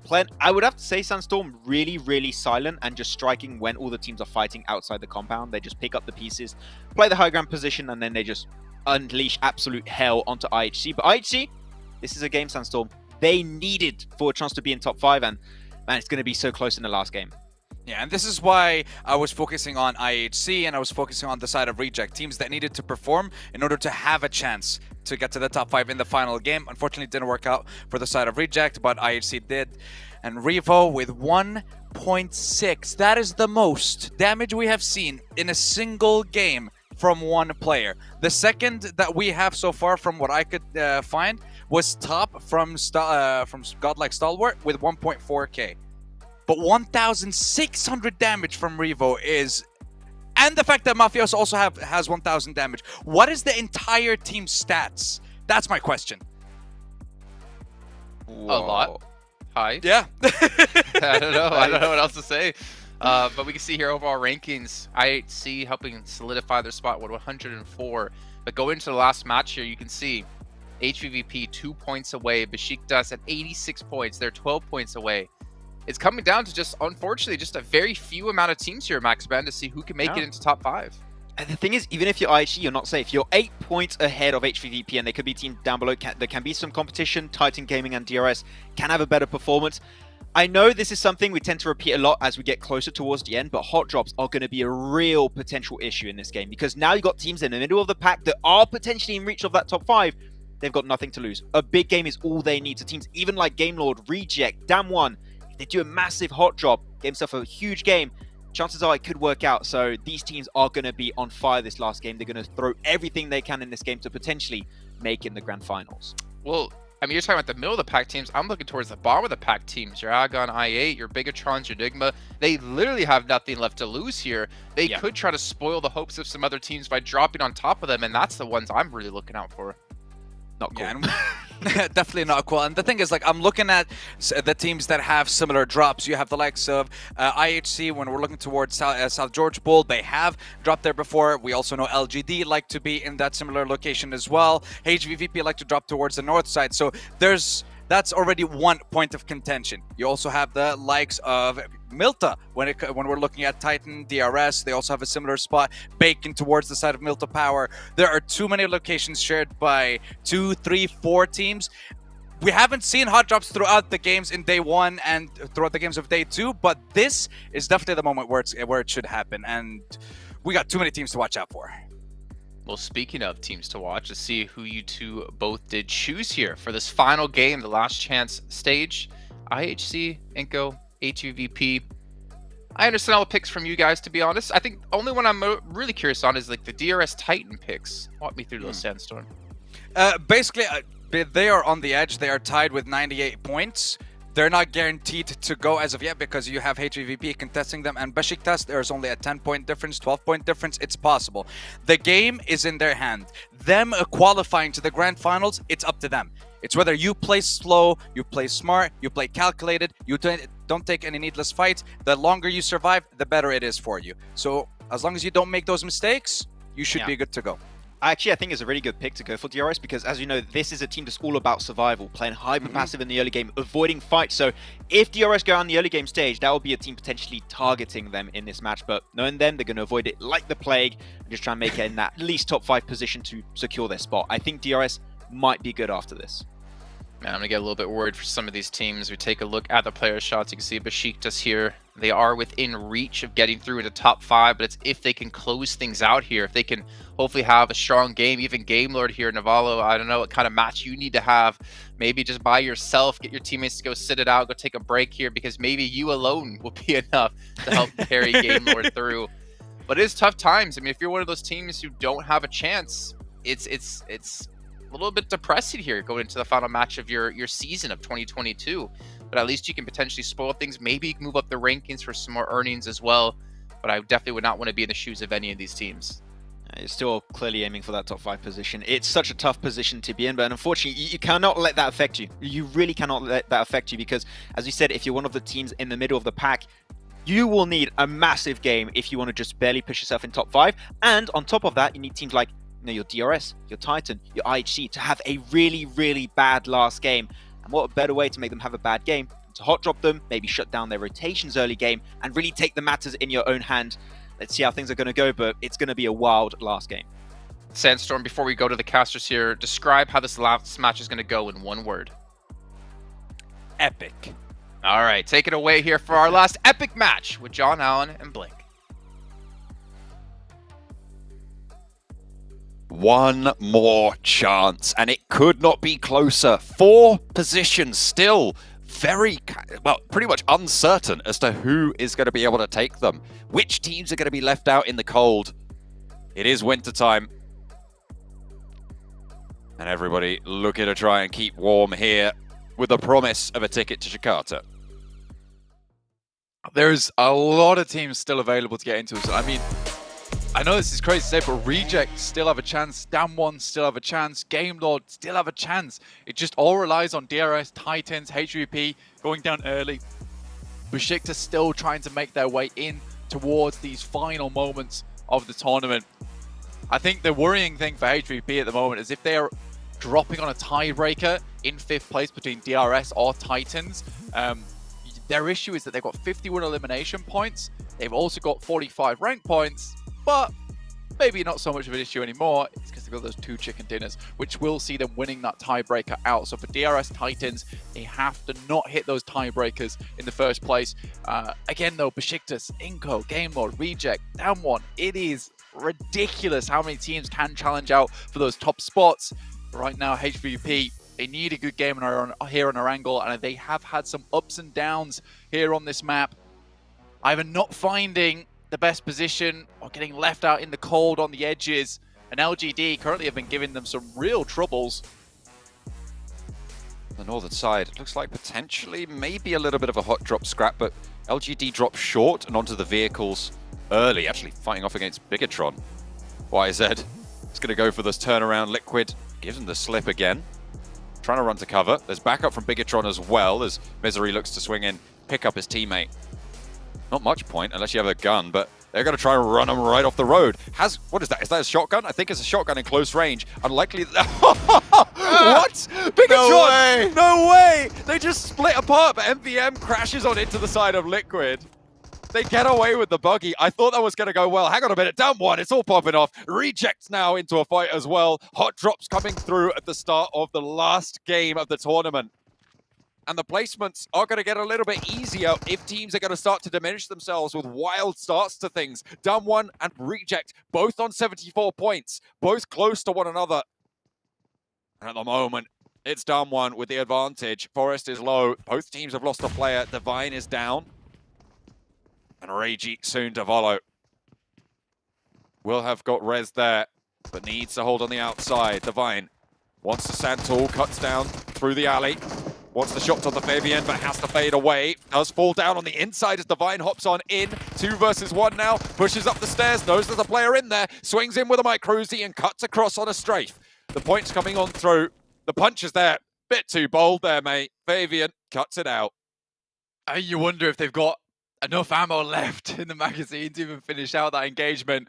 But Damwon will sit at 4 points gained there, as well as have 3 players to play the rest of the match out. HVP sent all the way over towards North George. There is 2 teams ahead. Titans, DRS. DRS do not go out early many times at all. If these 2 teams fall now, it makes it so much easier for HVP. Again, that is if HVP don't fall themselves, because Titans and DRS, I think they've done an excellent job during this last chance to get themselves towards where they are right now. DRS, unfortunately, has been falling slowly but surely, because you do see that consistency coming out from DRS, but you don't see those similar games that IHC, VPE, as well as A7 have shown us over these last 6 matches, which is just unbelievable point scoring in certain games. And having that star power to hit those big matches. A 19 elimination game, A7 100% should leave last chance with that grand total prize pool at the top. They're the only team currently over that 120 predicted bubble. 10-point average. Vampire still a little bit short of that. Bacon time. Going down to Titans. It's a point. That is a point, and that is a pivotal point potentially. Because Titan, of course, 4th place, 98, breaks the tie with DRS. Puts them just a toe ahead. 99 now. This one off the triple-digit mark. Titans, that was important not to fall to that.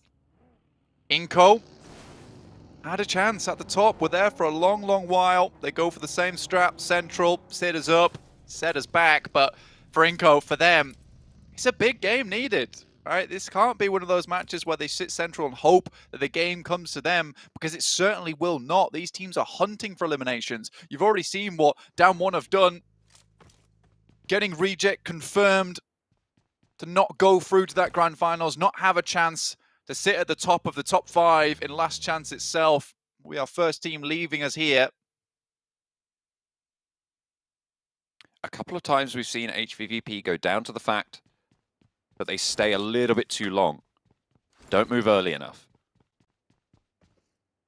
This time around from North George, we've breached that 5-minute mark, so soon they should be looking to leave. Rotate towards the east here on this circle. It's still a long journey for them.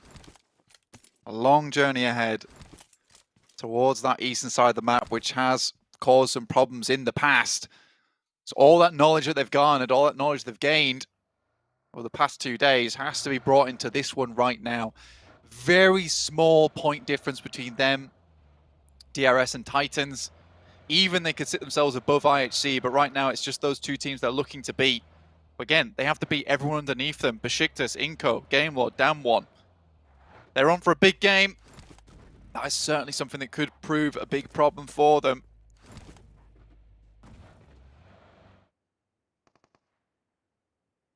A lot of the teams really cut out at this stage.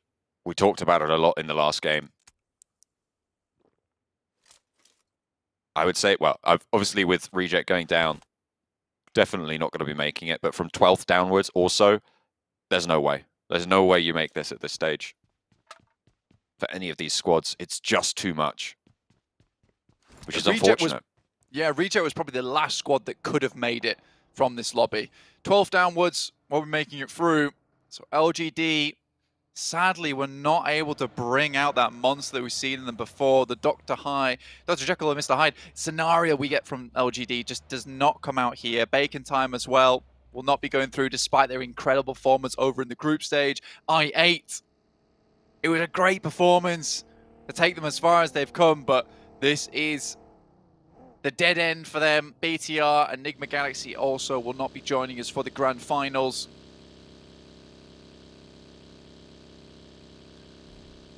Unfortunate. Blue zone envelops HVVP on the northwestern side. Still yet to move. 7 minutes now.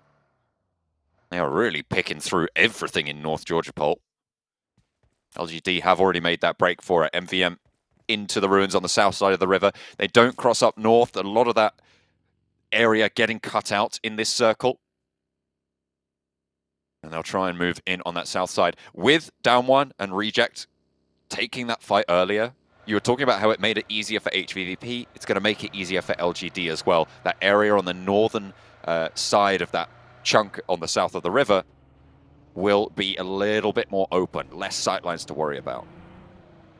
And smoothly run through. I mean, we saw a lot of times Reject heading on the west side of Rozhok towards Sunken. Obviously, you don't want to go this way at that time just because of where the circle is landing.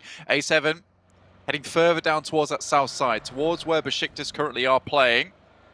From Yaz, BTR moved out from there much, much earlier, and iNCO's got a little bit of a lineup underneath them to the south side. HP locating a compound to play from, all the way on that northern edge. IHC on Novo, still playing on the island. They'd have to move through and pass Titan. 4 points behind at the start of this game, Titan were from IHC. With the elimination point that they've got, they are currently... they were 6 points behind at the start of the game. They're now 5 points behind. They get a squad wipe, they get a placement point. That's going to push them up and over that barrier. And if you're ahead of one other team in this group confirmed, it's kind of likely that you are going to stick it up, because unless Besiktas blasts out, there is only that one spot really that could chop and change. At the moment, HVVP have that unfortunate mantle. Real struggle bus. And the line is so close as well, right? It is just a step that you need to take, but you're hoping that DRS and Titans don't have that good game. But in the same way, I'm hoping that DRS and Titans do have that good game. I mean, DRS are on track for it for a very long time, but maybe this is all that they have. I mean, Titans and DRS currently so far, the majority of the points that they've gained is through placement points alone, not those eliminations. But if they can get those consistent points and HVVP fall early, as we've seen them do multiple times, it's a bit game over. Suki taken down to a spray from Fluke and not going to find a trade. Oh, there it comes. YZ does manage to pick that one up. Vampire lose a player to LGD. LGD went north of the river. I thought they were going to stay on the south side, but they did swing north and actually have slowed HVVP's approach. Will give them a lot of cause for concern, and HVVP will be very nervous to take these engagements. They're not moving just yet. Waiting, biding their time. Again, getting towards the end game is very important. We've seen HVVP do something similar to this in the past. Over in the PMWI, just going for that numbers play, just sitting it out almost. In fact, not even PMWI, just in Western Europe, is just sitting it out, trying to go for those placement points and hoping that that sets them over the edge. In the case of Western Europe, it did not. The team got far more eliminations, but I think that's where maybe you identify the overall ranking, see that Titans and DRS don't always get the huge amount of eliminations that maybe HVVP can find. So a survival game could be good here for HVVP. The option that they have, other than going across the river in the same fashion that LGD did, is swing all the way to the north of Yasnaya, where they might find this Bacon Time fleeing towards them. In fact, they might find them anyway, as Bacon Time getting sent back by Besiktas, currently playing on the east side of Yasnaya Polyana on a 2-2 split with the other duo down south side. Instead, though, HVVP looking to mount up for the bridge. No one on the other side to control them right now. Kitsune will see Bacon Time moving, and Bacon Time will see him as well. Kitsune needs to get back to the rest of the team. Cannot afford to go down here. They cross the bridge, and they know there's teams across the way, but they will hold the gas station, or actually maybe even overshoot it as the circle shrinks down. Again, a little bit leaning to the east.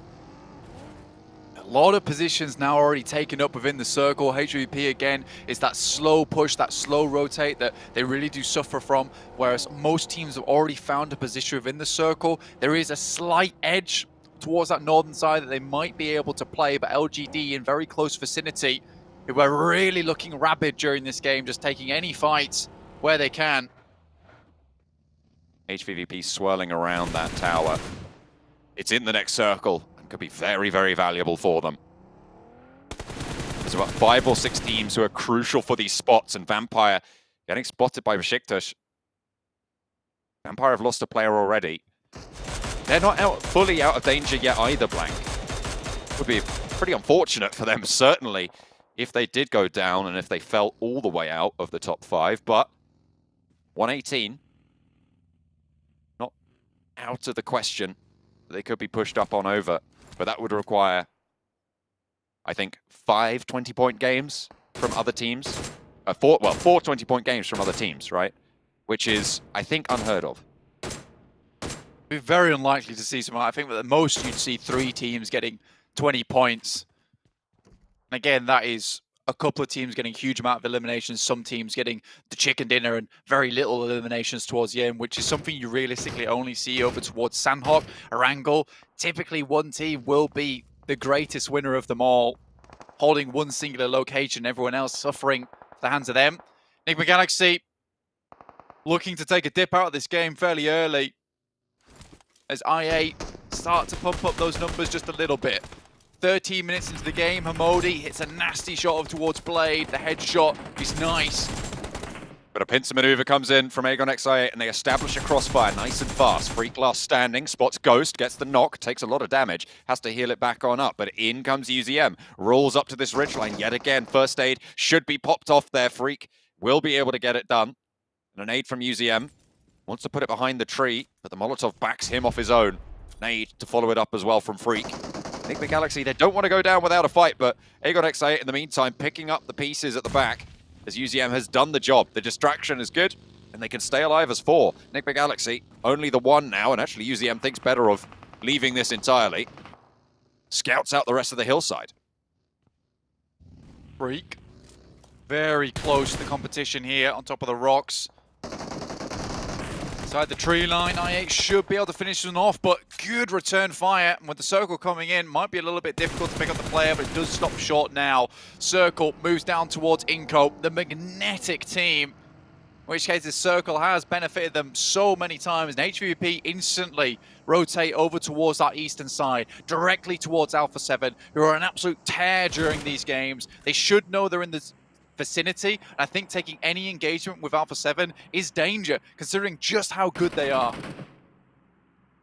Matic rolling around in the back. They're thinking about where they want to go. Currently pulled up short across the road from Besiktas.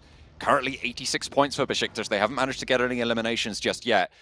And they slow things down a little bit. They want to play along this hillside. Kitsune's scouting south. No one really ahead of them there. Alpha 7 might have sightlines from the western, from the eastern side of that rotation. But what can they do here? Besiktas will have to move in as well and potentially looking to line up a fight. So hesitant to make any pushes here, and you can understand the amount of pressure they're under. 2 points would see them safe. That's all they need. 2 points can be an absolute leap and a bound in this final match where any mistake could lead to absolute disaster. Game Lord currently shunting out the guys from I8 on that western edge. Taking their time to think about this. Titan, southwest side. Playing in the next circle. IHC inside the next circle as well. DRS, a little bit further southeast, but they have got the forward position. And all three of the teams ahead of HVVP have managed to get a little bit of a foot in the door. They are the last of the chasers. With Besiktas in their way as well, it could not be more metaphoric of the tables themselves. So difficult. Anything like this is worth a long consideration. Oh no. And now they rock up, send out as the squadron, fast as they can, past Besiktas, past Alpha 7. They're getting through the thorns, fairly unscathed here too. BTR is in the way. Jem Foster, 3 players alive with him for Bigatron. Alpha 7, they haven't been able to hit these shots, and Jen Foster doesn't hit them either. Tixie managed to get it all the way across the road. They know this position.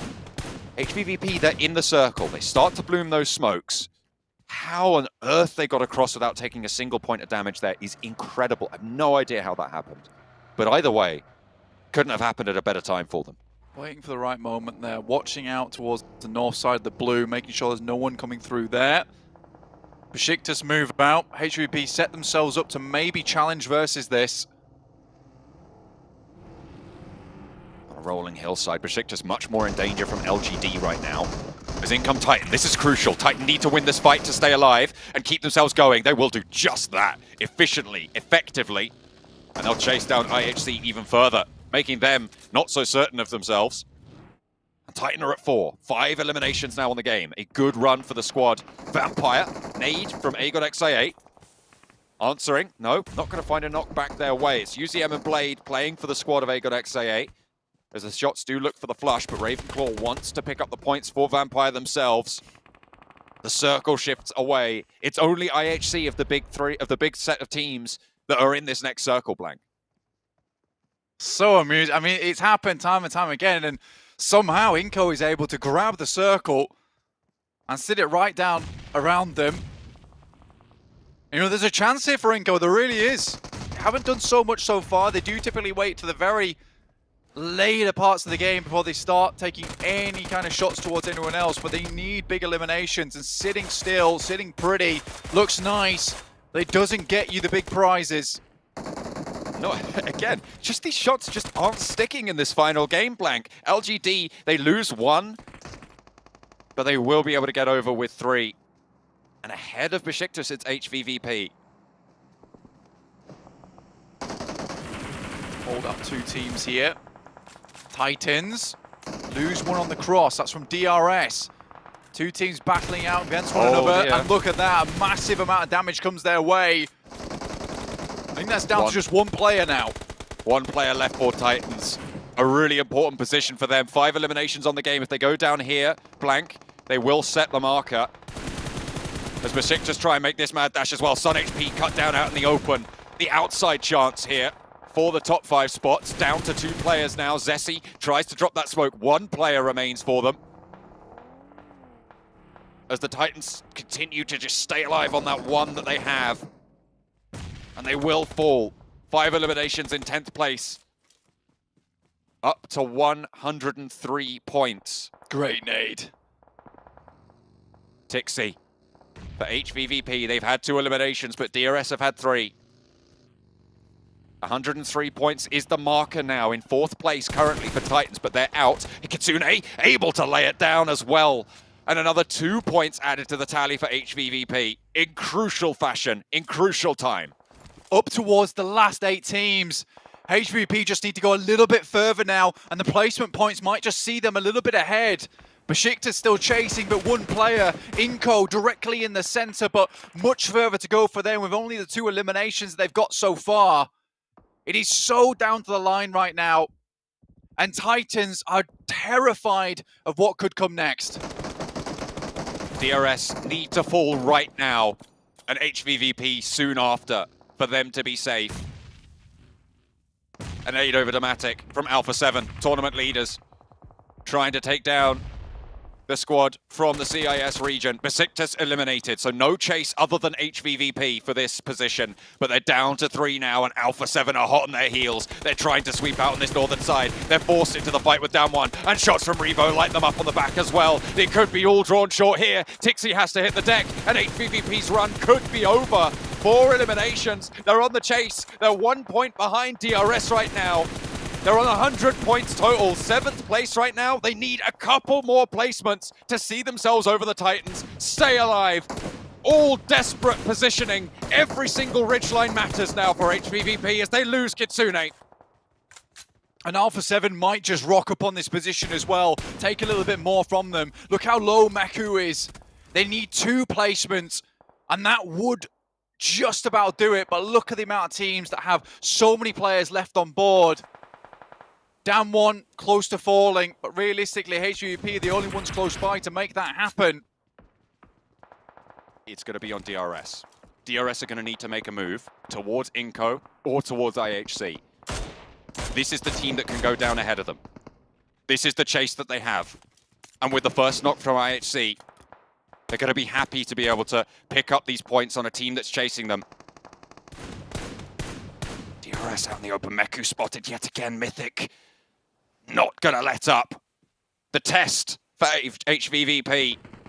They've been shut out so many times. But they need to stand tall now. They need to stand strong. No meds for Meku. I wonder if Tixi can even throw a bandage over. Has got 5 of his own. Might think to do so. But perhaps it's better to just invest in keeping Tixi alive. Meku down. Goodness me. Has to make the long crawl, but very unlikely that'll happen.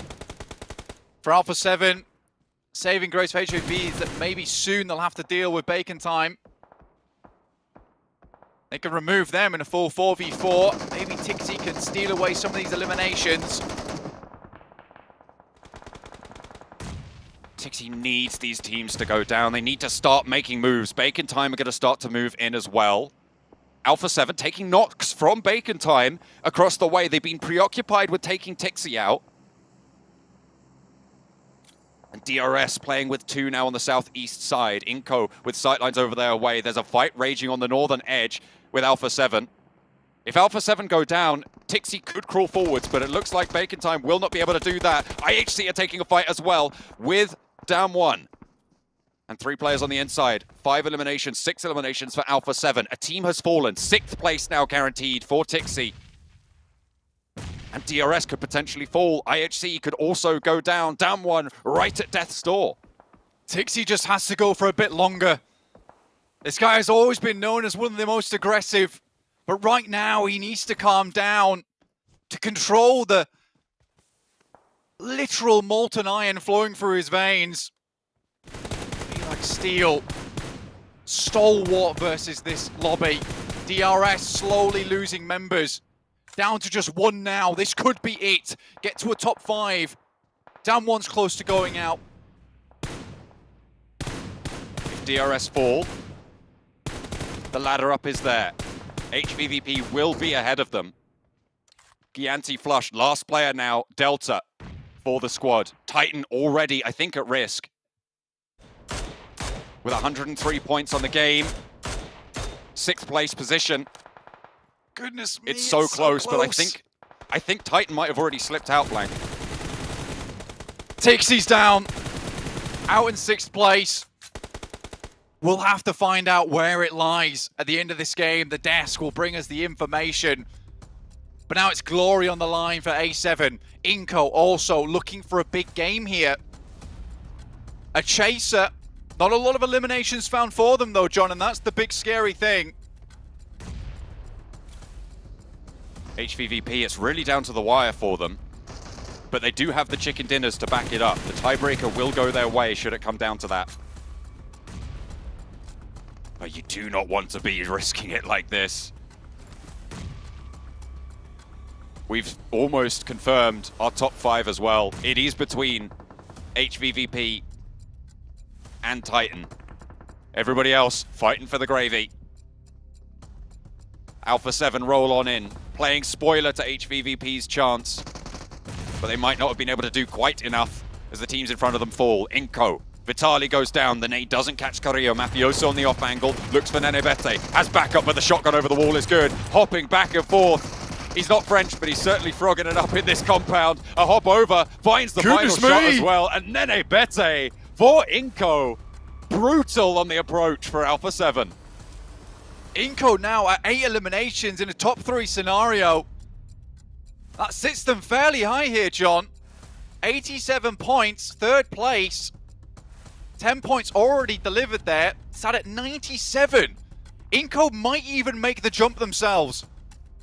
That would be crazy. With those points, I didn't even consider that, Blank. That is so pivotal. And it definitely is possible. Just need a little bit more. I mean, 4 players alive.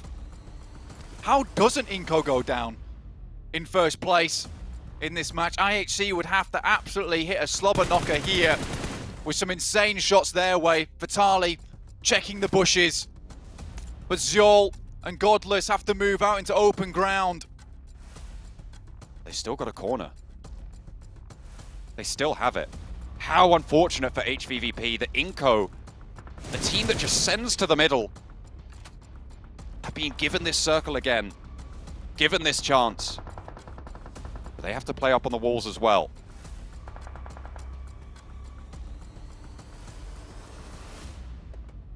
Very little hard cover here for IHC to even move out into.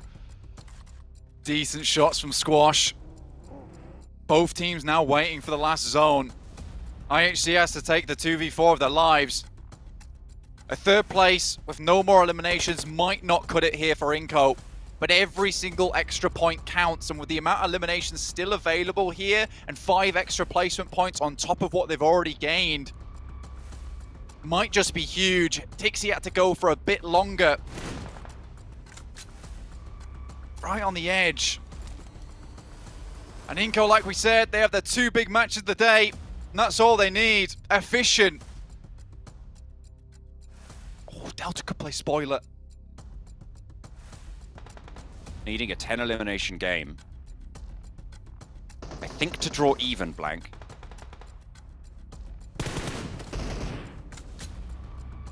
Or actually to jump on over. 25 points would see them at 104. Which would be just over.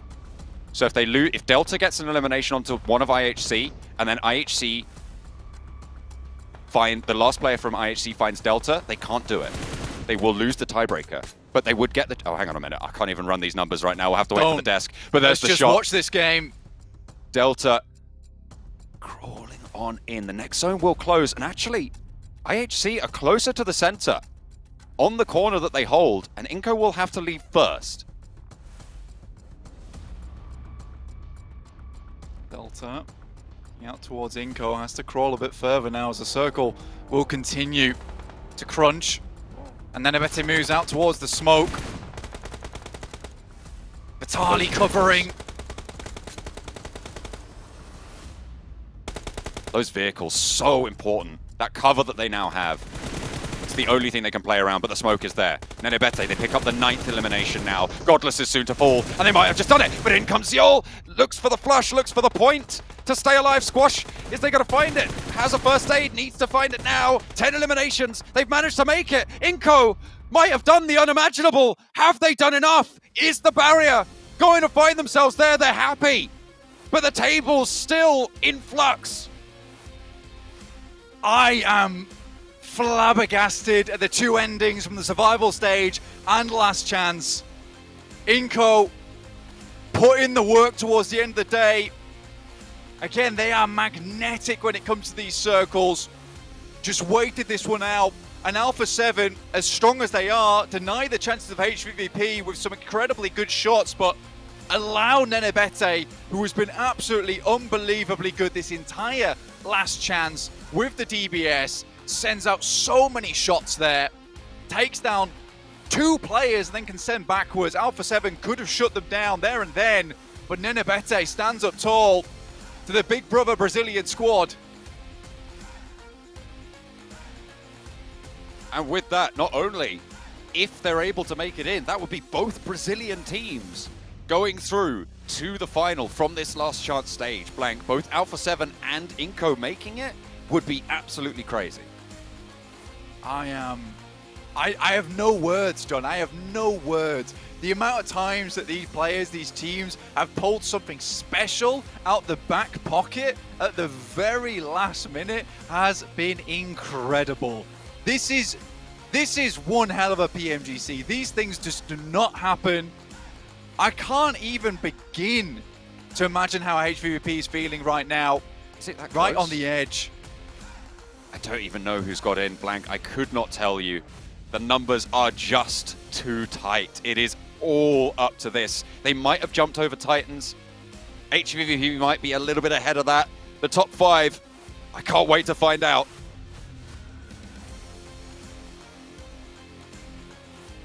It looks like, hang on a minute, they've just found out. I feel like iNCO know. What a way to find out. The celebrations are there. I think that can only mean one thing, Blank. They are going to join their Brazilian teammates into the PMGC in Jakarta.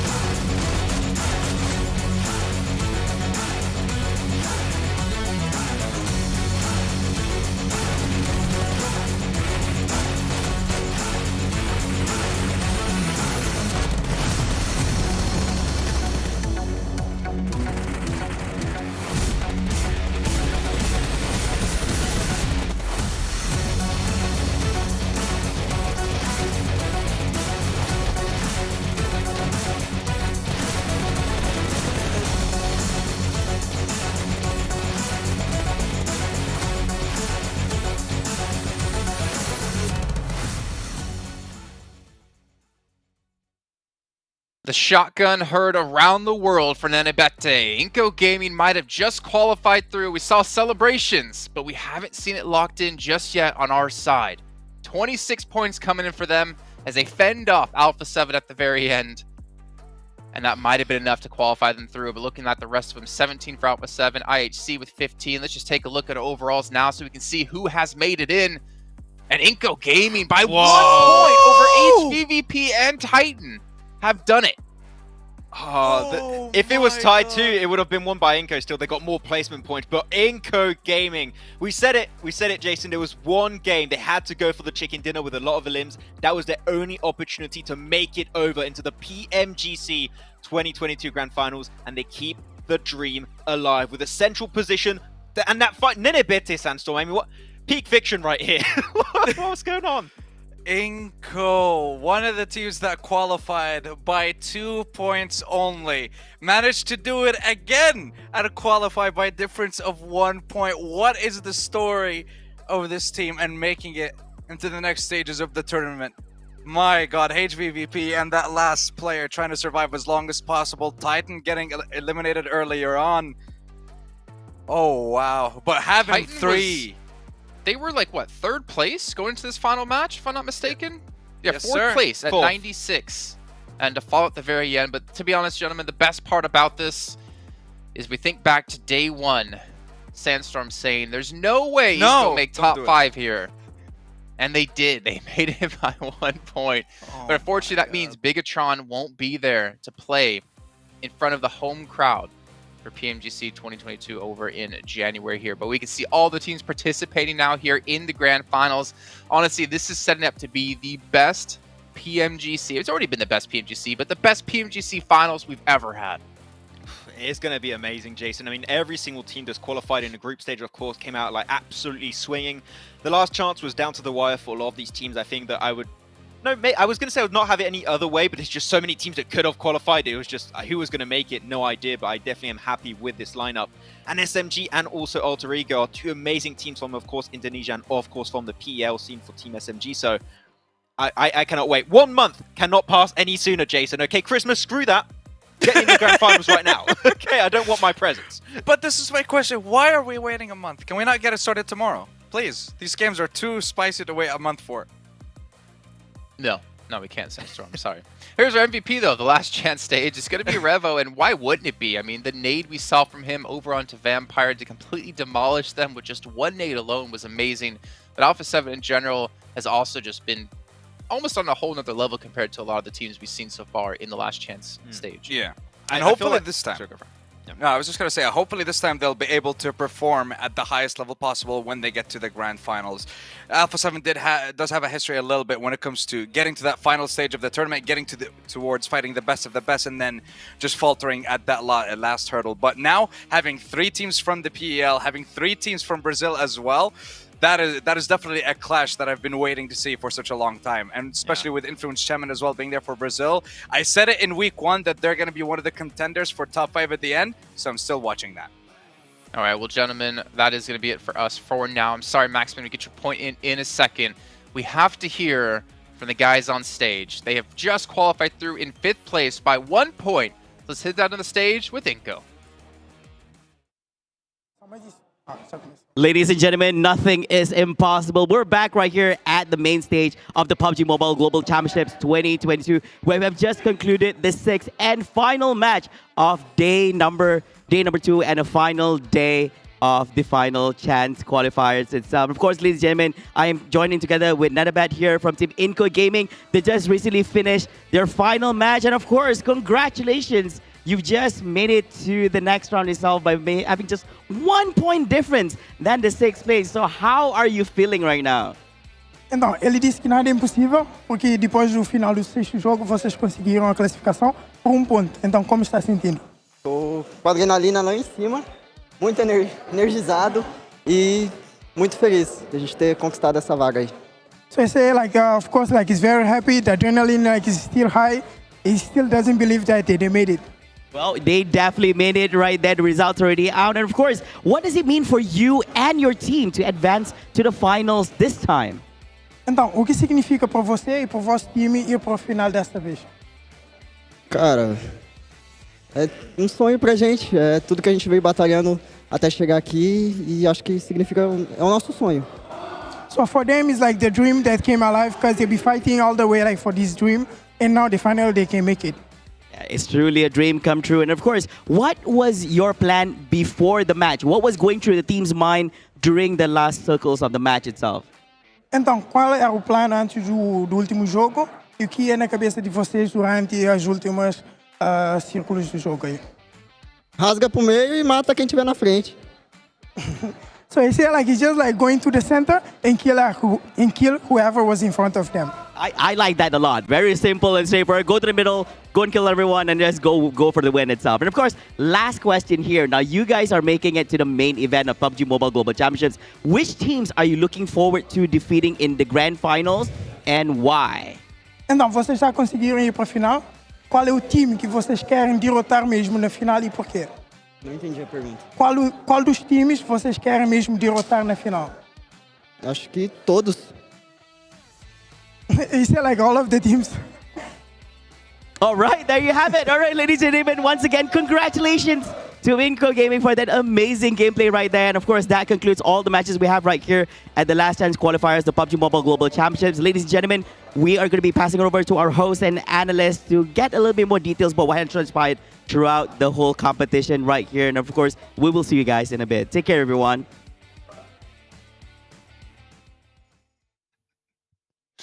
Just like his answer. So which teams are you really looking out for in the main event? And I don't even speak Portuguese, but I knew that word, todos. All of them. And I mean, to be fair, right, if you want to be playing in the finals, you have to be one of the best teams in the world, one of the best 16 teams in the world, and they're all going to be there participating. This is going to be tough for all the teams, but at least for iNCO and obviously all of our other teams who have qualified today, they get a month that Maxman and Sandstorm aren't happy about, apparently, to prepare for the event. I would rather give them time to prepare, Sandstorm, than to make them play tomorrow. You know what? You're right. I agree. 100%. You need right. to give it. Yeah, you know what? Except you when need I'm to give not. a chance. True. Then you're wrong. No, I'm just not right.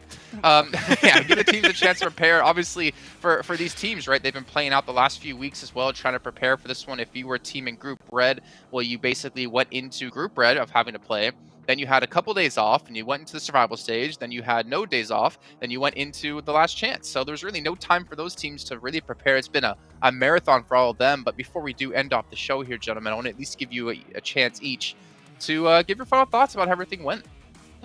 Peak Fiction, best PMGC. I think I already said this quite a few times, but really being able to see all these teams go down to the wire to hopefully make in the top 5 has been just an amazing experience. And yeah, it's really hard to put into words seeing how these teams have been able to qualify until the very end. I do think that it's very unfortunate that the hopes of some of the teams have just been shattered on the finish line, mainly looking at HVVP. Yeah. So close yet so far, but you know what? There's still more PUBG Mobile coming in next year for them. But man, I can't wait for the grand finals. 1 month, I cannot get past too quickly. Sandstorm, what about you? For myself, definitely not what I expected when it came to seeing these being the top 5 teams to qualify to the grand finals, but honestly, roller coaster of emotions. Since week 1 in Group Red, seeing the Group of Death, seeing Group Yellow, and then all of them coming against each other throughout the survival stage and the last chance. Definitely best PUBG Mobile Global Championship today, and I cannot wait to see what's going to happen in the grand finals. And if there's going to be a back-to-back-to-back world champion in Nova, or are we going to see a new name? Yeah, it would be nice to see a new name, but then again, it would be nice to see the triple 3 in a row, which is what triple means. I know. Grand final victory for Nova Esports, but obviously have to wait about a month until then. January 6th is when things are going to be kicking off in Jakarta, in Indonesia, to find out who will be the #1. We'll see you guys then. Hope you guys have a great time off, but make sure you're back here for the grand finals.